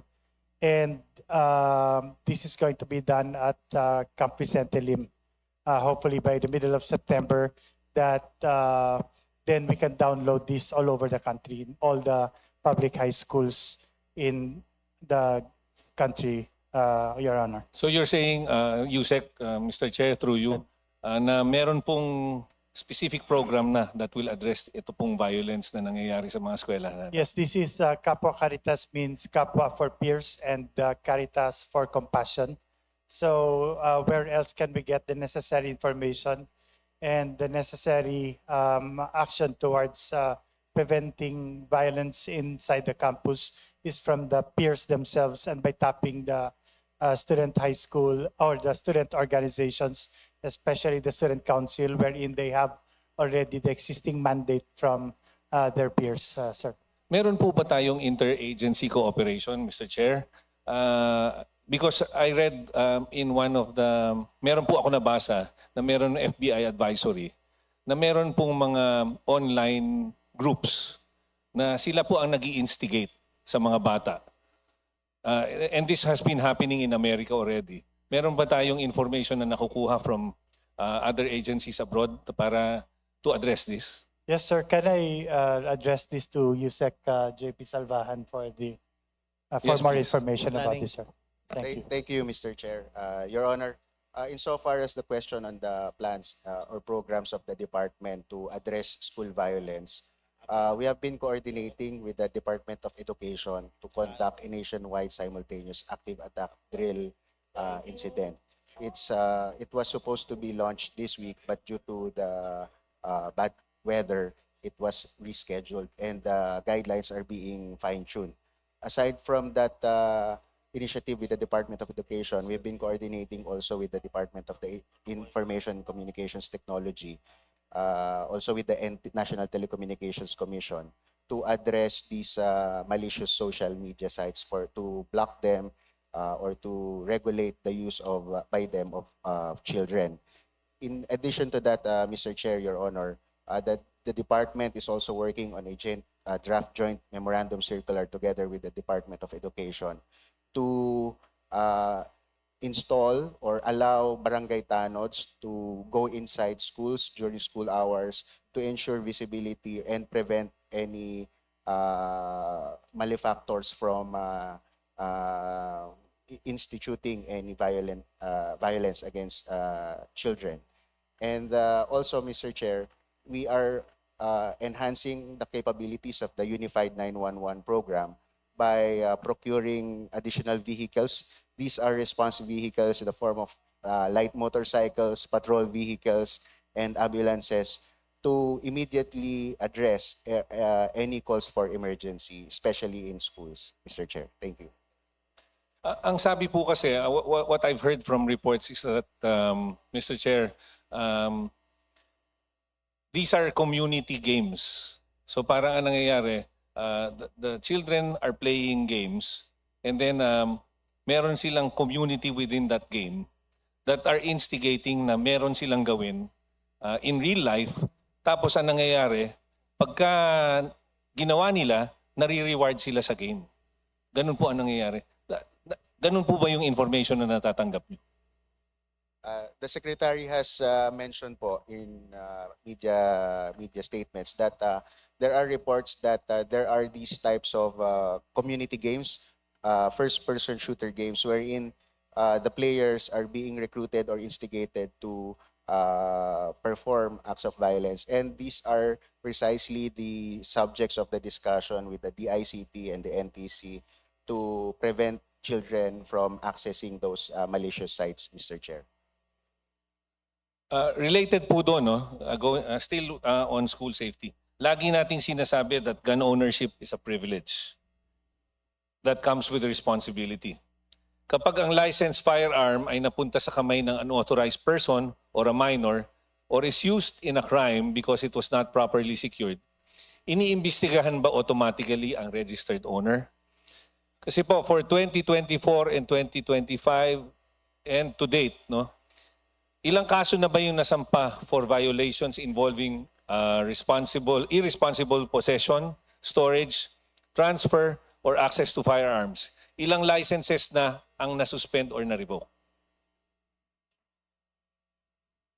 Your Honor, Mr. Chair, as to the number of incidents or filed cases, what I'm sure is when these two firearms that was used during the June 16 incident in Tacloban in the school, as well as the recent shooting in Zamboanga City, of course, it was properly investigated, and after the conduct of investigation, one of the recommendations were the filing of cases before the court for reckless imprudence resulting to homicide. So yun po ang ginawa. That's why nakalagay naman po sa ating as the PNP, particularly the Firearms Explosive Office as the regulatory unit with regards to firearms, ay meron pang mga policy as well as law. And one of that is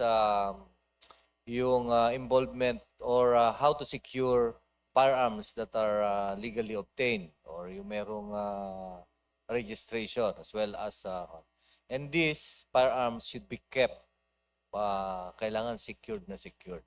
So marami pong mga policy procedure in maintaining to have these firearms, and we would like to the PNP, of course, after those data should have or will be proposing to amend the law, like for example making the firearms illegally possessed firearms unavailable, especially for those that that was used in the commission of a crime. In our data, as like just like what our SILG have said, 98% po ng ating mga firearms that were illegally or that were used in a crime are loose firearms. So kailangan po natin na marami po tayong babalangkasin na batas, Your Honor, Mr. Chair. Baka po meron na kayong recommendation on specific recommendation kung anong pwede natin baguhin sa batas para to strengthen itong yung pag-storage saka yung sa yung sa firearms para hindi na pupunta sa mga minor. Yes, actually, there's a lot of recommendations already from the DILG. Can I ask the DILG to submit all yung mga pinag-usapan po natin na mga batas na kailangan amendahan dahil very supportive po dyan si Congressman Robert Nasal. Thank you for that, Mr. Chair. I'd like to go to the BFP. Mr. Chair, BH Party List fought for BFP to be able to access more of its fire code collections. Once you utilize the initial amount released, you can go back to the DBM and request another release based on actual collections. Tama po ba? Your Honor, Mr. Chair, every year the DBM provided us in the amount of 1 billion pesos only. 1 billion pesos lang po. Yes, Mr. Chair. So these funds are intended specifically for BFP modernization. Yes, Mr. Fire Chair. stations, fire trucks, PPE, and rescue equipment. Tama po ba? Yes, Mr. Chair. But in 2025, BFP collected 4.3 billion and spent only 1.684 billion, while the accumulated earmark was already 11.28 billion by year. Yes, Mr. Chair, Your Honor. So, tapos at that time, COA po found 107 municipalities without activated fire stations. 64 had neither a fire station nor a fire truck. And BFP had shortages of 20,854 fire coats, 22,000 gloves, 36,000 fireman's hoods. Tama po yun? Yes, Mr. Chair, Your Honor. So ang nangyayari po is kahit nagre-request po kayo, dahil alam nyo na kulang at pondo nyo po ito, hindi po nire-release ng DBM. DBM provided only 1 billion in the form of a Bakit daw po? Ano po ang sagot nila? There is a proposal now, Mr. Chair, Your Honor, for the full utilization of the fire code fees collections to address these particular issues. And hopefully, Congress will support this move for the full utilizations of the fire code fees collections in a certain period of time. So we'll be able to acquire all those necessary things under the modernization program, Your Honor. Mr. Chair, I would just like to emphasize na pondo po nila yan, earmark po natin, tayo po naglagay, may batas po na mandated na para sa kanila po yan, pero hindi po sila magkaroon ng access dun sa pondo nila. And up to now, dahil po dyan, hindi po na-provide yung dapat na fire truck at gamit para sa mga municipalities na nangangailangan. Totally agree. Yes, so Thank you, Mr. Chair. can you wind up? Just a last question. Quick follow-up lang po. May nananalo na ba finally sa bidding for the 500 gallon fire trucks? How many bidders participated and sino po ang nanalo? For now, Mr. Chair, wala ho kaming bidding. The good secretary wanted to have a G2G transactions with our counterpart in the region. So G2G na po? Yun po ang directions ng procurement for this year, Mr. Chair. So wala na po yung dating controversial authorization or certification requirement from Isuzu Japan? Yes, Mr. Chair, because we found out that if we go to G2G, it will be lesser cost. We can acquire more to address the inadequacy, and it will be, as said, malinis po na transaction. So, okay. So mas maganda na po, G2G na. Hindi na pwedeng Yes. lutuin. Yes, Mr. Chair, Your Honor. Thank you for that, Mr. Chair. Thank you, Congressman Robert Nasal. And for the first round, last interpellator for the first round from the majority, Congressman Attorney Tim Cayton, you're recognized. Thank you so much, Mr. Chair. Magandang araw ho sa atin lahat, to the DILG family headed by the good Secretary, Secretary John Vic Remulla, lahat ho na nandito, PNP, PFP, at lahat ho ng guest members of the committee. Isang napakagandang araw ho sa atin lahat. First is to the DILG. Alam mo niyo yung kung sa Nueva Vizcaya, I was once a mayor, municipal mayor. I've been in constant communication and recognition of the importance ng part ng DILG. You have your local operations officers. The problem is, the way I see it, nakulang ho yung manpower nila, wala ho silang staff. Maybe you could consider that yan ho yung issue na yan na dapat ho meron. Para hindi na ho sila yung sa LGU binibigyan ng mga staff charged to the LGU fund. Sana ho directly from the DILG na aside from the operations officer, meron ho silang kasamang additional staff kasi they've been doing all the works in one municipality. Isa lang ho ang implementing arm ng LGU, the operation officer. Hindi ho niya kakayanin lahat. So suggestion ho namin, may additional staff ho sana sila. Thank you, Mr. Chair. Thank you very much for recognizing the volume, the importance, and the plight of our field officers assigned to the different local government units. Actually, Mr. Chair, we are now crafting our proposed plan for the optimization, government optimization plan. And we have received almost from all regions that recommendation for us to augment the workforce of our field offices in view of the continuing increase in the work that we do to support our local governments. Okay, thank you, sir. Hopefully that will be included in our program. Also, I also commend the PNP, sa PNP. Thank you, sir.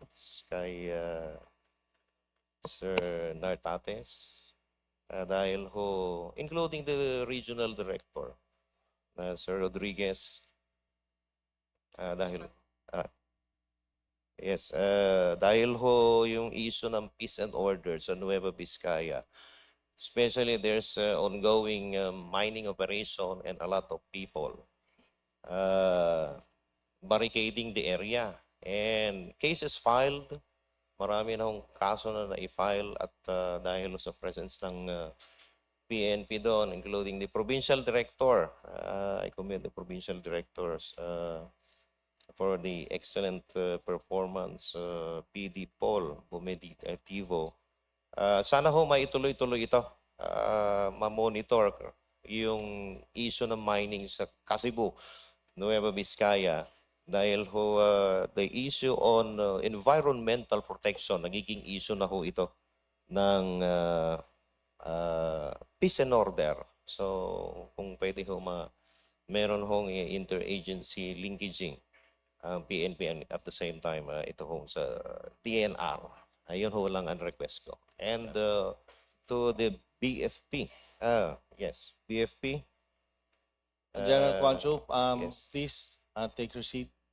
Kong Robert, may tanong lang po dito. Sorry. Yes, to the BFP, Sir Yes, sir. Good Wilberto Rico Nil Angquantiu. Yes, sir. Good afternoon. Yes. Salamat din ho at, for this year. Meron allocated one fire truck for one of our municipality in Nueva Vizcaya.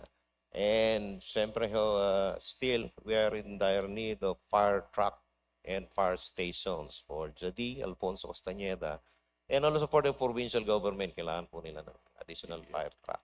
Yes. Sana ho, this will be included in the budget for fiscal year 2027. Anyway, we will just submit yung support documents for that matter. Also, may I request, I was just hearing about this one, about the sale of items of recruitments.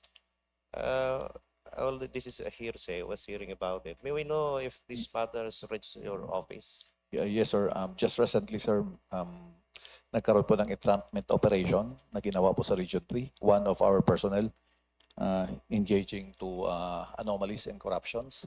Nagbibenta po siya ng slots para ho sigurado na makapasok yung isang applicants, and we are very fortunate, the courage of the applicant to tell this matter to the BFP. Kaya ho nahuli at na-entrap po through the help of the CIDG Region 3. The good secretary's instructions is very clear.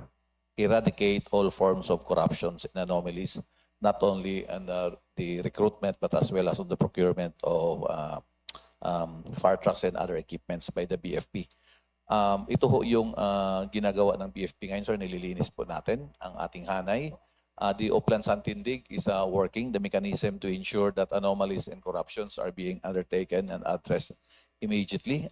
Hopefully, mangyari pong malinis natin through a new form of recruitment. We have e-hiring. It's an online at the doorstep of the applicants. They can immediately apply to the Fire Bureau without spending much of their money by going to the regional offices. Tapos ang examination is being done online also to their cell phone. They can immediately get the results. With this kind of e-hiring mechanism, we can assure that at the very start of recruitment, medyo malinis po natin. Just very unfortunate that doon sa last stage na po, doon po pumasok. Alam nyo po yung anomalies, pag mayroon ho tayong in-place na safety net, nagkakaroon din ng evolutions of mechanism kung paano din po nila malusutan yung ganitong klaseng mekanismo na ginagawa natin. But luckily, ito nga po, ang mga aplikante po natin ay nagising na, alam na po nila na talagang ang direction po ng ating good secretary is really to cleanse the agency of any anomalies. And we are very happy with what transpired during the entrapment operation, and hopefully in the future or in the next succeeding recruitment can be addressed these anomalies, Mr. Chair and Your Honor. Thank you so much, Chief. It's good that the matter already reached your office na para hindi it will not the matter will not go nationwide, and hopefully the applicants will be hired on the basis of their qualifications and merits of the applicants. At sana siyempre doon sa aming probinsya we were truly needed additional items for BFP including the PNP. Yes, Mr. Chair, rest assured that our recruitment will be based on merit and fitness. It will be fair and transparent, and hopefully every year we are given 2,000 recruits by DBM, but the present strength of the BFP right now is very far from the ideal manning requirements of 78,000 for the entire across the country. Ang authorized strength po namin is only 43, so if we have 2,000 per year, it will took us 20 years to complete the manning requirements, and hopefully an additional 2,000 per year. Siguro po namin na transparent, fair, and based on merit and fitness po yung magiging recruitment. Thank you. Thank you, Mr. Chair. Yes. Thank you. Sayang din ho yung mga equipments natin, fire trucks, fire stations, kung wala ho tayong additional manpower. So yun Yes, ho yung yes, concern Mr. Chair. dun sa grassroots. So once again, anyway, napaabot na ho namin. Maraming salamat po, Thank you, Your Honor. Chief, and to our Chair.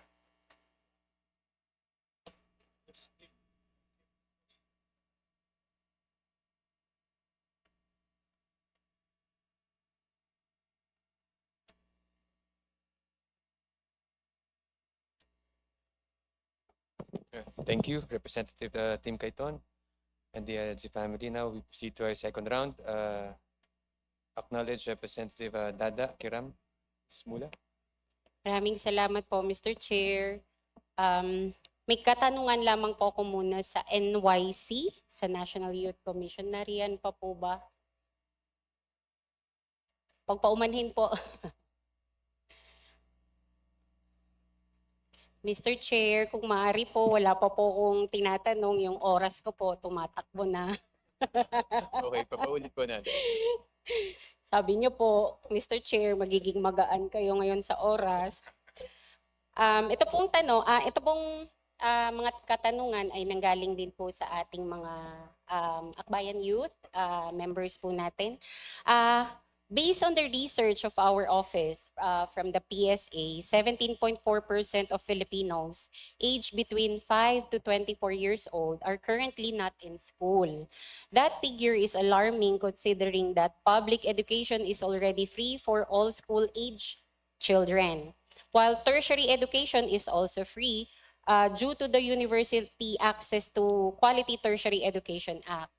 What programs, if any, are included in the 2027 NEP to address the various situations of our out-of-school youth, kung meron man?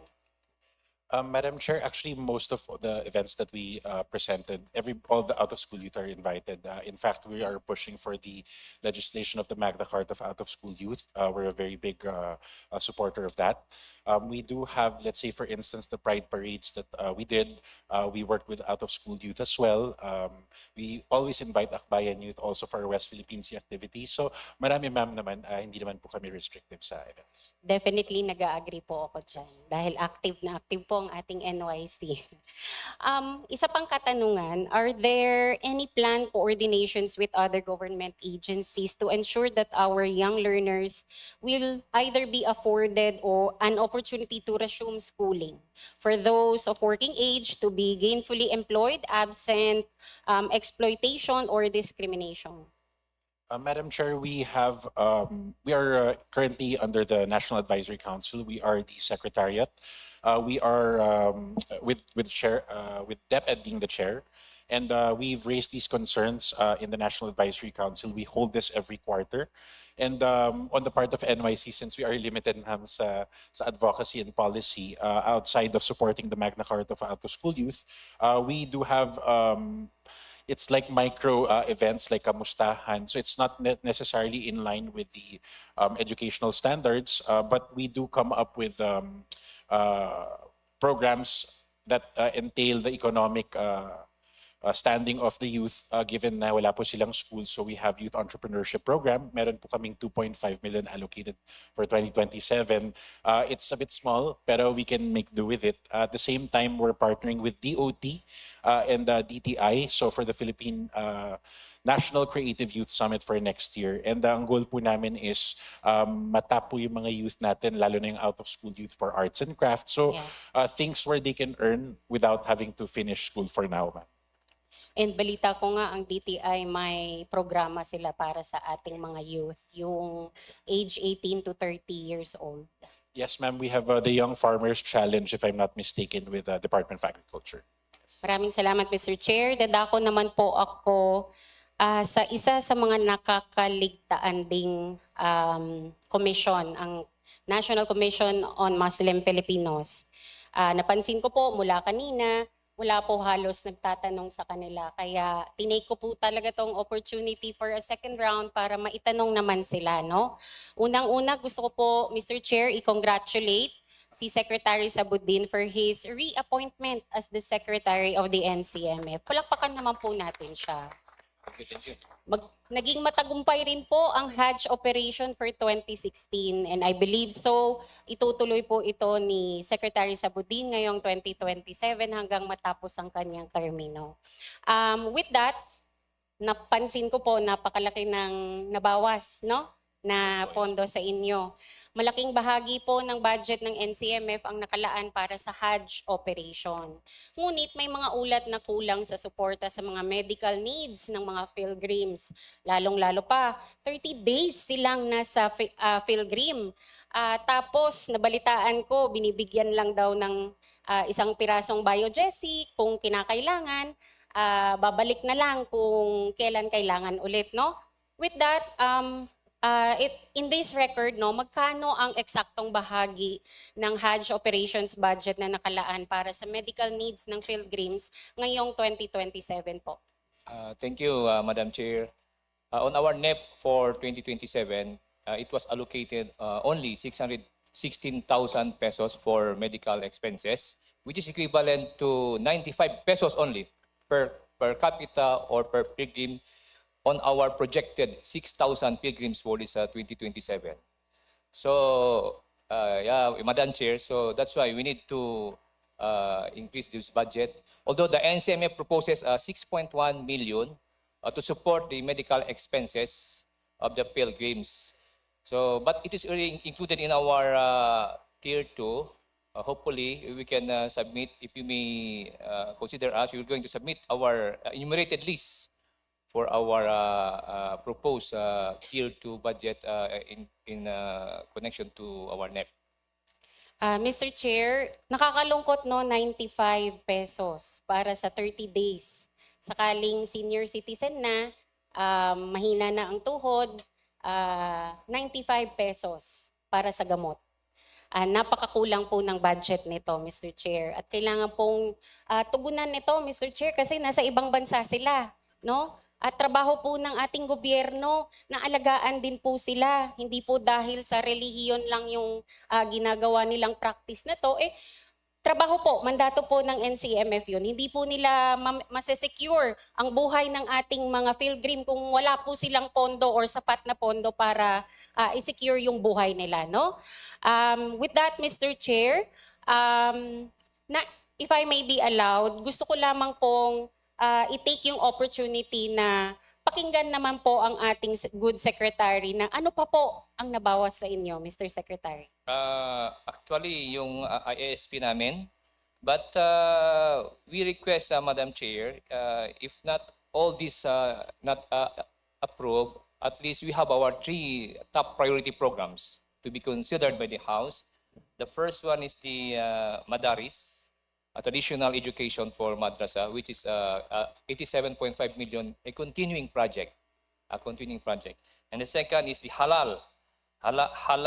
Philippine Halal Industry Growth and Muslim Community Economic Empowerment Program, which is amounting to 89,494 million. And of course, our Hajj Operation Modernization Program. Kasama na po doon yung 6.1 million, pero ang total po doon is 24,537,000. Yun lang po. Sana, kung hindi ma-consider lahat ng request namin, at least yung top priority programs po. Yes, can I interject lang po? With your indulgence, have you written this? Have you written Speaker Boji D through Chairman Mika Swansing regarding dun sa mga additional na gusto Yes po po, natin yes po, ilagay? yes po. So kindly submit it to this committee, especially to me. Yeah, thank you po. Submit niyo po sa akin. And iikot pa po ako sa inyo, Napolcom. Kinulang lang po yung oras ko. But Thank you, Mr. definitely, I will fight it out. Okay, so I will support it, ma'am. Thank you, Especially Mr. sa Chair. ating mga kapatid na mga Muslim. Thank you, Mr. Maraming salamat po, Mr. Chair. No? Palakpakan naman natin ng ating chair. Mr. Chair, kung inyo pong napapansin kung ang PNP, BFP, at iba pa pong ahensya under nito, kung sila po ang hinihingi nila pong additional ay billion, ito pong NCMF, million lang po ang kulang nila. So siguro naman po kaya naman po natin maibigay, and I am very thankful sa ating chair sa pagsuporta po dito. Bago po ako matapos, iaalaw ko naman po isang katanungan sa ating PCW. Isa rin pong sektor na nakakaligtaan din po natin, Mr. Chair, na ito po naman ang ahensya na nagtutugon ng pangangailangan at nagsusuporta po sa ating mga kababaihan. Kaya po sa PCW, ma'am, I believe nabawasan din po kayo, di ba? Nabawasan po. Ano-ano po yung mga nakulang sa inyong budget? Kasi po ang Philippine Commission on Women ay nagko-conduct po ng mga trainings.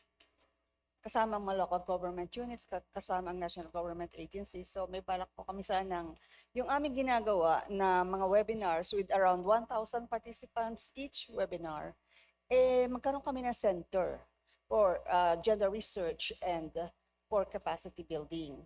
Tapos yung sinabi ko nga po kanina, ang kababaihan po dapat may partisipasyon sa governance. Yung kanilang boses naririnig po ng mga local government units. Pero wala po tayong structure dyan eh. Meron po tayong gender budget, may God budget ang local government units, pero hindi po kasama sa nakikinabang doon ng kababaihan. So, kaya po kailangan namin bumaba sa subnational level, kaya yung regionalization namin napakahalaga para makarating kami doon sa area na pwede namin silang makasama sa advocacies at maturuan namin sila kung paano mag-advocate. Magkano po, Madam Chair, Mr. Chair, Madam Chair, yung inyong nakulangan? Ibibigay po sana namin sa inyo ngayon yung buong listahan ng hinihingi namin. Mr. Chair, Madam Chair, hindi po ako, kay Chair na lang po natin ipasa po. Mr. Chair, dahil nabanggit nyo na rin po kanina na iikutan nyo rin po silang lahat, baka po maaari include na rin po natin ng PCW, Mr. Chair. Yes, just kindly write a letter addressed to Speaker Boji D. the third, Faustino Boji D. the third, through Chairman Mika Swansing. Maraming salamat Yes. po, Mr. Chair, at maraming salamat po, Madam Daga. And siguraduhin pong isubmit po sa Office of Speaker, but bigyan po ako ng kopya. Receipt Sige copy. po, maraming salamat. Thank you. Maraming salamat, Mr. Chair. No? And to close, Mr. Chair, if I may be allowed, mukhang sakto lang ako sa oras ko. In closing, I would like to manifest my full support sa pagtaas ng budget ng National Commission on Muslim Filipinos at ng Philippine Commission on Women, which notably were decreased for fiscal year 2027.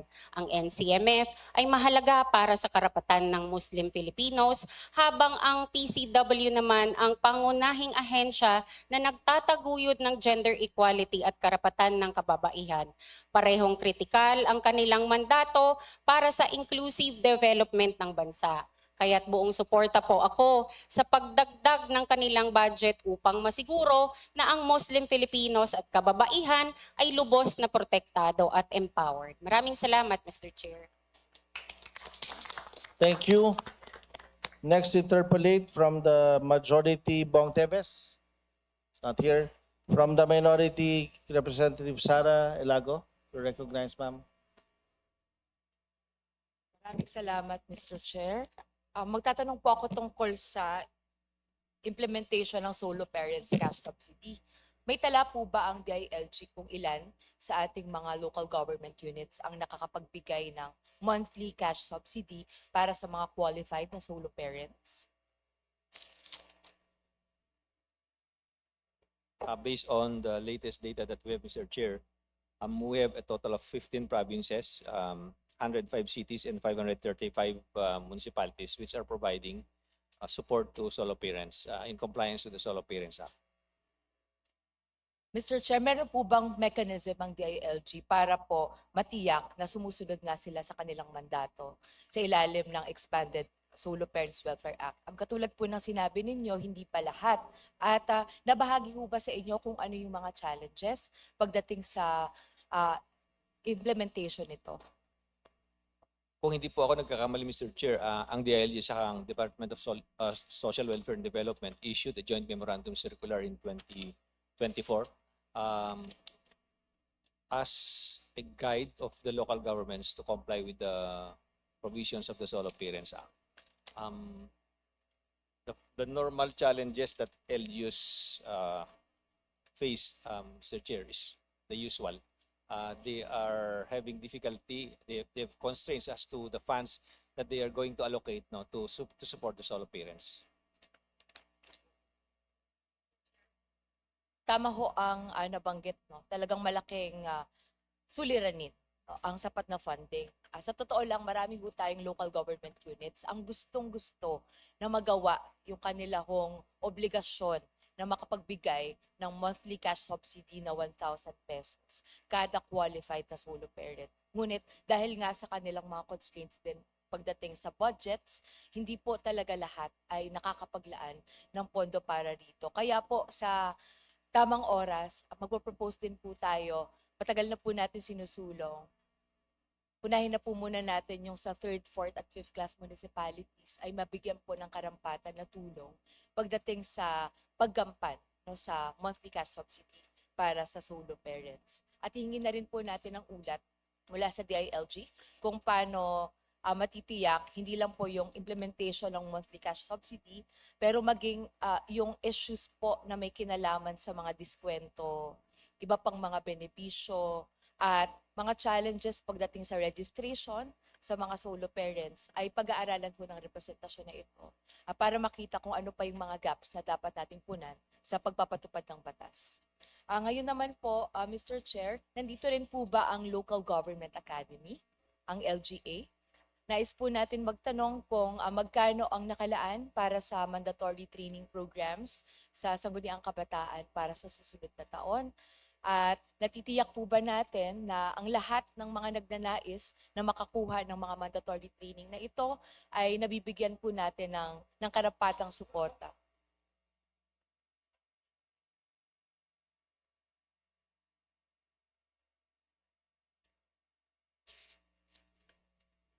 Madam Chair, apologies, I was discussing something with our lawyers. May I request for the question again, Madam Chair? Thank you. Sana po hindi rin po mabawas sa aking oras. Pero ang aking pong katanungan ay naka-address sa Local Government Academy. Kung nandito po sila bilang isa po sa mga nabigyan ng responsibilidad na tiyakin na maayos ang ating programa ng capacity building, skills development, awareness tungkol sa iba't ibang mga kinakailangan na issue na information sa mga issues at concerns ng kabataan at ng sambayan ng Pilipino. Kasi alam po natin na lahat ng issue ng kabataan ay issue din ng bayan. Kaya maaari po bang mag-report kung magkano ang pondo ng mandatory training program for next year? Madam Chair, roughly around 70 plus million, about 72 million for next year. Since ang expectation po namin, Madam Chair, was the BSK was for this year, nag-procure na po kami ng module development for Core 1 to 3, for which is the requirement for trainings of our SKs. So currently, it's ongoing, ma'am. Our on time naman. We are currently training the trainers in our local youth development councils and LYDOs para they can do the training on the ground in their SKs. So kami po ni Ma'am Telma from LGA, we are part of the National Steering Committee of the SKMCT. So we have been meeting quite frequently over the years to make sure na yung module development po namin is na-approve ng steering committee. Ano po ngayon ang position from the Federation of Sangguniang Kabataan tungkol sa postponement, sa potential na postponement o kaya naman yung mga panukala rin na may kinalaman sa term fixing pagdating po sa Sangguniang Kabataan elections? Kasi hindi po yan katulad ng barangay, no? Marami pong mga considerations pagdating sa age, qualification, at nag-iiba-iba din yung priorities, di ba, sa trabaho, sa pag-aaral, sa mga nagsisilbi ho sa Sangguniang Kabataan. Madam Chair, it's a mix po. So currently, ang ginawa po ng NYC is quick survey po kami sa 120 SK Federation presidents across the Philippines. Hindi pa po namin na-achieve yung 100% kasi we're trying to get a hold of them. However, most of them, sa side ng mga SK presidents, syempre, I think they like the extension. However, nung committee hearing po nung Senate with the Senwin SP, he tasked the NYC to come up with a quick survey ng mga stakeholders naman, ma'am, para at least that way we can get the feel of the stakeholders na okay ba sa kanila na yung mga SK nila na nakaupo sa barangay nila, okay pa ba sa kanila na nakaupo pa rin sila. And there are also barangays that have no SKs. So they actually are asking for special elections, Madam Chair, because wala talagang nag-execute ng budgets nila. Thank you, ma'am. Tama ho yan, no? Ang nangyayari ho, pag kulang yung mga members ng isang sangguniang kabataan, marami ho silang hindi nagagawa. No? Paglalabas ng pondo, pagpapatupad ng kanilang mga plano kada isang termino. Ngayon po, sa LGA, meron po kayong isinigawa na strategic insights and perspectives in local governance session noong August 26 tungkol ho sa pag-unawa sa Paksilica. At nakita ko rin ho sa inyong mga postings na nais nyo pong magpaliwanag tungkol sa economic security zones at ang implication at ang impact nito, no? At role ng DILG, ng local governments at ang impact nito sa taong bayan. Maaari ho ba kayong magpahagi ng mga outcomes from this session? At may plano pa po ba kayo ng mga susunod na ganitong tipo ng mga session sa taon na ito at sa susunod na taon? Thank you, Madam Chair, for the question and for actually highlighting the role of the Local Government Academy. Ang Local Government Academy po ay yung training arm ng DILG. Kami po ang in charge for training local government officials and the department personnel. Tama po kayo, ma'am. We have the, and we call it actually the ECP, strategic strategic information on the perspective from different sectors. Ito po ay maganda, ma'am, kasi actually just yesterday, we had the ECP program on what is happening on Paksilica. And we aimed actually to bring the information to local government officials and the department personnel straight from the experts' mouth. So correct information, and we would like to inform the body that in that session we were able to recommend, and I think it was accepted by the parties, that there is really a need for a joint local committee to coordinate what is happening on the PAC Silica arrangement. So ito po ma'am ay series of sessions on national issues that we can bring to local government units. Okay, so how much are you spending now for these particular sessions on information related to PAC Silica? And how much are you planning to spend for the next fiscal year on this? Ma'am, actually, it's part of our NEO Plus. That's the newly elected officials performing uplifting performance for deliver services for local government. I'm not very sure about the specific amount, ma'am. It's just more because it's online. But on the other programs, because the NEO Plus, it's really actually from the assumption to office up to they are assessed in terms of their performance. So it's just part of a component on delivering demand-driven services for local government. But we will inform your office, ma'am, on the specific amount on that component. Okay, Mr. Chair, may we know the exact directive on this?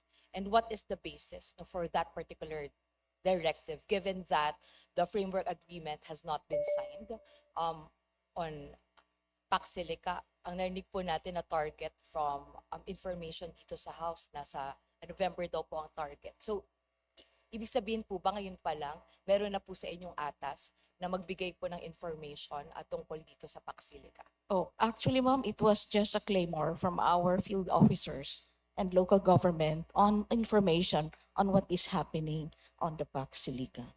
Because we believe that it's not only one area who will be affected by this, but we do not know what other areas or region can be affected by this initiative. Ay maraming salamat po sa information at hangad po natin na sana maimbitahan din po yung maaari na most affected areas and peoples, yung mga stakeholders po natin sa issue na ito. Nakita ko po yung inyong information material. Mainam naman po na na-invite natin ang ating mga lingkod bayan tungkol dito. Pero napakahalaga rin po nung mga nagsasalita ngayon na mga grupo ng mga magsasaka, ng grupo ng mga indigenous peoples po natin na maaari pong maapektuhan ang kanilang kabuhayan, ang kanilang lupa, ang agrikultura, ang kanila pong mga ancestral lands dahil po sa issue na ito. Yun lang po ang ating pakiusap, di ba? Pag sinabi natin na mabuting pamamahala, dapat walang may iwan at dapat inklusibo. Maraming salamat, Mr. Chair. Your Honor, if I may, the local government academy is actually also in charge of capacitating barangay officials. So in that point, ma'am, actually what we are also giving local officials from cities, municipalities, and the provinces, we're affording it also to barangay officials. And we're preparing, if ever there's an election, we're also preparing the program for our newly elected barangay officials. That's we're working with the DILG region and field offices. Okay, maraming salamat po. And if there's any budget cuts or whatever proposal for the next year na hindi po napagbigyan at hindi nakasama sa NEP, buong suporta din po kami na magbibigay at magdadagdag po ng aming boses dahil napakahalaga po ng capacity building para sa ating mga lingkod bayan. Maraming salamat, Mr. Chair. Thank you, Your Honor. Okay, thank you, Representative Sarah Jeannie Lago. Now may we move to recognize Representative Jan Baronda. Yes.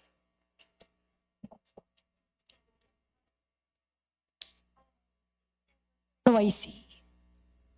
If ever matuloy ang SK elections, ano yung plano mo right after SK elections? What program do you intend to do Madam Chair, for the to guide SK, our SK?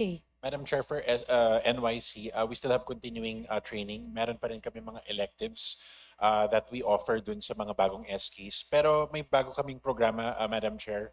Some of our continuing fund that we need to finish right away, we're actually printing out SK 101 books. So yung SK 101 na ito, makakatulong to sa mga bagong SKs kung ano yung mga steps na kailangan nilang gawin. At the same time, we're including the SK auditing guideline because with COA, because ang issue ma'am sa SKs is that they were given the freedom to use their budget. However, a lot of them, when they pass their budget, hindi nila alam kung ano yung legally possible. So there are some SKs that get into trouble sa cases sa ombudsman because mali yung pagpasok nila ng budget. And usually, ma'am, ang nangyayari dyan is they have their documents checked sa kanilang accountant. So, ang NYC, ma'am, nag-sign kami ng MOU signing with FALGA or the Philippine Local Government Accountants Association. So, sila, ma'am, ang mga accountants sa munisipyo at probinsya. So, nag-commit sila sa amin na they will try as much as possible to help somewhat pre-audit yung mga plans ng ating mga SK, Madam Chair. Mr. Chair, I would just like to ask if what SK manual are you using right now? Di ba meron tayong SK reform bill? Ano po ngayon? Anong ginagamit nyo na manual? Madam Chair, yung books na ginagawa po namin, these are just the basics. It's we have the SK reform, pero yung ginagawa namin medyo mas pang simple reading. Kasi not everybody, ma'am, can understand the complications of the SK guideline. Mr. Chair, I've heard it kanina that you have this manual 1, book 1. Second, number 2 is for fiscal management. Number 3, how do you intend to implement to almost 2,000 municipal federation? So Madam Chair, nandun na po yung pumapasok yung train the trainers namin sa mga local youth development officers and PYDO. So it's ongoing ngayon, ma'am. Hopefully we can expand the training quicker. Ang kulang lang sa amin talaga, ma'am, is yung area offices namin. Kasi ang area offices namin, ma'am, is only 10 and we only have 2 people per area office. So the request that we earlier asked our chair was the increase in PS or personal services para meron po kaming additional positions, ma'am. Mr. Chair, do I have the suggestion and would like to ask the commitment of the ALG? Kasi every after elections, magkakaroon na yan ng, before the election, magkakaroon ng training for the SK Federation officers or presidents na mananalo sa buong Pilipinas. So before the training, before the election, nagkaroon kayo ng 1-day election, including the pre-training. Now, for us not to wait, for them to train them, na after pananalo, dapat during the federation elections, pwede ba ma-train, ma-incorporate na lang natin along with NYC para hindi masayang yung pera? Yes, Mr. Chair, as required by Republic Act 10742, before the Sangguniang Kabataan chairpersons can assume office, they have to undergo 1-day orientation. But we can look at, we can revisit the modules, Your Honor. We'll sit down with the Local Government Academy and the National Youth Commission to see how we can further enhance the module for that 1-day training. Yes, Mr. Chair, I would just like to reiterate this, no, let us enhance so that once again, hindi masayang. Normally kasi ang nangyayari, for how many SK elections, national elections, provincial, city, municipal, ganun din mang nangyayari. After that, hindi pa nila alam gagawin nila. Now, nag-uumpisa na naman tayo sa panibagong yugto na marami na namang mga problema nagkakaroon sa SK. Ang tanong ko po ngayon kay Chair. Chair, sa ngayon ba sa buong Pilipinas, ilan sa mga SK na mga hearing members na na-suspend or na-remove from the office? Madam Chair, I have to get back to you on the numbers because it has been developing. Actually, ma'am, ang NYC, if I may, we don't have police power. So every time that the SKs complain to us, which is good, dinidefer po namin sa DILG kasi they have to call the attention of the local government. Chair, tama ba, Chair, na dapat yung federation should or every barangay should conduct a KK assembly? Then every week the federation should have at least one federation meeting for them to talk about the programs and the plans for the federation. Tama ba? Madam Chair, you are correct because 50% of the battle is planning. So, yes, And tama din ba, right after the 5 consecutive na month na hindi ka nagpagtawag ng meeting is tantamount to the removal of the office of the president of the federation in case? Madam Chair, we defer that to DILG. But again, the National Youth Commission stands to assist. The ALG, can you please answer it? Yes, Mr. Chair, Madam, there's a process for the removal of the Sangguniang Kabataan Federation President. If he or she is not compliant with the the provisions or provisions of their constitution and bylaws.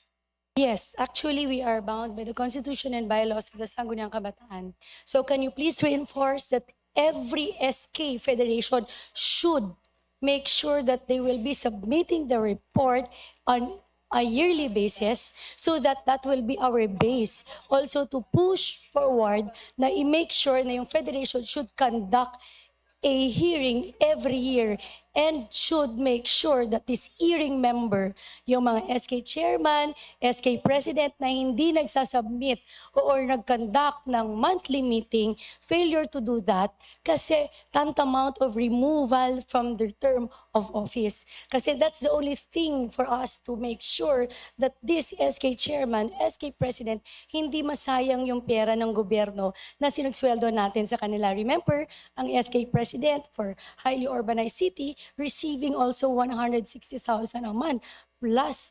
20,000 traveling allowance. So siguro that's the essence of for this national government to giving the opportunity for SK to legislate and to be part in this government exercise because we wanted them to become a good citizen of the country and to lead also young people to what we want them to be.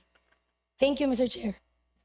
Madam Chair, if I may, just to support, Madam Chair, your manifestation, the National Youth Commission can pass a resolution in support of your manifestation. But again, ma'am, we will just encourage the SKs as we cannot mandate them.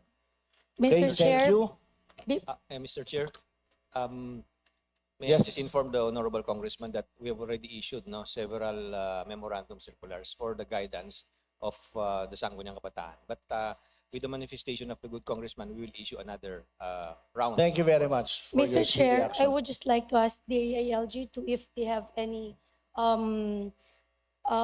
figures of how many hearing members of the. Yes, kindly submit to the committee.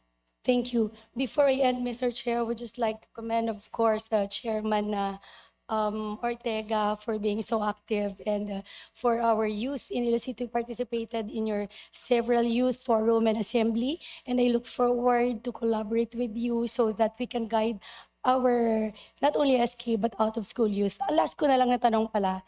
Sa Pilipinas, we have 10.7 out of school youth.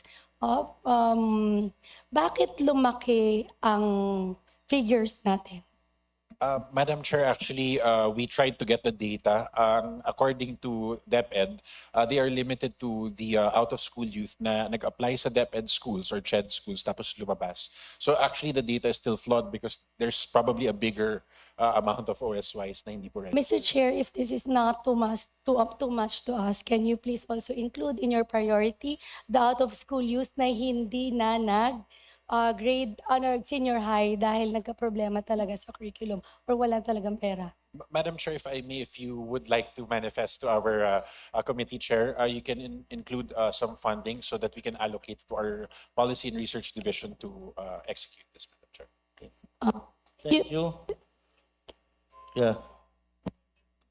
Okay. Thank So, you, Mr. Chair. Parang pinuputulan mo na ako. May Hindi. support to our men in Wala akong hawak sa uniform, mic. especially to our Chief PNP. No, I would like to congratulate, of course, our Regional Director, Sir Tuano. Thank you so much.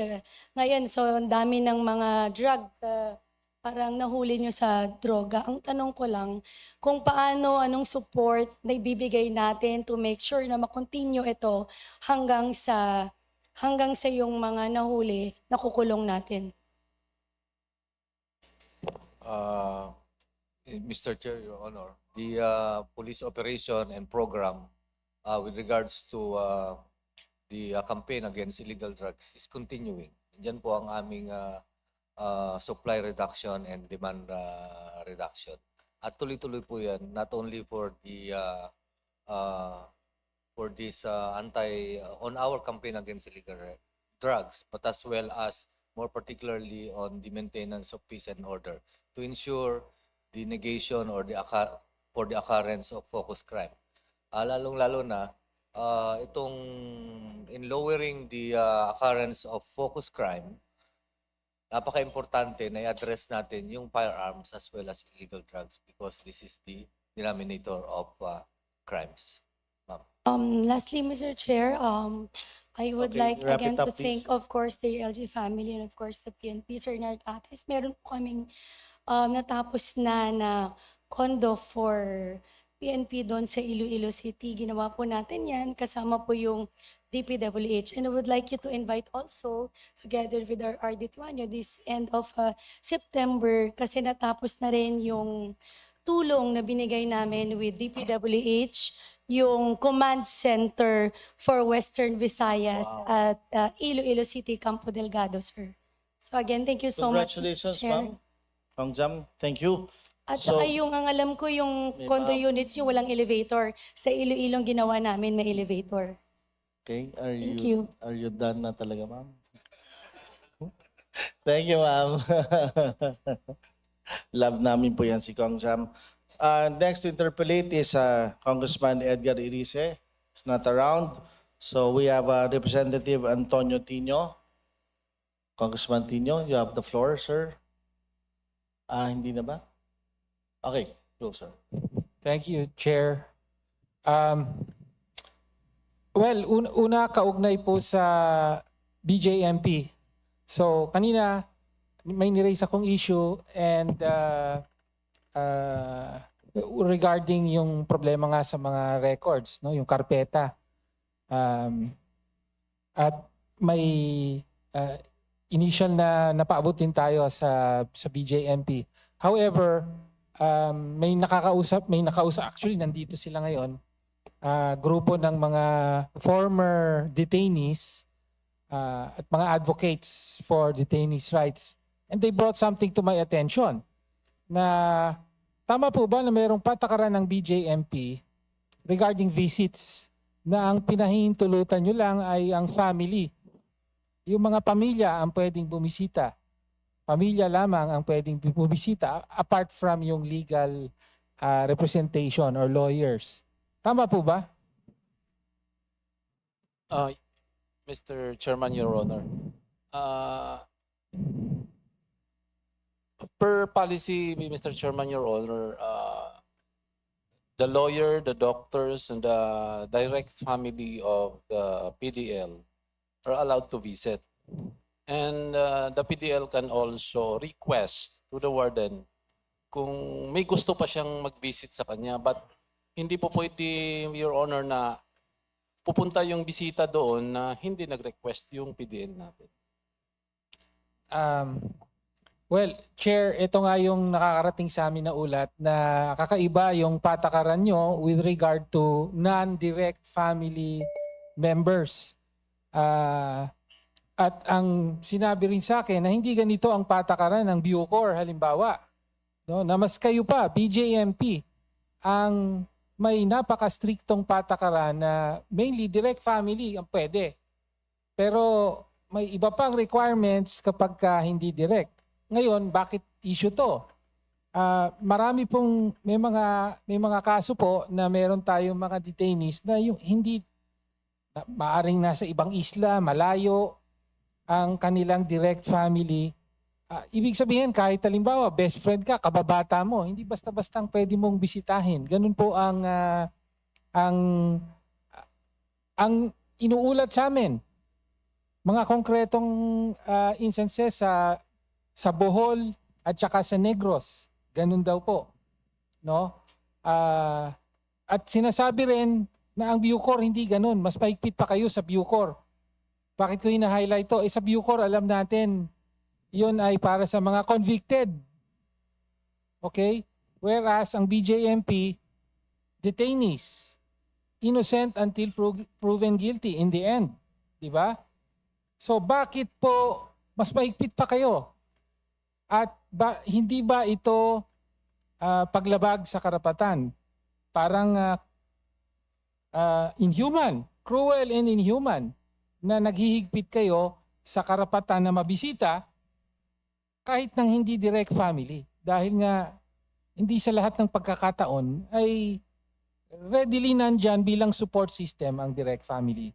Mr. Chair, gusto ko lang po natin marinig ang bakit may ganitong particular na sa BJMP lang.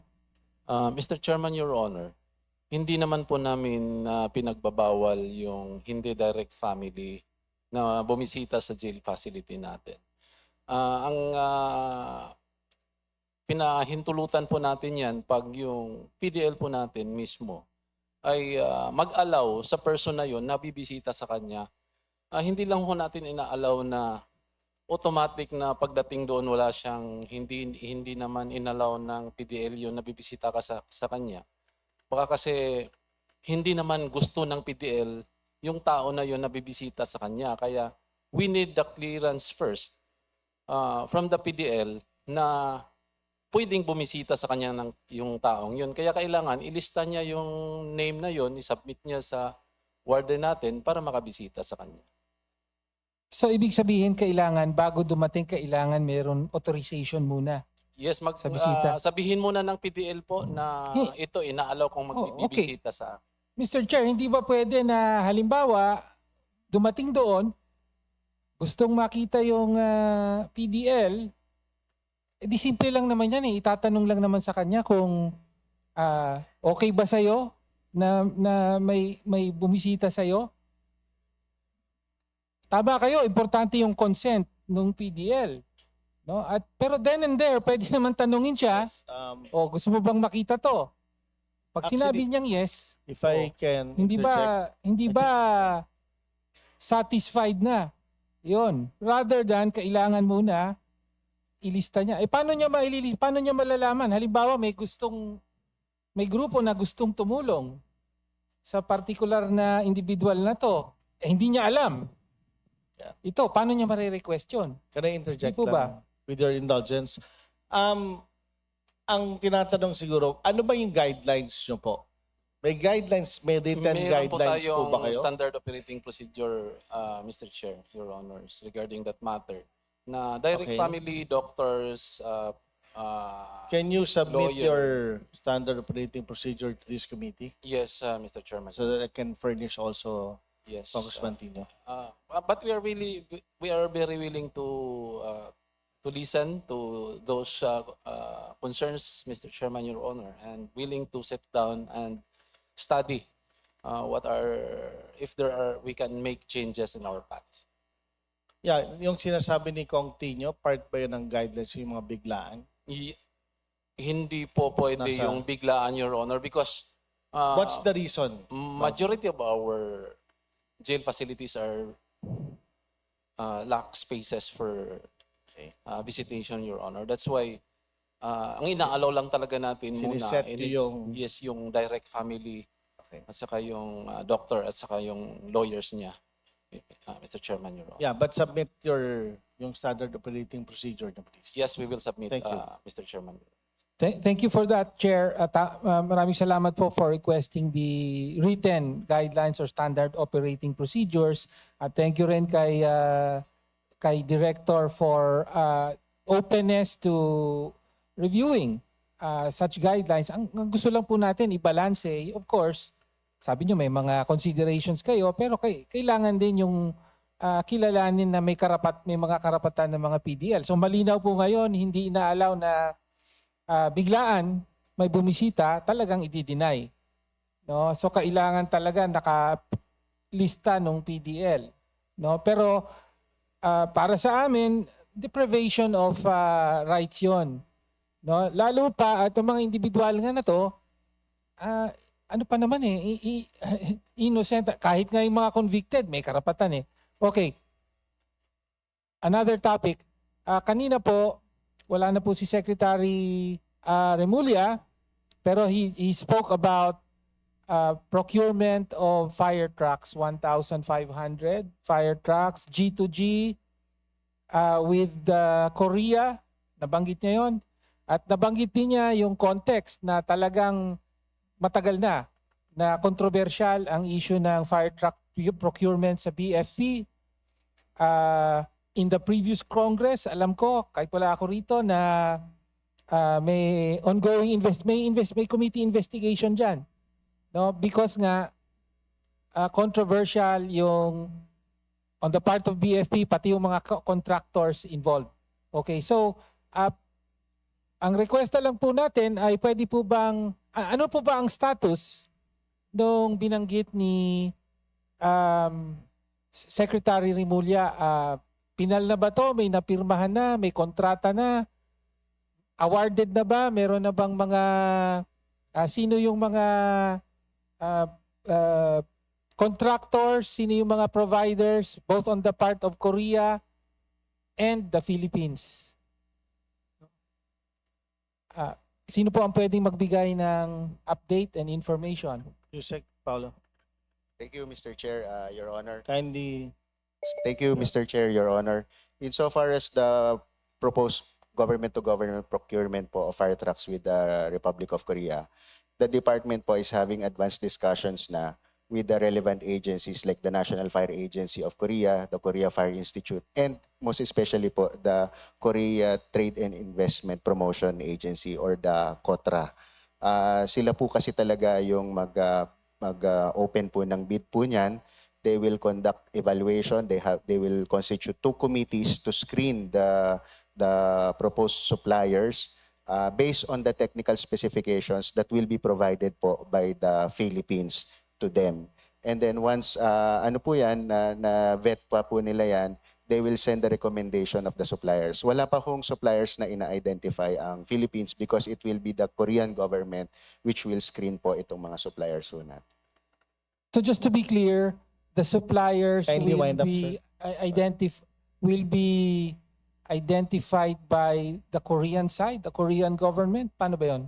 Based on the specifications that to be we will provided submit by po, the Philippine by the government. Philippine government. So ang suppliers will be Korean suppliers. Yeah, tama po, Mr. Chair. Your Honor. Meron bang role dito yung mga Philippine contractors? Yun yung isang concern natin eh. Yung wala mga po. contractors na involved na in many controversial issues. Wala po. Wala So po. Korean ang supplier, ganun po ba? Tama po, Mr. Chair. However, the status is it's still under negotiation, ganun po ba? Right now po, we are refining the technical specifications after po nung makita ho namin yung mga available specs ng fire trucks in Korea. Ina-adapt po based din sa need ng BFP, like lalagyan din ho ng mga rescue equipment po yung fire trucks natin. Yun po, and then after po ma-finalize po yung technical specifications, and as I understand ho, it will be submitted by the BFP by tomorrow. Yun ho, we will continue coordinating with the Republic of Korea ho on this one, with KOTRA. Chair, pwede pong makahingi na lang ng a written update on Yes, can we the submit? status of this possible procurement. Yes, please Pwede po? submit to this committee. Asa po sana bago Yung tayo plano. mag Actually, Scenario. just to explain further, kakapunta lang po nila ng Korea, I think, 2 weeks ago. So, talking points pa lang po, how to process it, no? And I asked also Secretary John Vic, why Korea, not Japan? Mas mura yung Korea by 30%, so mas makakatipid pa tayo. Plus, yung may supply rin yung Korea, no? Pag nasira, maintenance, sila rin. So kasama rin yon. Ang maganda lang is government to government. Mawawala na po yung mga sinasabi natin, mga SOP, etc. But ang pinaka-importante is DBM, i-push natin, i-release yung pondo para sa Bureau of Fire, para matapos na itong problema sa ambulansya, pati po sa ating problema sa ating fire station, problema rin po na 40,000 na mga personnel na kulang sila. So yun po talaga ang solusyon. Thank you, Sec. Kong. Biro lang po. Thank you, Chair. So we hope ma-submit po bago mag-plenaryo ang kanilang update dito, Yes. na detailed update. Thank you po. Thank you. Next, last to interpolate from the minority, ang aking anak din. Hinahanapan ko pong asawa to. Attorney Reneco. Congressman Reneco, please. Grabe na yung pagreto sa national stage. Sige po. Thank you very much, Mr. Chair. Gusto ko lang pong mag-take off sa ilang mga questions na tanong ko kanina and then ng tanong ng ibang representatives. So meron pong na-mention si Secretary kanina yung drug war, hindi na nga po policy yan or yung Oplan Tokhang for the past 4 years. Pero unfortunately ay nagpapatuloy pa rin yung arbitrary listing. Ito po yung reports na nakukuha natin on the ground. Meron pong mga nasa listahan pa rin no, na at the barangay level. For example, si Jemboy Baltasar or in 2021, Caraga 2. May mga journalists pong nahahalo pa rin sa listahan. Mexico 4. And meron pa rin pong reports of reenacted arrests. So, ang tanong ko po, kung natigil na nga po ang Oplan Tokhang at sabi nga po, community-based health-centered approach na under BIDA ang pag-address ng issue ng droga, bakit po tuloy-tuloy pa rin yung drug watch list system at the barangay level? Your Honor, Mr. Chair, totoo po yan. Katulad ng sinabi ko kanina, as deputized agents of the Philippine Drug Enforcement Agency, ay meron po tayong programa. And the program in our campaign against illegal drugs is no less than the supply and demand reduction. On the part of sa demand reduction, marami po tayong mga programa like for example, we go with the community in various campaign para maiwasan ang pagtangkil sa droga and the like. And we are also on the front line with regards to the supply reduction, especially in the conduct of police operations. In the conduct of police operations, nagsisimula po yan one by one painstakingly sa the conduct of information and intelligence gathering such that meron po tayong probable person of interest or target. At yan po ang pinupurso natin. And that is why meron po tayong mini-maintain na persons of interest and or target personalities. These target personalities came from doon sa mga nahuhuli na mismo natin, those who have been arrested based on interview and based on the arrests that were made in the last several years at tuloy-tuloy po yun. And so that's how we maintain our list. That's why we have our list.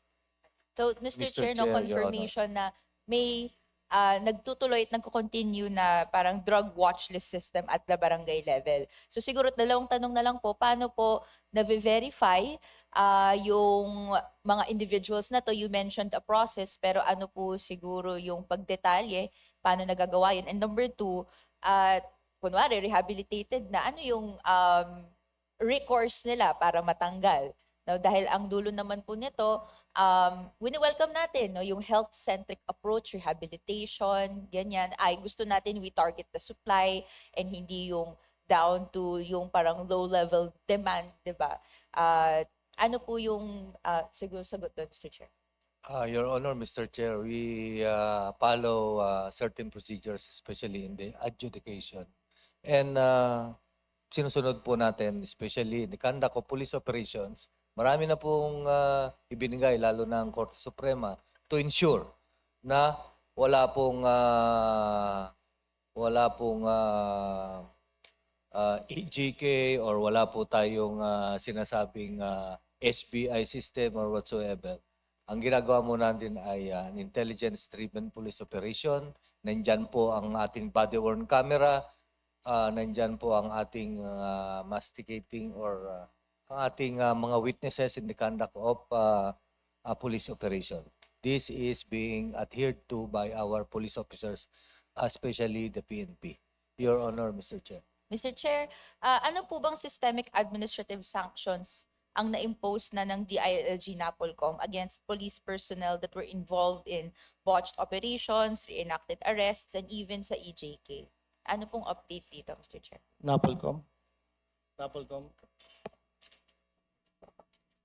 Tuloy-tuloy po ang ating investigations, ma'am, as we have discussed before and narinig niyo naman po. We have zero backlog for cases lahat naman po ng nakita natin na kailangan imbestigahan ay ginagawa naman po natin. We're mindful of certain things, but rest assured, Mr. Chair, that the National Police Commission is very much active and willing to take on any challenge pag may ganyan pong concern, Mr. Chair. Mr. Chair, pwede po bang makapag-submit ang NAPOLCOM ng Disciplinary Action Status Report for 2025-2026, detailing yung mga hereby administrative directed to charges, submit. summary dismissals, conviction records, etc. No problem po, Mr. Chair. But siguro po to inform you po, we have zero case backlog for the past 25 years. Inubos na ho natin yan. And all the cases being heard by the NAPOLCOM right now are current cases. Wala na po tayong pending, Mr. Chair. Okay, but kindly submit. We will submit po, Mr. Chair. Thank you. By when? Okay, thank you, Mr. Chair. As soon as possible po, we'll submit. What is as soon as possible? Kahit po Monday, we'll... Wow, that's fast. Holiday. Make it Tuesday, sir. Tuesday po. Thank you. Happy National Heroes Day sa atin. So, thank you, Mr. Chair. My next question is in relation po to the Barangay Development Program. Dahil from last year, naging parang 10 million per barangay, naging 5 million na lang per barangay, and dumami po yung mga barangay na beneficiaries nito. May tanong ko, ano po bang actual physical and financial accomplishment rate ng Barangay Development Program na bilyong piso po talaga yung nailalaan dito? And paano po na-audit ng DILG at na-verify yung authenticity ng ECLIP beneficiaries? Thank you, Mr. Chair. I will reply to Yes, you're recognized, sir. Yeah, the DILG is only one of the many agencies under that Ending Local Communities Armed Conflict Task Force, and the responsibility of the DILG is to facilitate the consultation at the barangay level between and among the people and the barangay officials, so that they will be able to identify their priority programs, which will be funded from the Support to Barangay Development Program. So for to answer the query of the good congressman, for 2021, the delivery rate is 99.86%. For 2022, it's 100%. For 2023, it's 98.48%. For 2024, dun sa original na allocation na 2.5 million, 90%. And then there's an additional 5 million which was given towards the third quarter or last quarter of the year. The delivery rate is 71%.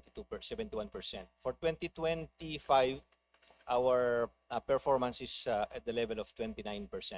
For 2026, wala pa pong completed na project, in as much as the fund was released only the second quarter and the third quarter of this year, Mr. Chair. Can these documents be submitted to the representation, Mr. Chair? Gladly, Mr. Chair, we will provide a copy to the committee. So yung tanong ko rin po sa na isang bahagi, no, paano po nagiging bahaging DILG? Ano pong ginagawa ng DILG to audit and verify yung authenticity? So that's isang bahagi yung distribution, di ba po? Pero pagkatapos na distribute, paano po na-ensure na nagagamit po yun sa purposes stated? Yung Support to Barangay Development Program is lumped under the Local Government Support Fund. And for this purpose, the DILG was given the responsibility to do the monitoring and evaluation. And as mentioned by the Secretary a while ago, we hired at this time 700 engineers and program evaluation officers to monitor not only the SBDP, this fund, but also the other financial assistance to local government units, the Growth Equity Fund, which are under the LGSF, Mr. Chair. So we have people on the ground to make sure that these projects are implemented accordingly, and we require our local government units to upload the progress status of the projects in the Subaybayan portal regularly, Mr. Chair. Ang re-report po natin, Mr. Chair, ay meron po tayong advocates that wish to access yung mga relevant documents nga po yan. For example, Asaro on the website. Pero unfortunately, ay hindi po siya available. Parang last year, kayang ma-access yung ilang documents, pero this year ay hindi na po. So, ayaw natin magkaroon ng sitwasyon kung saan hindi po kaya mas scrutinize ng mamamayan no, maging bahagi ng paano ba na-ensure na yung pondo ng pera, pondo ng gobyerno galing sa pera ng mamamayan ay hindi po na-account kung saan napupunta. But you mentioned po, so may engineers, etc. So may audit processes po ang DILG dito. So maaari po bang makapag-submit ang DILG ng full financial and physical performance audit ng funds under BDP and yung disbursement breakdown ng e-clip for the last year, Mr. Yes, Chair? Mr. Chair. What we can provide is the status of the physical project completion and the fund releases. As to the scrutiny of the fund, how the funds are used, we leave it to the Commission on Audit. I also would like to add, Mr. Chair, that the SBDP projects are subject to third-party monitoring. We have coordinated with the CSOs and NGOs to help us monitor the implementation of the SBDP projects. And to clarify, yung third party na in-engage to monitor, ang DILG po ang nag-engage sa kanya? Yes, Mr. Chair, but there's a sort of criteria in determining the third-party monitor. So is the DILG also a recipient of the reports of this third party in its monitoring? Baka po pwedeng masubmit din po iyon sa committee. Yes, Mr. Chair. We naturally we are the first group which benefit from the report of the third party Okay, monitors. so And you're we will directed to submit. gladly provide you a copy of the report. Thank you. By when? Thank you, Mr. Chair. By when? When? Tuesday? Next week, Mr. Chair, Tuesday. Tuesday. Thank you. Thank you, Mr. Chair. My next question is in relation naman po sa active shooting drills that na-announce po supposedly this week mangyayari pero na-push back po to September. May I ask kung meron na po bang comprehensive plan and timeline kung paano po ito isasagawa sa bansa? Na bahagi po ba ang DILG sa pagplano po nito, Mr. Chair? Mr. Chair, may I? The DepEd po is spearheading this. It will be a school-led event, and they have issued guidelines. No? And they are coordinating with the PNP, the DILG, and the BFP insofar as the drills are concerned. Ang plan po dito is they will conduct simulation drills in schools, and then there will be a group of experts, like for example, members from the PNP, DILG, which will somehow comment on how the drills are being conducted. Right now, the guidelines po are being refined by the DepEd in coordination with the DILG regional offices and then mga PNP personnel po natin sa regions. And then as soon as the guidelines are finished, we will resume with the we will schedule the drills. It's also taking into consideration the comments from the several associations insofar as mental health, mental well-being of the children are concerned. Mr. Chair, ang concern kasi natin, well, tama namang nare-refine pa yung guidelines, pero ang report sa atin, September 1, di ba, ang target day na unang isasagawa na to, and that's this Tuesday. So kaya po bang masubmit yung guidelines, for example, to this committee upon its completion, and I assume supposedly complete na siya by Tuesday bago maglunsad ng una. Tama po ba? As of now, we have not received any specific date as to the rescheduling po. No? We were informed by the DepEd that it might be rescheduled to next week. Wala pong definite date kung kailan next week. But surely, Mr. Chair, as soon as we receive the guidelines, we will share it to the committee. Thank you, Mr. Chair. Mr. Chair, ang pina-flag na lang din natin, so narinig naman natin syempre yung considerations ng mental health, pero may mga studies from other countries kung saan mas madalas ang shooters, no, at ayaw nating maulit yun dito o mangyari dito, na yung effect niya sa kabataan ay nakaka-relieve ng trauma, ng anxiety, at mahirap i-distinguish sa isip nila, no, yung actual conduct and syempre yung drill and operation lang.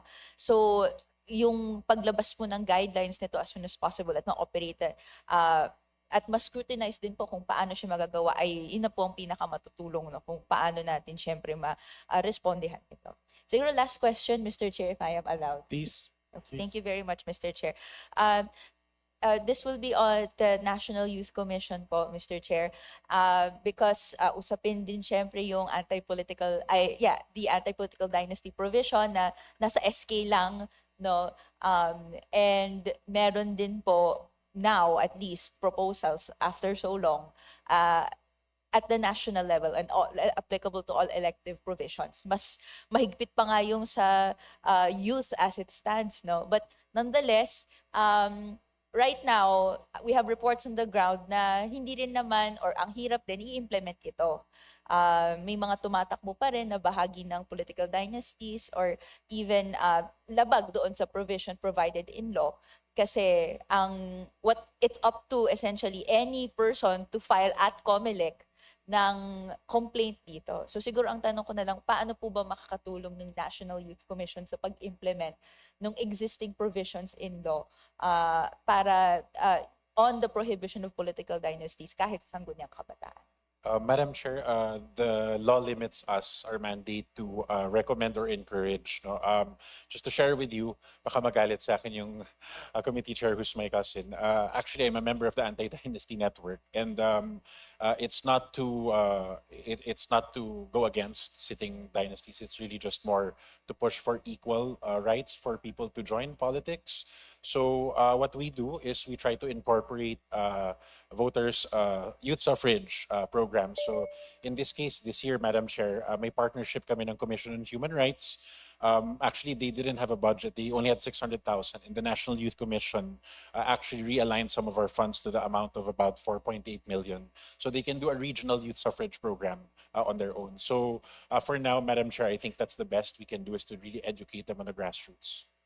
Ang last na lang po, Mr. Chair, dahil alam kong underfunded na nga ang NYC, marami nang gawain, pero ang mandate pa is recommendatory, no? Pero can I ask an update, no? Ano po ba ang mga recommendations na nagawa ng NYC in relation sa pag-implement ng provision na ito? Baka po meron po ba siyang studies na sa mga binigay niya po sa COMELEC, ilan po ba ang na-actionan dito? Madam Chair, we don't have that data right now. We have to defer to COMELEC. However, we would be open to working with you how to implement this on the ground, especially sa ating SKs. Sige, Mr. Chair, siguro kung kaya na lang po makapag-submit ng National Youth Commission ng mga list of recommendations na nagawa na niya siguro over the years. Kung maaari, siguro pag-usapan na lang po namin kung ilang years yung inclusive. Yes, ano yung papasabit po natin? Yung mga naging list of recommendations ng National Youth Commission to the Commission on Elections sa prohibition on political dynasties, provision nila. Okay. No, na yung mga na-flag na cases para ma-actionan, and then kung ano pong mga resulting cases ng COMELEC na lumabas in relation. Can you submit by Tuesday? Mr. Chair, we'll have to defer to COMELEC because we don't have the data. So usually the complaints are direct to them. So we will try to contact them and get back to you, Mr. Chair. Okay, that's hard. Siguro Yes. COMELEC na lang, ma'am. Opo, pero Yeah. okay, sige. Mag-uusap na lang din po kami, Mr. Chair. Thank you very much. Yeah. Okay. So thank you, ma'am. From the majority, Congressman Caroline Aguiao, you recognize, ma'am. Thank you, Mr. Chair. Mr. Chair, follow-up question lang po doon sa DILG, yung katanungan po ni Kong Rene kanina regarding the LCAC barangays natin sa Philippines. How many LCAC barangays are there in the whole Philippines, Mr. Chair? DLG. Yusek Mario. Mr. Chair. Starting 2021. For 2021, we have a total of 840 barangays target. 2022, it's 1,406. 2023 is 958. Kindly speak closer to the mic. Sir, thank you. 2024, Mr. Chair, the recipient barangays is 864. For 2025, it's 780. And for 2026, 808. Total, up to this time, is 5,608 barangays, starting 2021, Your Honor. Thank you, Mr. Chair. Mr. Chair, for 2025 po natin, ay 2025, 800. 780, Mr. Chair. Kindly submit the data to the committee. Yes, Mr. Chair. Thank you. We have it with us. Thank you, Mr. Chair. Regarding po dito, magkano po yung niaalat natin per barangay sa mga LCAC barangays po natin. Kasi may mga karamihan po, especially sa mga geographically GIDA areas sa buong Pilipinas. I think almost magkano po yung kabuuan na binibigay natin sa kanila po. For Mr. Chair. 2025, the allocation for each barangay is 10 million, Mr. Chair. For 2026, we proposed a 10 million allocation, but it came out in the NEP 5 million. 5 million. Yes, Mr. Chair. 5 million, Mr. Chair, sa 2026 budget or 2027 budget po? 2026, no? Just to be clear, ang request nyo noong 2026 is 10, but I tumabas stand to be sa corrected, GAA Mr. is Chair. 5. Mr. Chair, I stand to be corrected. For 2026, each barangay received 10 million. Okay. For 2025, it's 2.5 million. So tumaas from 2.5 to 10. Yes, Mr. Chair, for 2026. Yes. But for 2027, it went down to 5 million, Mr. Chair. But you requested 10, just mean 5. That's the proposal of the National Task Force to End Local Communities. Okay, thank you. Okay, Mr. Chair, thank you so much. Kasi karamihan po sa mga LCAC barangays natin, alam naman po natin na it's a holistic approach po ang ginagawa po nila pag yung mga LCAC barangays with the PNP, PFP, all agencies concerned, nandun po sila. And then, pag yung let's say, yung 5 million for 2026 budget po, 2026 allocation, 10 million, Mr. Chair, for 2026. 10 million, 2026. But then, ang 2027 natin is 5 million. So, down po siya for 5 Yes, million. Mr. Chair, yes. Okay. Thank you. Regarding po dito, hindi po natin pwedeng, let's say, kasi bumaba nga po, kasi karamihan po doon sa mga LCAC barangays, marami din po na-include na may mga cities. There are cities na na-include doon. So, I don't think lahat po ng cities na kasali po dito sa LCAC barangays ay they're all under the LCAC, yung requirements po ninyo, Mr. Chair.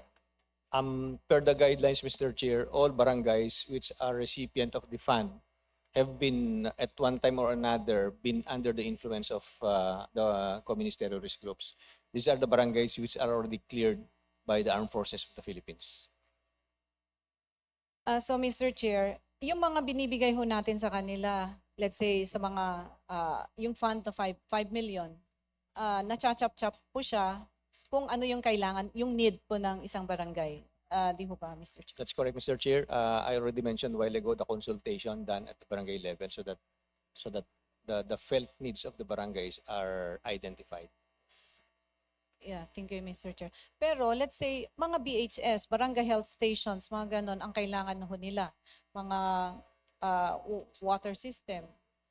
Di ho ba meron naman ho ang DOH na nagpro-provide for these projects, Mr. Chair? Yes, Yes, Mr. Chair. There's a menu provided in the guidelines. School classrooms, health centers, water system, electrification. may duplication po And, ba kayo farm sa to market DOH? Ang DOH meron din? Mr. Chair, the task force is created down to the level of the municipality. So they are talking at the LGU level so that there's no duplication of the projects implemented at the barangays. Okay, thank you. So, Mr. Chair, yung implementing agency, sa inyo po, kayo po yung nag-i-implement doon sa project, let's say sa mga BHS. No, no, Mr. Chair. The funds are directly downloaded to the municipalities.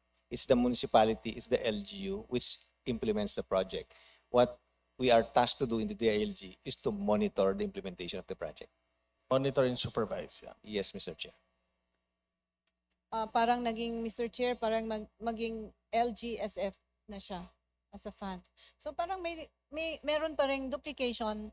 Let's say hindi na monitor ng DOH, parang totoo Mr. ba Chair. na napunta yung fund for the BHS? Kasi may mga LGUs na hindi siya napupunta doon. Though sinasabi ng DILG, there are some na hindi na siya na-turn over sa mga RHUs, mga DOH na meron ginawang MPB or health station doon sa barangay na yon. So I think sana po doon sa menu ng DILG for the kung saan may lalagay yung pondo for 5 million para ma-congest yung para kung saan doon. Let's say, ang FMRs, sana doon na lang sa DA. Para hindi na naglalodge doon sa DILG. Kasi pag kinukuha pa natin, let's say 5 million lang yung pondo nila, ano po kaya yung talagang menu ng DILG na para doon talaga, na gagamitin para doon sa barangay, Mr. Chair? Mr. Chair, may I provide clarification? Yes. The Support to Barangay Development Program is lumped under the Local Government Support Fund. Yes. There are 4 projects under the LGSF. One is the Growth Equity Fund. The second is Support and Assistance Fund to Participatory Budgeting, which is for water and the evacuation center. Then the Financial Assistance to Local Governments. And the last is Support to Barangay Development Program. Yes. But But LGSF is not under DILG. Yes, Mr. Chair, Just it's for being administered clarification. by the Department of Budget and Management, Mr. Chair. DBM. Yeah. So nalilito tayo minsan kasi local government support fund. Actually, we suggested it already na sana DILG ang mag-implement para meritocracy. Yung mga magagaling ni LGU, pwede natin bigyan. Ba? Yung performing. So, but it depends sa directive ng Pangulo. Yes. Okay. Yeah. So clear, ma'am? Yes, sir. Thank you, Mr. Chair. Salamat ng marami. At sana po yung pagpili po natin sa mga LCAC barangays po natin ay makikita natin they're really sa LCAC. Nandito naman ang PNP and the Filipino PFP. Yeah, PFP, AFP. At least makikita natin sana yung mga cities, matatanggal na po sila doon. Kasi cities, they're really, hindi naman natin masasabi na yung LCAC is nandun talaga sa city.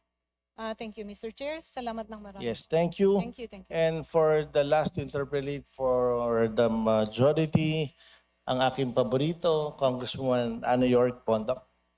Thank you so much, Mr. Chair.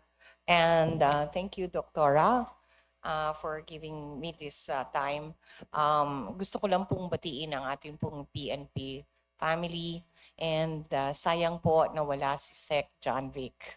But I'm sure more than capable naman po kayong lahat na to address our concerns.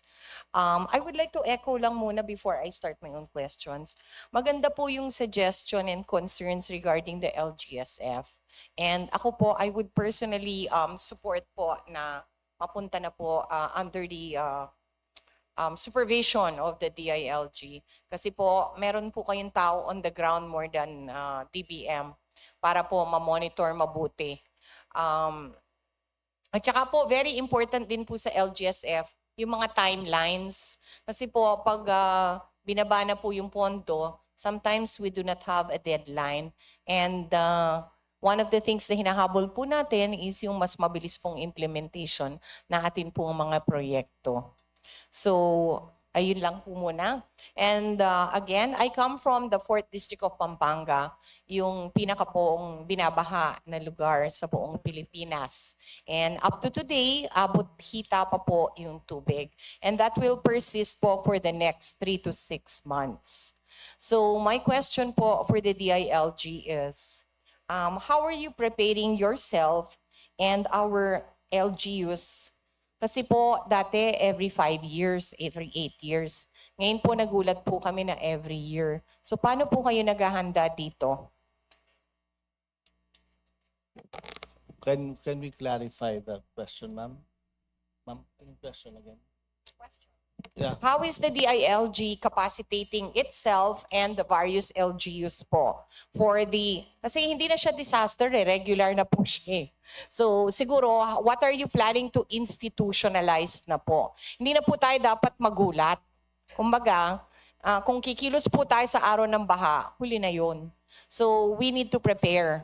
And as we all know, our PNP is also talagang first responders yan. At saka po ang ating pong barangay at ang ating pong mga mayor. So how is the DILG preparing po for disasters? Kasi alam ko one of the largest concerns din po ninyo ang disaster management or disaster preparedness. Hindi na po dapat i-manage, dapat i-prepare. Mr. Chair, Your Honor, the DILG is the Vice Chair for Preparedness under the National Disaster Risk Reduction Management Council. And on this note, we are working with other national government agencies, particularly the science agencies, to provide timely information and updates to our local governments, particularly on the high-risk areas that they have in the LGU. Those areas which are flood-prone, susceptible or vulnerable to landslides, so that our barangays particularly can already identify beforehand or prepare beforehand their constituents. So in furtherance of the mandate of the DILG, we came up with our operation list of protocols. And this operation list of protocols have been implemented since 2016, 2017. And we have trained local government units on how to properly respond to and mitigate the effects of disasters. We have operation list of protocol for typhoons, operation list of protocol for volcanic eruptions, for tsunamis, landslides, and even El Nino. So that's one of the strategy that we are doing in the DILG. But more than that, we are in constant contact, for example, with Pag-asa in order to provide our local governments with the latest update, particularly when there are typhoons and local weather disturbance in their area. Even during the disaster, nandun yung DILG officer sa munisipyo. Yes, Mr. Chair, because we are also actually monitoring the preparedness measures of the LGUs every time there's for example, typhoons coming in our area. Mabuti, thank you so much for that information, and mabuti po nabanggit nyo yung Pag-asa. We all know that mayors are the ones who declare po na walang pasok. So, napakagulo po ng sitwasyon. Is there some way that we could like put a deadline or something? Parang guidelines po ng DILG. Kasi po, 3:00 na po ng hapon, biglang wala na po. Tapos, kung ano-ano pa. Sari-sariling LGU po ang nagde-declare. So, minsan magkakatabi, iba-iba po yung hatol. Is there some way that the DILG can coordinate with this? Because this is very confusing to parents, to businesses, at sa lahat-lahat na. Tapos nakikita po ito sa Facebook. Ang aangas po ng mga bata, demanding na wala na pong school sa kanila pong chief executives. Is there some way that DILG can work on this? Or talagang sari-sarili lang banat? Mr. Chair, there is now an ongoing effort to revisit the executive order, particularly on the declaration of suspension of classes. But the policy that is now being used is still the same. We leave it to the local chief executives to declare localized suspension of classes if it's really necessary, taking into consideration the forecast given by the Pag-asa.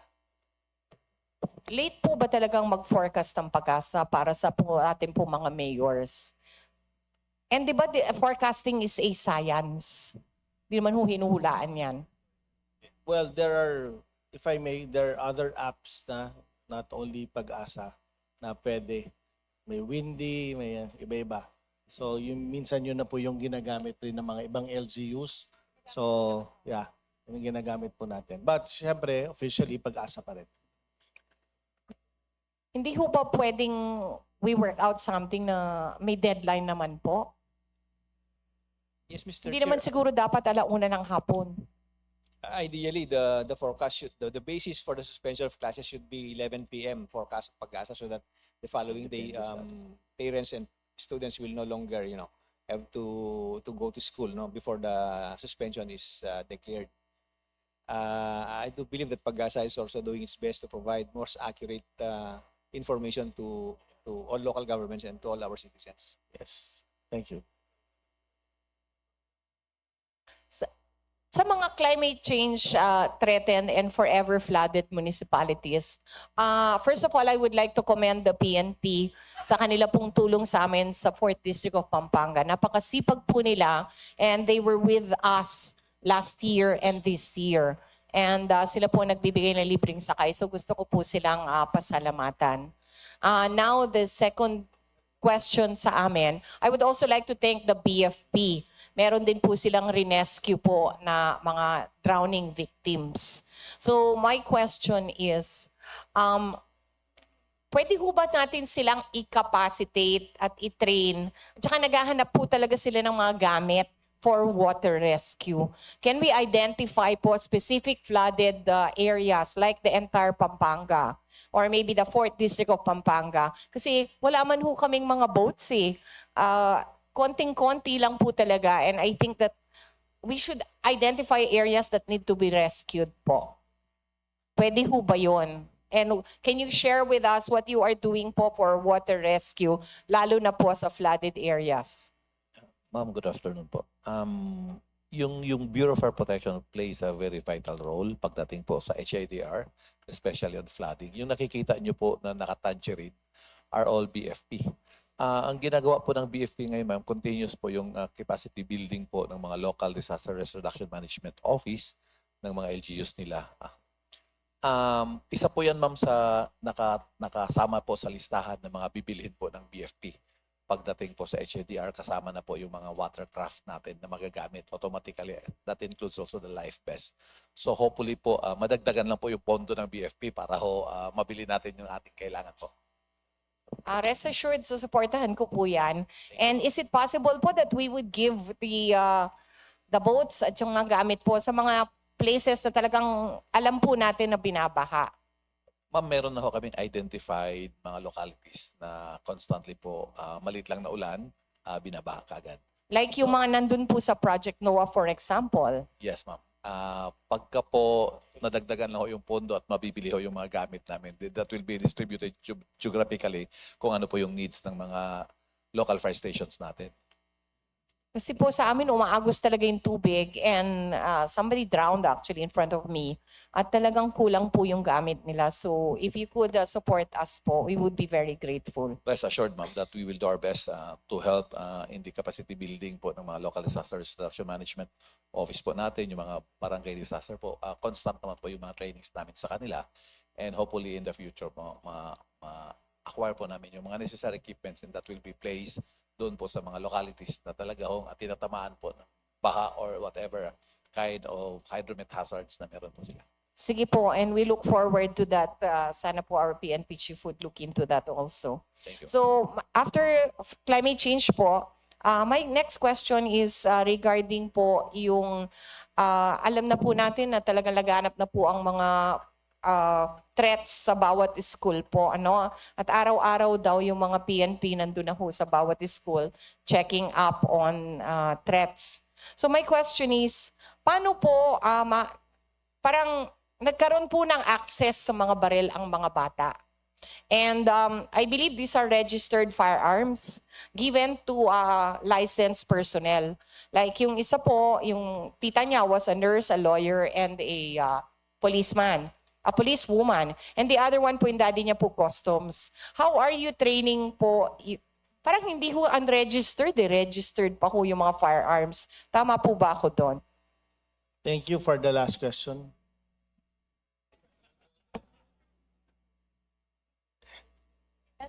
Kindly answer. Your Honor, Mr. Chair, those recovered firearms that were used in June 16 as well as in Zamboanga are all registered firearms except for the other one.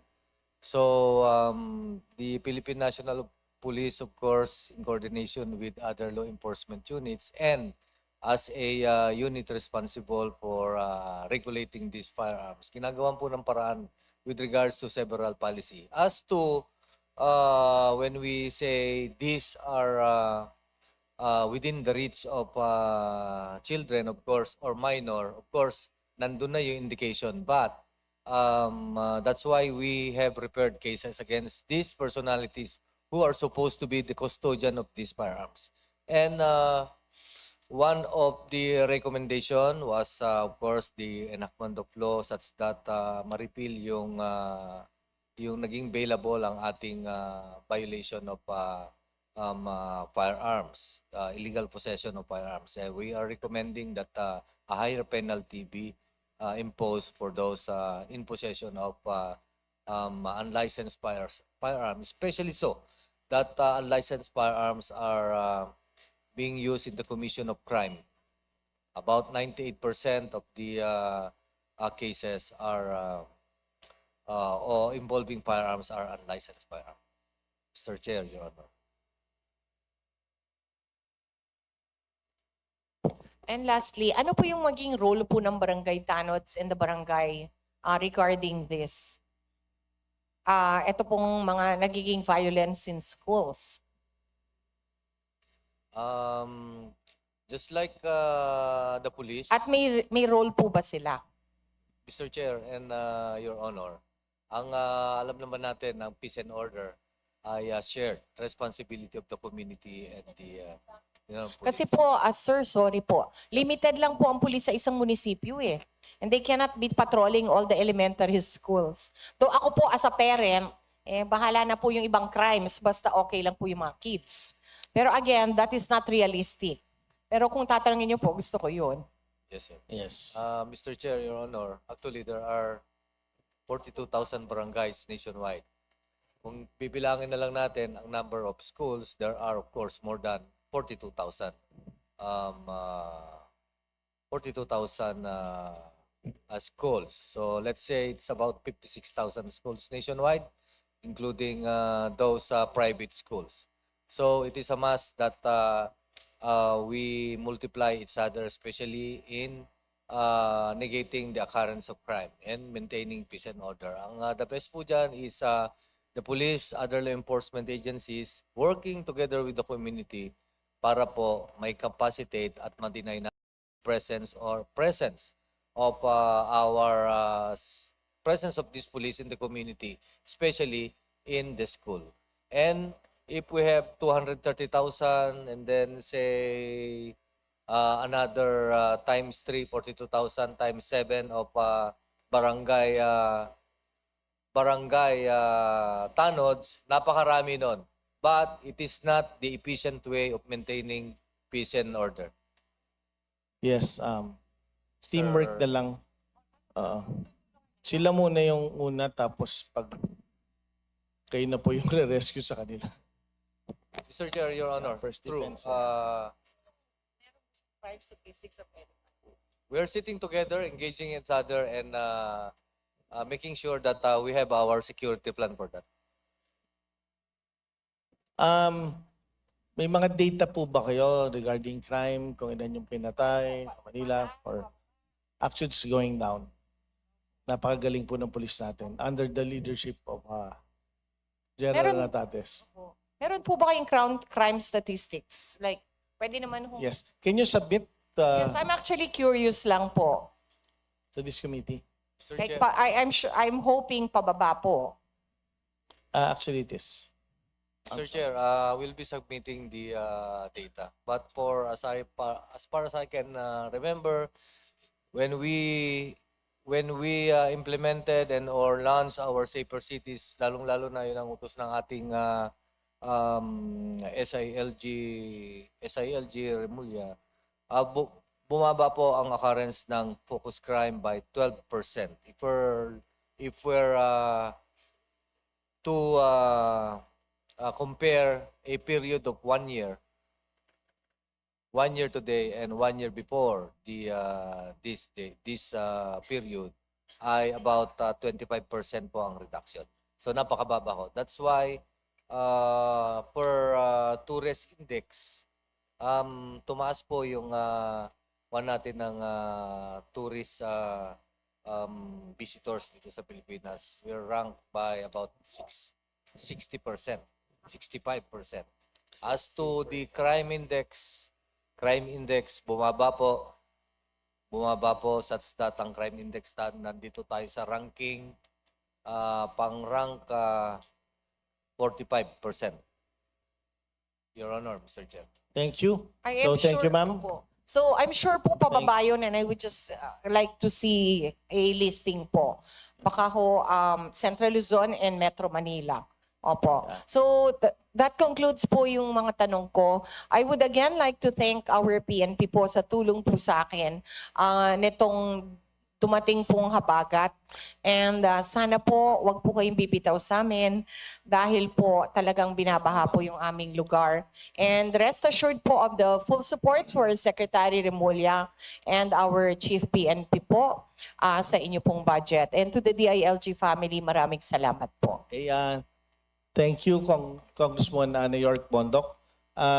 Ang last na po mag-interpolate, pero bago po yan, I would like to recognize the presence of our SDS, Dinan Hernandez. Ang pinakahuli na po magtatanong sa inyo, hinihintay pa po natin si Chairman Mika Swansing.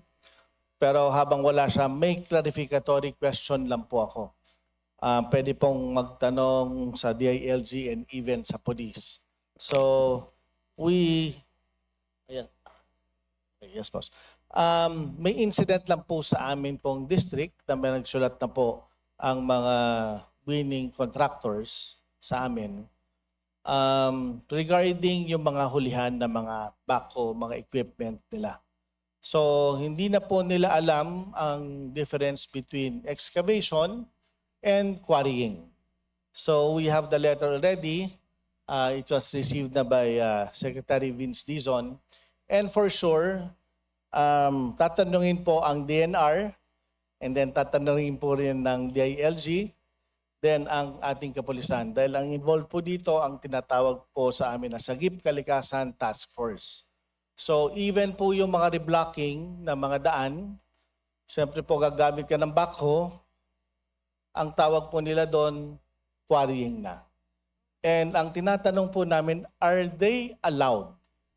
Is the Sagip Kalikasan Task Force na mga tao ng provincial government, are they allowed to impound heavy equipment na ginagamit po sa development, sa paggawa ng mga daan sa buong Pilipinas, wag lang po sa amin sa Camarines Sur? I would like to seek the first DILG, the opinion.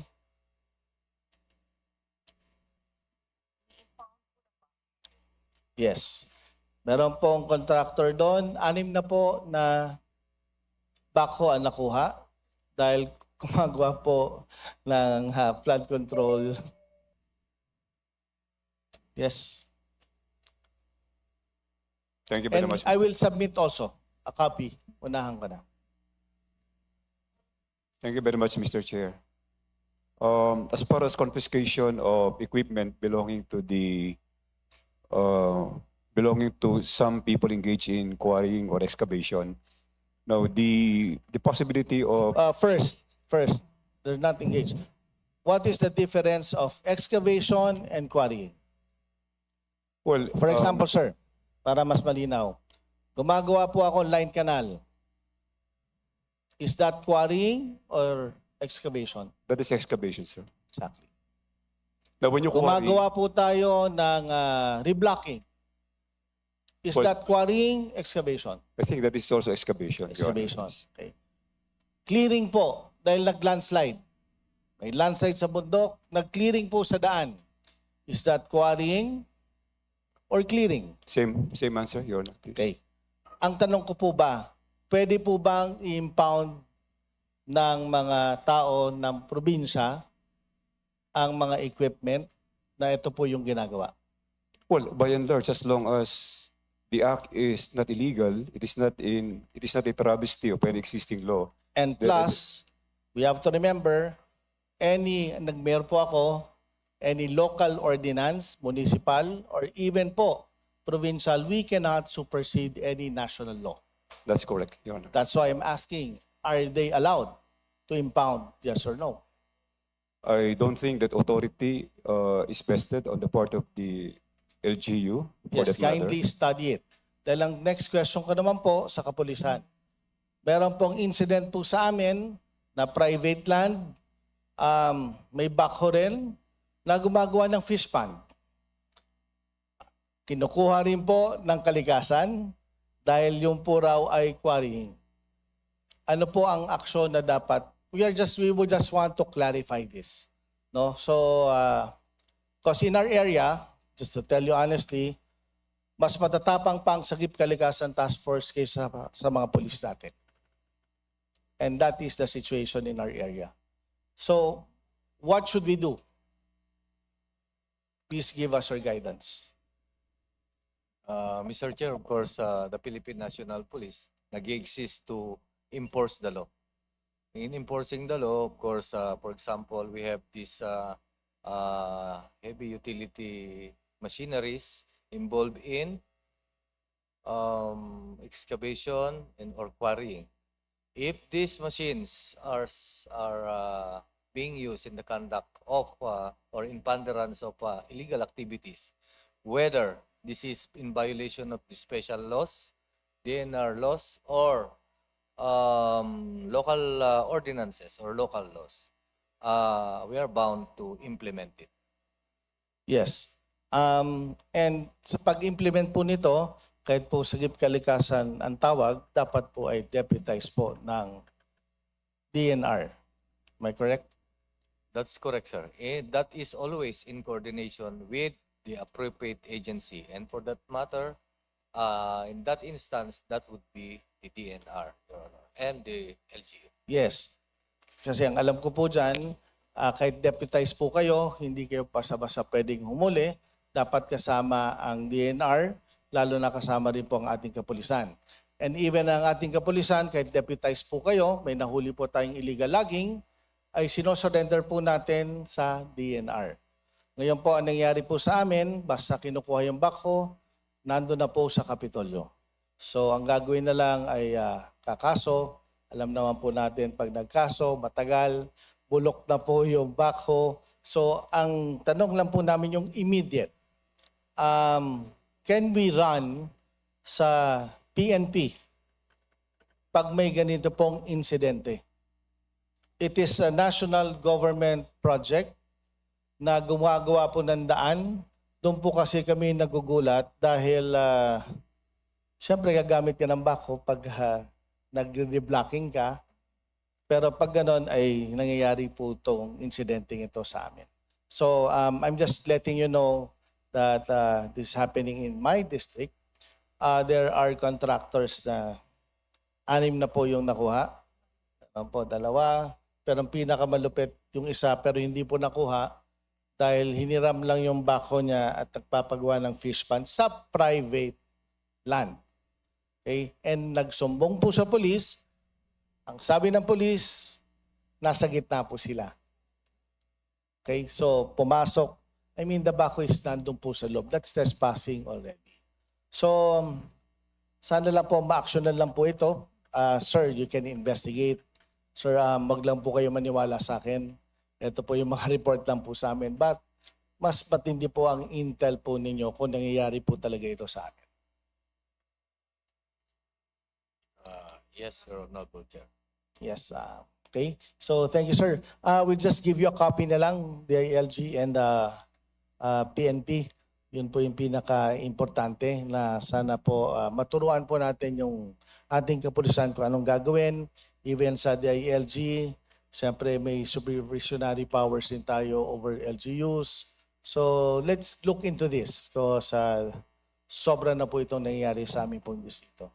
And bihira lang po ako magsalita, bihira lang po ako umangal, pero pag sobra na, kailangan rin natin ipaglaban yung tamang proseso, yung tamang pagsunod po natin sa batas.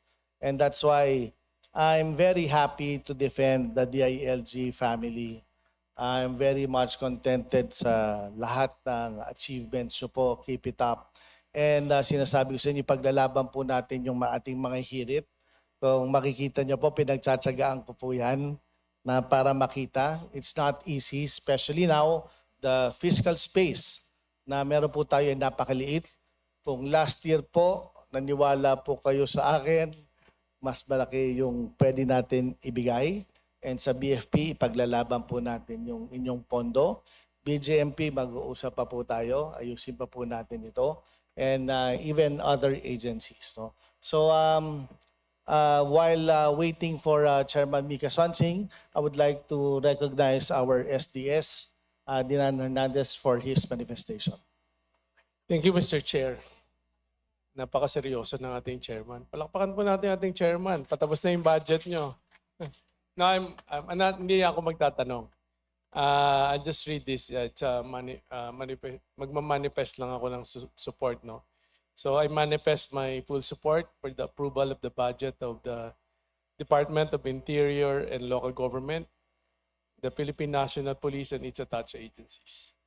Their sustained efforts in maintaining peace and order, enforcing discipline and accountability within their own ranks, and relentless combating criminality deserve the full support of this Congress. In particular, I commend their intensified campaign against smuggling and illicit trade of cigarettes, which not only deprives the government of much needed revenues but also undermines the legitimate business and the rule of law. Good governance, good performance deserve adequate support. I therefore strongly support the approval of their budget so they can continue protecting our communities and keeping our people. So, Chief Nartates, I'm from Mindanao. I'm from Region 12. So, gusto ko lang pasalamatan yung former regional director ko at ngayon ay director ng operation, Director Argente. Nandito po ba siya? Siya po yung masigasig na nanguhuli ng sigarilyo. Palakpakan po natin. Of course, sinundan na po ng aking bagong regional director, Manibog. So, same thing, no? Hanggang sari-sari store, pinapasukan nila. I think, talagang i-congratulate ko rin si SILG. And of course, our PNP chief and the men in uniform, na matagal ng problema yan, pero ngayon ko lang nakikita na napakarami pong huli ninyo. So again, palakpakan mo natin yung effort ninyo dahil hindi lang tayo nandi-deprive ng income for government, pero yung health po ng mga kabataan nagkaka-access dito. So ipatuloy nyo po yan, and nagpapasalamat ako kay PNP Chief na you always appoint men in uniform in my region down to RD, Provincial Director, at saka yung mga COP, no, na talagang pinupukpok nyo sila na hanggang doon sa sari-sari store ay kailangan matigil tong illicit trade ng cigarette. Again, congratulations at maraming salamat po. Congratulations. I'll ask for a 5-minute suspension. Banyo break muna tayo. So, suspended for 5 minutes.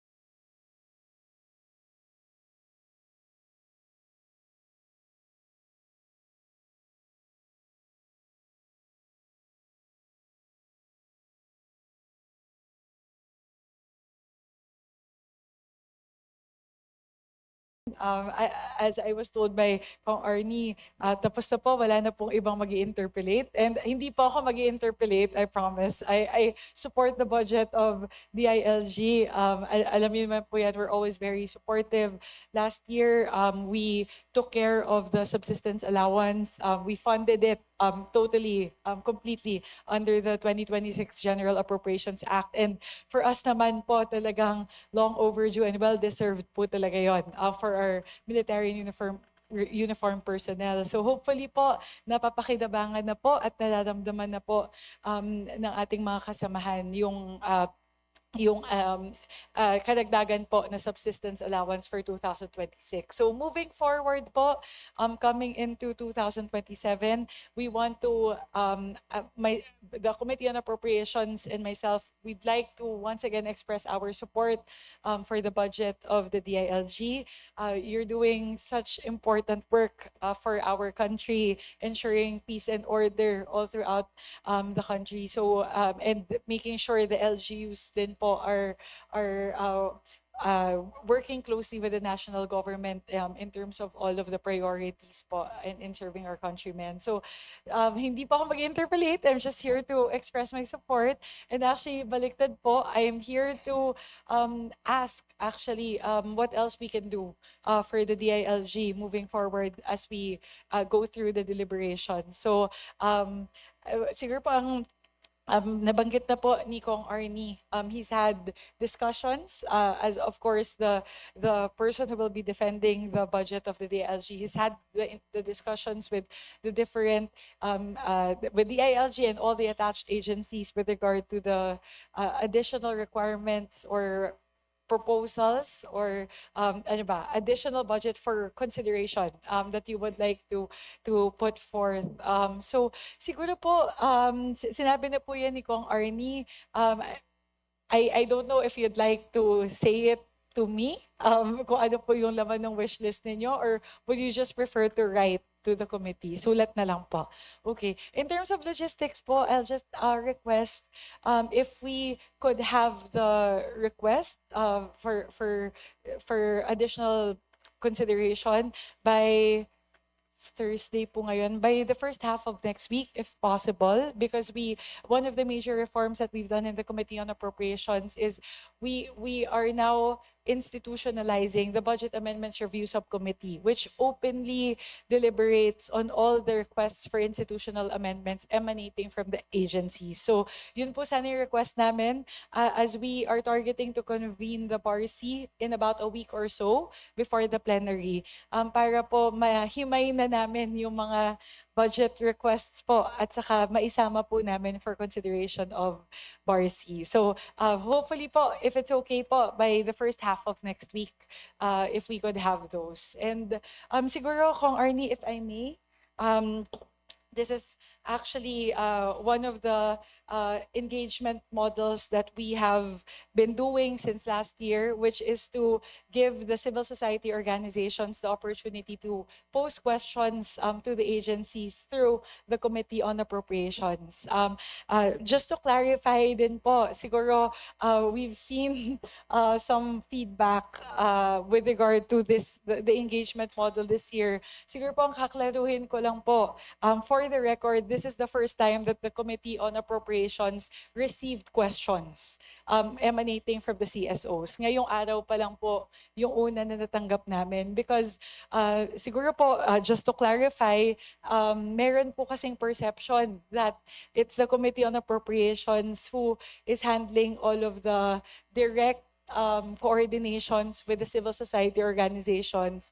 But in fact po, it's actually the CPBRD within Congress who directly coordinates with the civil society organizations. So ang nangyayari po, umaasa po kami sa CPBRD every morning to give us a list of the civil society organizations present during that day, as well as the list of questions emanating from the civil society organization. So gusto ko lang po sigurong klaruhin for all our partner CSOs who are watching and and also everyone who would like to engage with us.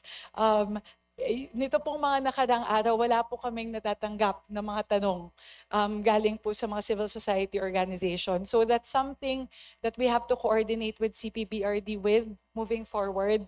Na sana po araw-araw mabigyan na po nila kami ng listahan ng mga civil society organizations at yung mga katanungan po para sa araw na yun. Because on the part of the Committee on Appropriations, we are really sincere when we were really adamant in upholding the engagement models with the civil society organization. So we would like to apologize to the civil society organizations who felt that they have been left out of the deliberations in the previous days, when in fact po talaga, honest to goodness, utmost sincerity, we have not been receiving any of the questions from the CSOs. But now that we've received this today, hopefully po in the next days, kukulitin po namin yung CPBRD to give us the questions, because we really want to be your voice. We want to be your avenue in asking questions to our agencies. So, buena mano po itong DILG in terms of the questions. So if I may po, on behalf of the civil society organizations, I would like to pose a few questions to the DILG family. These questions po emanate from Code NGO. And these are the questions po for DILG. The first is the rationale for the local government support fund. I believe this was actually discussed at length by Sec John Vic earlier today. The Bandanas Garcia ruling broadened the tax base used to compute the just share of local government units in national taxes, now released through the national tax allotment. Considering the resulting increase in the NTA of LGUs, what is the policy justification for retaining a separate local government support fund whose allocations are still determined and directly released by the national government to beneficiary LGUs? Follow-up question po, what specific programs, needs, or fiscal gaps funded through the LGSF cannot be adequately supported through the increased NTA and other regular revenues of LGUs? How does the government ensure that the LGSF supplements rather than duplicates or substitutes for resources already available to LGUs? So yun po siguro yung katanungan, if we may post that to DILG. Joseph Mario. Thank you, Mr. Chair. Your Honor. For 2027, the estimated national tax allocation share of local government is like 1.32 to 1.4 trillion pesos. But this amount is divided between and among the 82 provinces, 149 cities, 1,493 municipalities, and more than 42,000 barangays. So on the surface, it looks as if it's very, very big amount.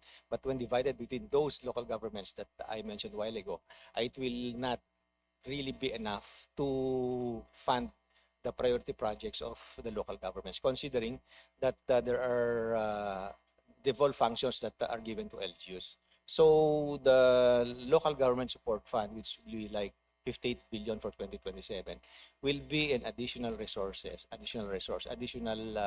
fund which the local governments can use in responding to the other felt needs of their constituents. No, these funds are earmarked for projects like water system, water sanitation system, farm to market roads, electrification, health centers, and for other basic services of the people in the different localities. So I believe, Mr. Chair, Your Honor, that's the rationale why there's the local government support.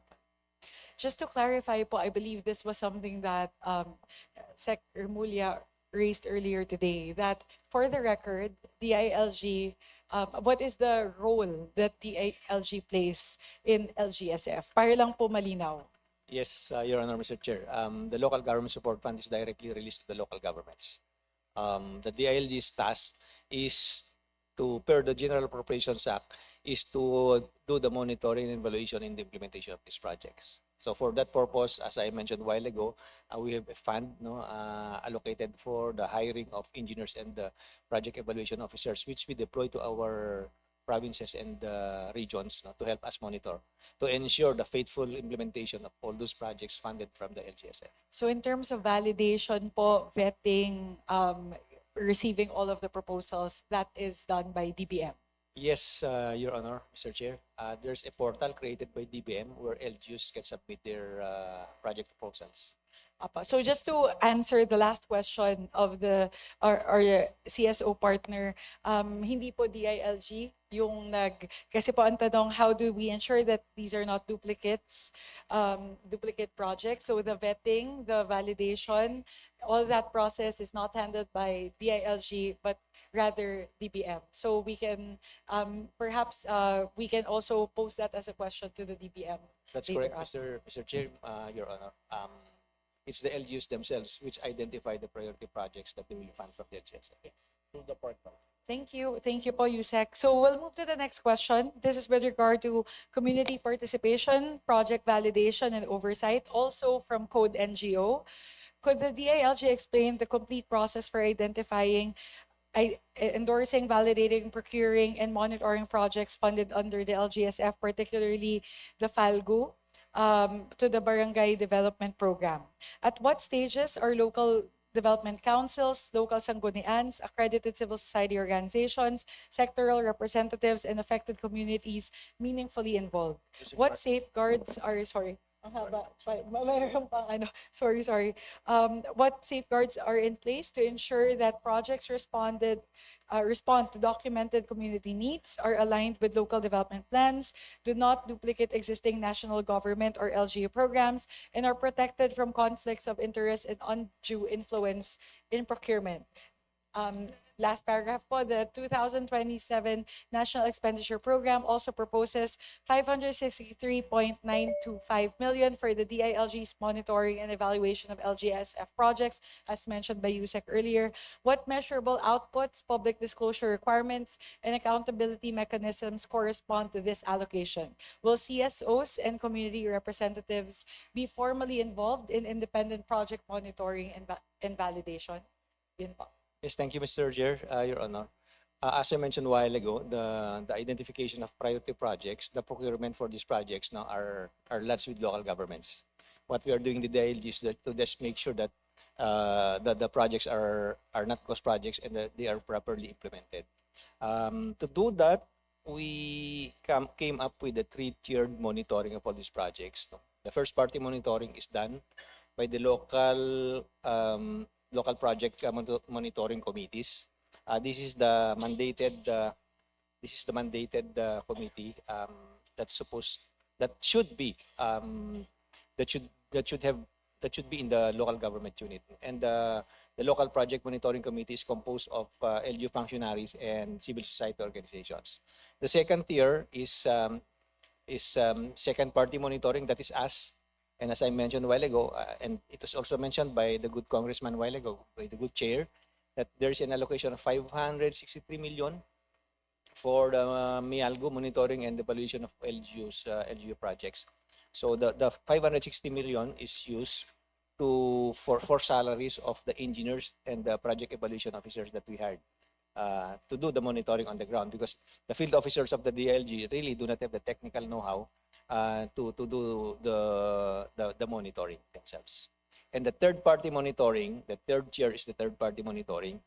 In the past, we have engaged civil society organizations and non-government organizations to help us monitor the projects implemented by the local governments. So those are the monitoring mechanisms that we have put in place. But aside from that, Your Honor, we also have the Subaybayan portal, which is a platform where local government units are required to upload status updates of projects implemented through or funded by the local government support fund.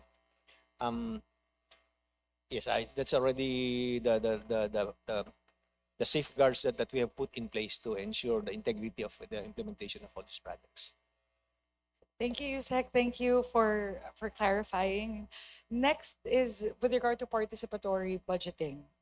The next question, also from Code NGO, is the 2027 NEP retains 1 billion pesos for the support and assistance fund to participatory budgeting, while the overall LGSF increases from approximately 57.87 billion in 2026 to 58.53 billion in 2027. During the same period, the proposed allocation for the SBDP increases from 8.08 billion to 9.74 billion. What performance evidence and policy considerations inform these relative allocations? Consistent with the government's commitments to open and participatory governance, what plans does DILG have to expand the coverage of participatory budgeting and institutionalize meaningful CSO and community participation? From project identification and prioritization through implementation, monitoring, and evaluation. Participatory budgeting po, Yes, Yusek. Mr. Chair, actually, the good chair mentioned two projects a while ago. That's the Support to Barangay Development Program and the Support and Assistance Fund to Participatory Budgeting. The SBDP is the program that was put in place by the National Task Force to End Local Communist Armed Conflict to help barangays, to help address the needs of people in barangays which were previously influenced by the communist terrorist groups. Because for the longest time, these barangays have been neglected of basic services supposedly delivered by the national and local governments. So the 10 million for 2026, for example, is used to fund priority projects identified through consultations at the grassroots level. So that's the rationale of the SBDP, or Support to Barangay Development Fund. To gain or to regain the trust of people to government, we need to also address their basic needs. The other one is the Support and Assistance Fund to Participatory Budgeting. For 2026, Mr. Chair, Your Honor, there's an allocation of 1 billion pesos. And the 1 billion is used to fund water systems project by identified LGUs. Also, evacuation centers by the identified LGUs. The water system projects amounts to 13.3 million. And the evacuation centers amount to 25 point something million pesos. So these are the municipalities which are considered waterless municipalities, meaning 50% of their population do not have access to potable water. So these are already pre-identified municipalities for the water system project. For the evacuation centers, these are also the pre-identified municipalities which do not have evacuation centers. Mr. Chair, Your Honor. Thank you very much, Yusek. We'll move to the fourth question, still from Code NGO, Human Rights Safeguards and Grievance Mechanisms. United Nations Special Rapporteurs and the Commission on Human Rights have raised serious concerns regarding red tagging and its effects on the freedoms of expression, association, and participation. The CHR's national inquiry found that red tagging creates a chilling effect on democratic participation and may serve as a precursor to grave human rights violations. The Civicus Monitor likewise currently rates civic space in the Philippines as repressed and identifies continuing red tagging as one of its concerns. Within the DILG's mandate, what concrete safeguards are in place to ensure that the implementation of LGSF and SBDP projects does not expose CSOs, human rights defenders, indigenous peoples, community leaders, and other stakeholders to labeling, profiling, retaliation, or exclusion? What independent and accessible grievance and accountability mechanisms are available to individuals and organizations? Will the department publicly report the number and nature of complaints received, the agencies or officials involved, and the corresponding actions taken? Mr. Chair, Your Honor, may I request the PNP to respond to that, please? Madam Chair, National Police Commission. The NAPOLCOM recently released a manual for media relations, which includes prohibition on red tagging. In that manual, it is clearly stated that red tagging is prohibited, and there are sanctions attributed to it. And if anyone is listening, be it an ordinary citizen or a member of the media who might be a victim of red tagging, the doors of the National Police Commission are always welcome to accept any concern or complaint, and definitely we will act on them. Thank you. Thank you po.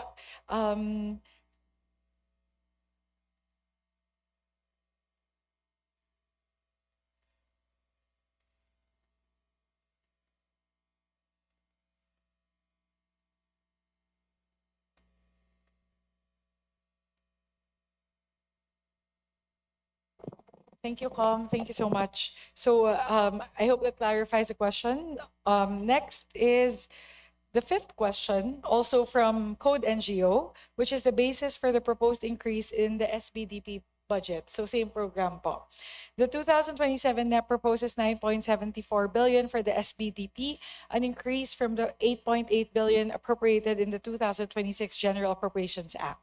What verified needs assessment, utilization, and completion data and independent outcome evaluation support this proposed increase?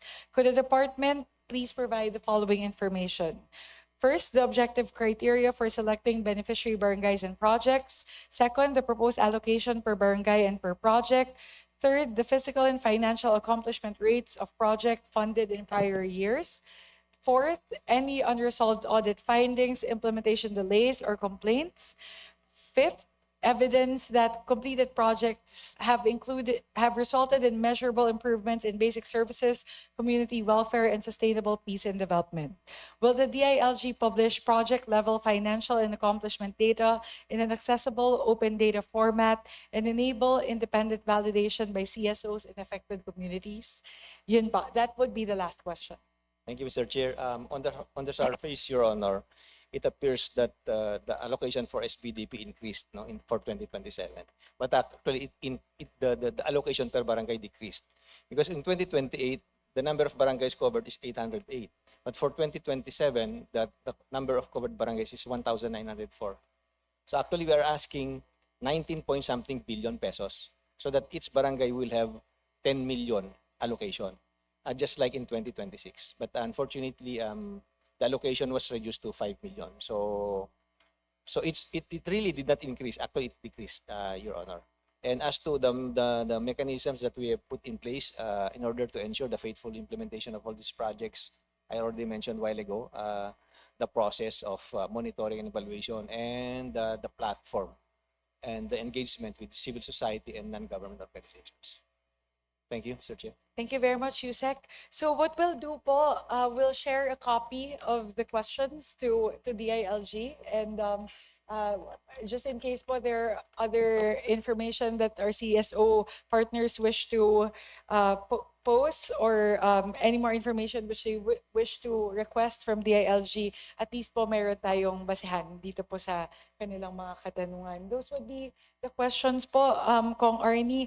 Again, this is the first, DILG is the first agency, buwan naman po na nakapagtanong, na itanong po natin on behalf of the CSO partners. Uulitin ko po kasi may mga lumalabas po na mga balita na hindi daw po nakikipag-engage yung Committee on Appropriations sa ating mga civil society organization partners. Gusto ko lang po talagang linawin na kami po ay nakadepende sa Congressional Policy and Budget Research Department, which is the CPBRD. We rely on them to give us the list of CSOs present during the day para po ma-acknowledge po namin at the start of the hearing, at nakadepende din po kami sa CPBRD para po sa listahan ng mga katanungan. So in the next days po, we'll press CPBRD to give us those information every morning for all of the agencies slated for deliberation in that day, and the respective vice chairpersons of each of the who will be defending the budget for each of the agencies will be the ones who would pose the question to the agencies. Gusto ko lang po linawin yon para naman po, in fairness to the Committee on Appropriations, we want to really uphold our commitment to our civil society organization partners to really engage with you and involve you in the budget process as much as we can. So we'll improve on this moving forward po. And again, we apologize for any CSO who felt that they were left out of the deliberations in the previous days. We will make sure po that will not happen moving forward. And finally, I would like to say thank you, and I would like to commend our Vice Chairperson, Arnie Fontebella, for managing the deliberations today. Siguro po, I say this with utmost sincerity, Kong Arnie is the best person to defend the budget of the DILG. He did it last year exceptionally well, and also again this year po. So Kong Arnie, thank you so much. To the DILG family, I left you in great hands. He will be your partner po. We will be your partner in advocating for the budget of DILG and all the attached agencies, from here until the plenary, until the BICAM, and until it becomes the GAA. But yun po, we would like to reiterate our full support the same way po that we did our best to find the fiscal space for the needs and requirements of the DILG family and our military and uniformed personnel last year. Gagawin din po natin yan ulit this year. So we'll wait po for the list, which we hope to receive by the start of next week, so we can submit it po for the consideration of the BARC. And finally, I would like to say thank you again for all the great work that you are doing to protect every Filipino. We owe it to you that we can sleep soundly at night. Kami po as your partners in public service, kaya po kami nakakatulog sa gabi dahil po sa ating mga kapulisan, dahil po sa ating mga bombero, dahil po sa ating mga law enforcement partners sa ating pong mga iba't ibang mga lokalidad. Lagi ko po yung binabanggit pag nakakausap ko po yung mga COP, yung mga chief of police, yung mga directors po sa area namin, na I always say thank you for allowing us to sleep better at night, knowing that we have you to rely on in protecting us. So the best po that we can do to reciprocate that, to say thank you, is to provide you with the resources that you would need to be able to perform your mandate better. At saka po, mas protected po kayo, you're better geared, better resourced when you go in the field. So rest assured po, we will do our best to help advocate for whichever additional needs the DILG family has for the 2027 budget. Maraming salamat po. Thank you, Madam Chair. Kahit sobrang busy po si Madam Chair, bumisita po talaga sa atin dito. Lalo na natutuwa po tayo sa kanyang commitment na tutulungan po madagdagan ng ating budget. So palakpakan po natin si Madam Chair. Thank you very much. And I know you have to go I somewhere. have to run to CHED po. Patapos na rin po yung Commission on Higher Education. So, Yes. ano pa? So since there are no more interpollators, do I Madam hear a Chair. motion? Mr. Chair, before I move for the termination, I would just like to thank, of course, Secretary.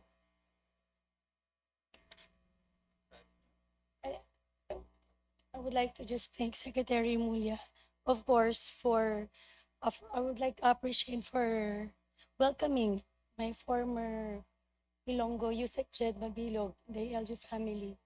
We are very lucky.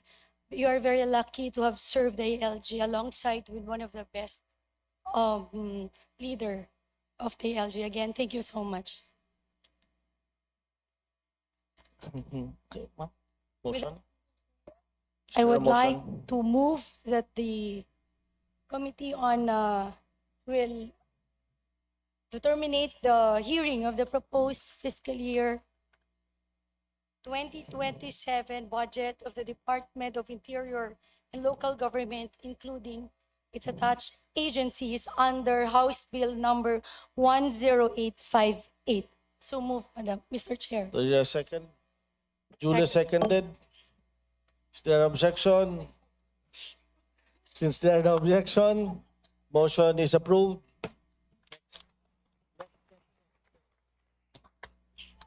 Mr. Chair. Hindi pa po tapos. Kindly sit down. One more motion. Kindly sit down. Baka bawiin po.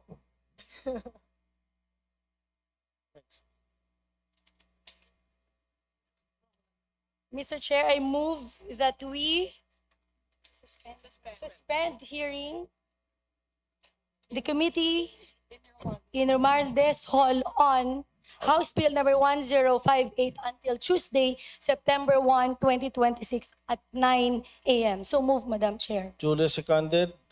It has been moved and Julia seconded. Is there any objection? Hearing none, the motion is carried. So the committee hearing on House Bill number 10858 here at the Romaldes Hall is hereby suspended until Tuesday, September 1, 2026 at 9 a.m. Thank you very much.